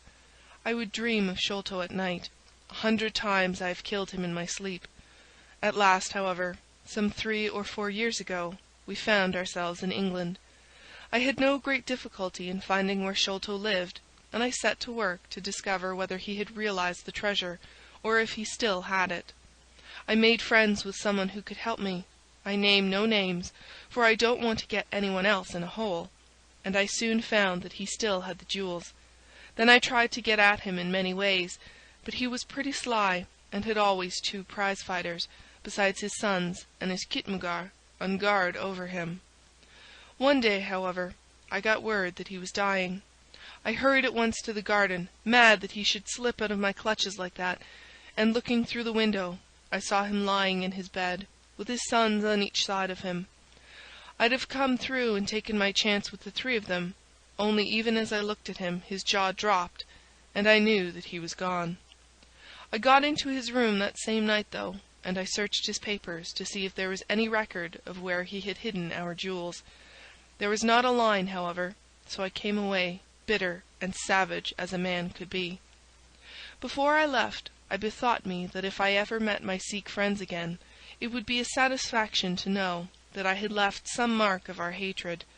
So I scrawled down the sign of the 4 of us, as it had been on the chart, and I pinned it on his bosom. It was too much that he should be taken to the grave without some token from the men whom he had robbed and befooled. We earned a living at this time by my exhibiting poor Tonga at fairs and other such places as the Black Cannibal. He would eat raw meat and dance his war dance, so we always had a hatful of pennies after a day's work. I still heard all the news from Pondicherry Lodge, and for some years there was no news to hear, except that they were hunting for the treasure. At last, however, came what we had waited for so long. The treasure had been found. It was up at the top of the house, in Mr. Bartholomew Sholto's chemical laboratory. I came at once and had a look at the place, but I could not see how with my wooden leg I was to make my way up to it. I learned, however, about a trap-door in the roof, and also about Mr. Sholto's supper hour. It seemed to me that I could manage this thing easily through Tonga. I brought him out with me, with a long rope wound round his waist. He could climb like a cat, and he soon made his way through the roof. But, as ill luck would have it, Bartholomew Sholto was still in the room, to his cost. Tonga thought he had done something very clever in killing him, for when I came up by the rope, I found him strutting about as proud as a peacock. Very much surprised was he when I made at him with the rope's end, and cursed him for a little bloodthirsty imp. I took the treasure box and let it down, and then slid down myself, having first left the sign of the 4 upon the table, to show that the jewels had come back at last to those who had most right to them. Tonga then pulled up the rope, closed the window, and made off the way that he had come. I don't know that I have anything else to tell you. I had heard a waterman speak of the speed of Smith's launch, the Aurora, so I thought she would be a handy craft for our escape. I engaged with old Smith, and was to give him a big sum if he got us safe to our ship. He knew, no doubt, that there was some screw loose, but he was not in our secrets. All this is the truth, and if I tell it to you, gentlemen, it is not to amuse you, for you have not done me a very good turn, but it is because I believe the best defence I can make is just to hold back nothing, but let all the world know how badly I have myself been served by Major Sholto, and how innocent I am of the death of his son." "A very remarkable account," said Sherlock Holmes. "A fitting wind-up to an extremely interesting case. There is nothing at all new to me in the latter part of your narrative, except that you brought your own rope. That I did not know. By the way, I had hoped that Tonga had lost all his darts, yet he managed to shoot one at us in the boat." "He had lost them all, sir, except the one which was in his blowpipe at the time." "Ah, of course," said Holmes. "I had not thought of that." "Is there any other point which you would like to ask about?" asked the convict affably. "I think not, thank you," my companion answered. "Well, Holmes," said Athelney Jones, "you are a man to be humoured, and we all know that you are a connoisseur of crime, but duty is duty, and I have gone rather far in doing what you and your friend asked me. I shall feel more at ease when we have our storyteller here safe under lock and key. The cab still waits, and there are 2 inspectors downstairs. I am much obliged to you both for your assistance. Of course you will be wanted at the trial. Good night to you." "Good night, gentlemen both," said Jonathan Small. "You first, Small," remarked the wary Jones as they left the room. "I'll take particular care that you don't club me with your wooden leg, whatever you may have done to the gentleman at the Andaman Isles." "Well, and there is the end of our little drama," I remarked, after we had sat some time smoking in silence. "I fear that it may be the last investigation in which I shall have the chance of studying your methods. Miss Morstan has done me the honour to accept me as a husband in prospective." He gave a most dismal groan. "I feared as much," said he. "I really cannot congratulate you." I was a little hurt. "Have you any reason to be dissatisfied with my choice?" I asked. "Not at all. I think she is one of the most charming young ladies I ever met, and might have been most useful in such work as we have been doing. She had a decided genius that way. Witness the way in which she preserved that Agra plan from all the other papers of her father. But love is an emotional thing, and whatever is emotional is opposed to that true, cold reason which I place above all things. I should never marry myself, lest I bias my judgment." "I trust," said I, laughing, "that my judgment may survive the ordeal. But you look weary." "Yes, the reaction is already upon me. I shall be as limp as a rag for a week." "Strange," said I, "how terms of what in another man I should call laziness alternate with your fits of splendid energy and vigour." "Yes," he answered, "there are in me the makings of a very fine loafer, and also of a pretty spry sort of fellow. I often think of those lines of old Goethe: Schade, dass die Natur nur einen Mensch aus der schuf, den zum würdigen Mann war und zum Schelmen der Stoff. By the way, apropos of this Norwood business, you see that they had, as I surmised, a confederate in the house, who could be none other than Lal Rao, the butler. So Jones actually has the undivided honour of having caught one fish in his great haul." "The division seems rather unfair," I remarked. "You have done all the work in this business. I get a wife out of it. Jones gets the credit. Pray, what remains for you?" "For me," said Sherlock Holmes, "there still remains the cocaine bottle." And he stretched his long white hand up for it. End of Chapter 12. End of The Sign of the Four by Sir Arthur Conan Doyle.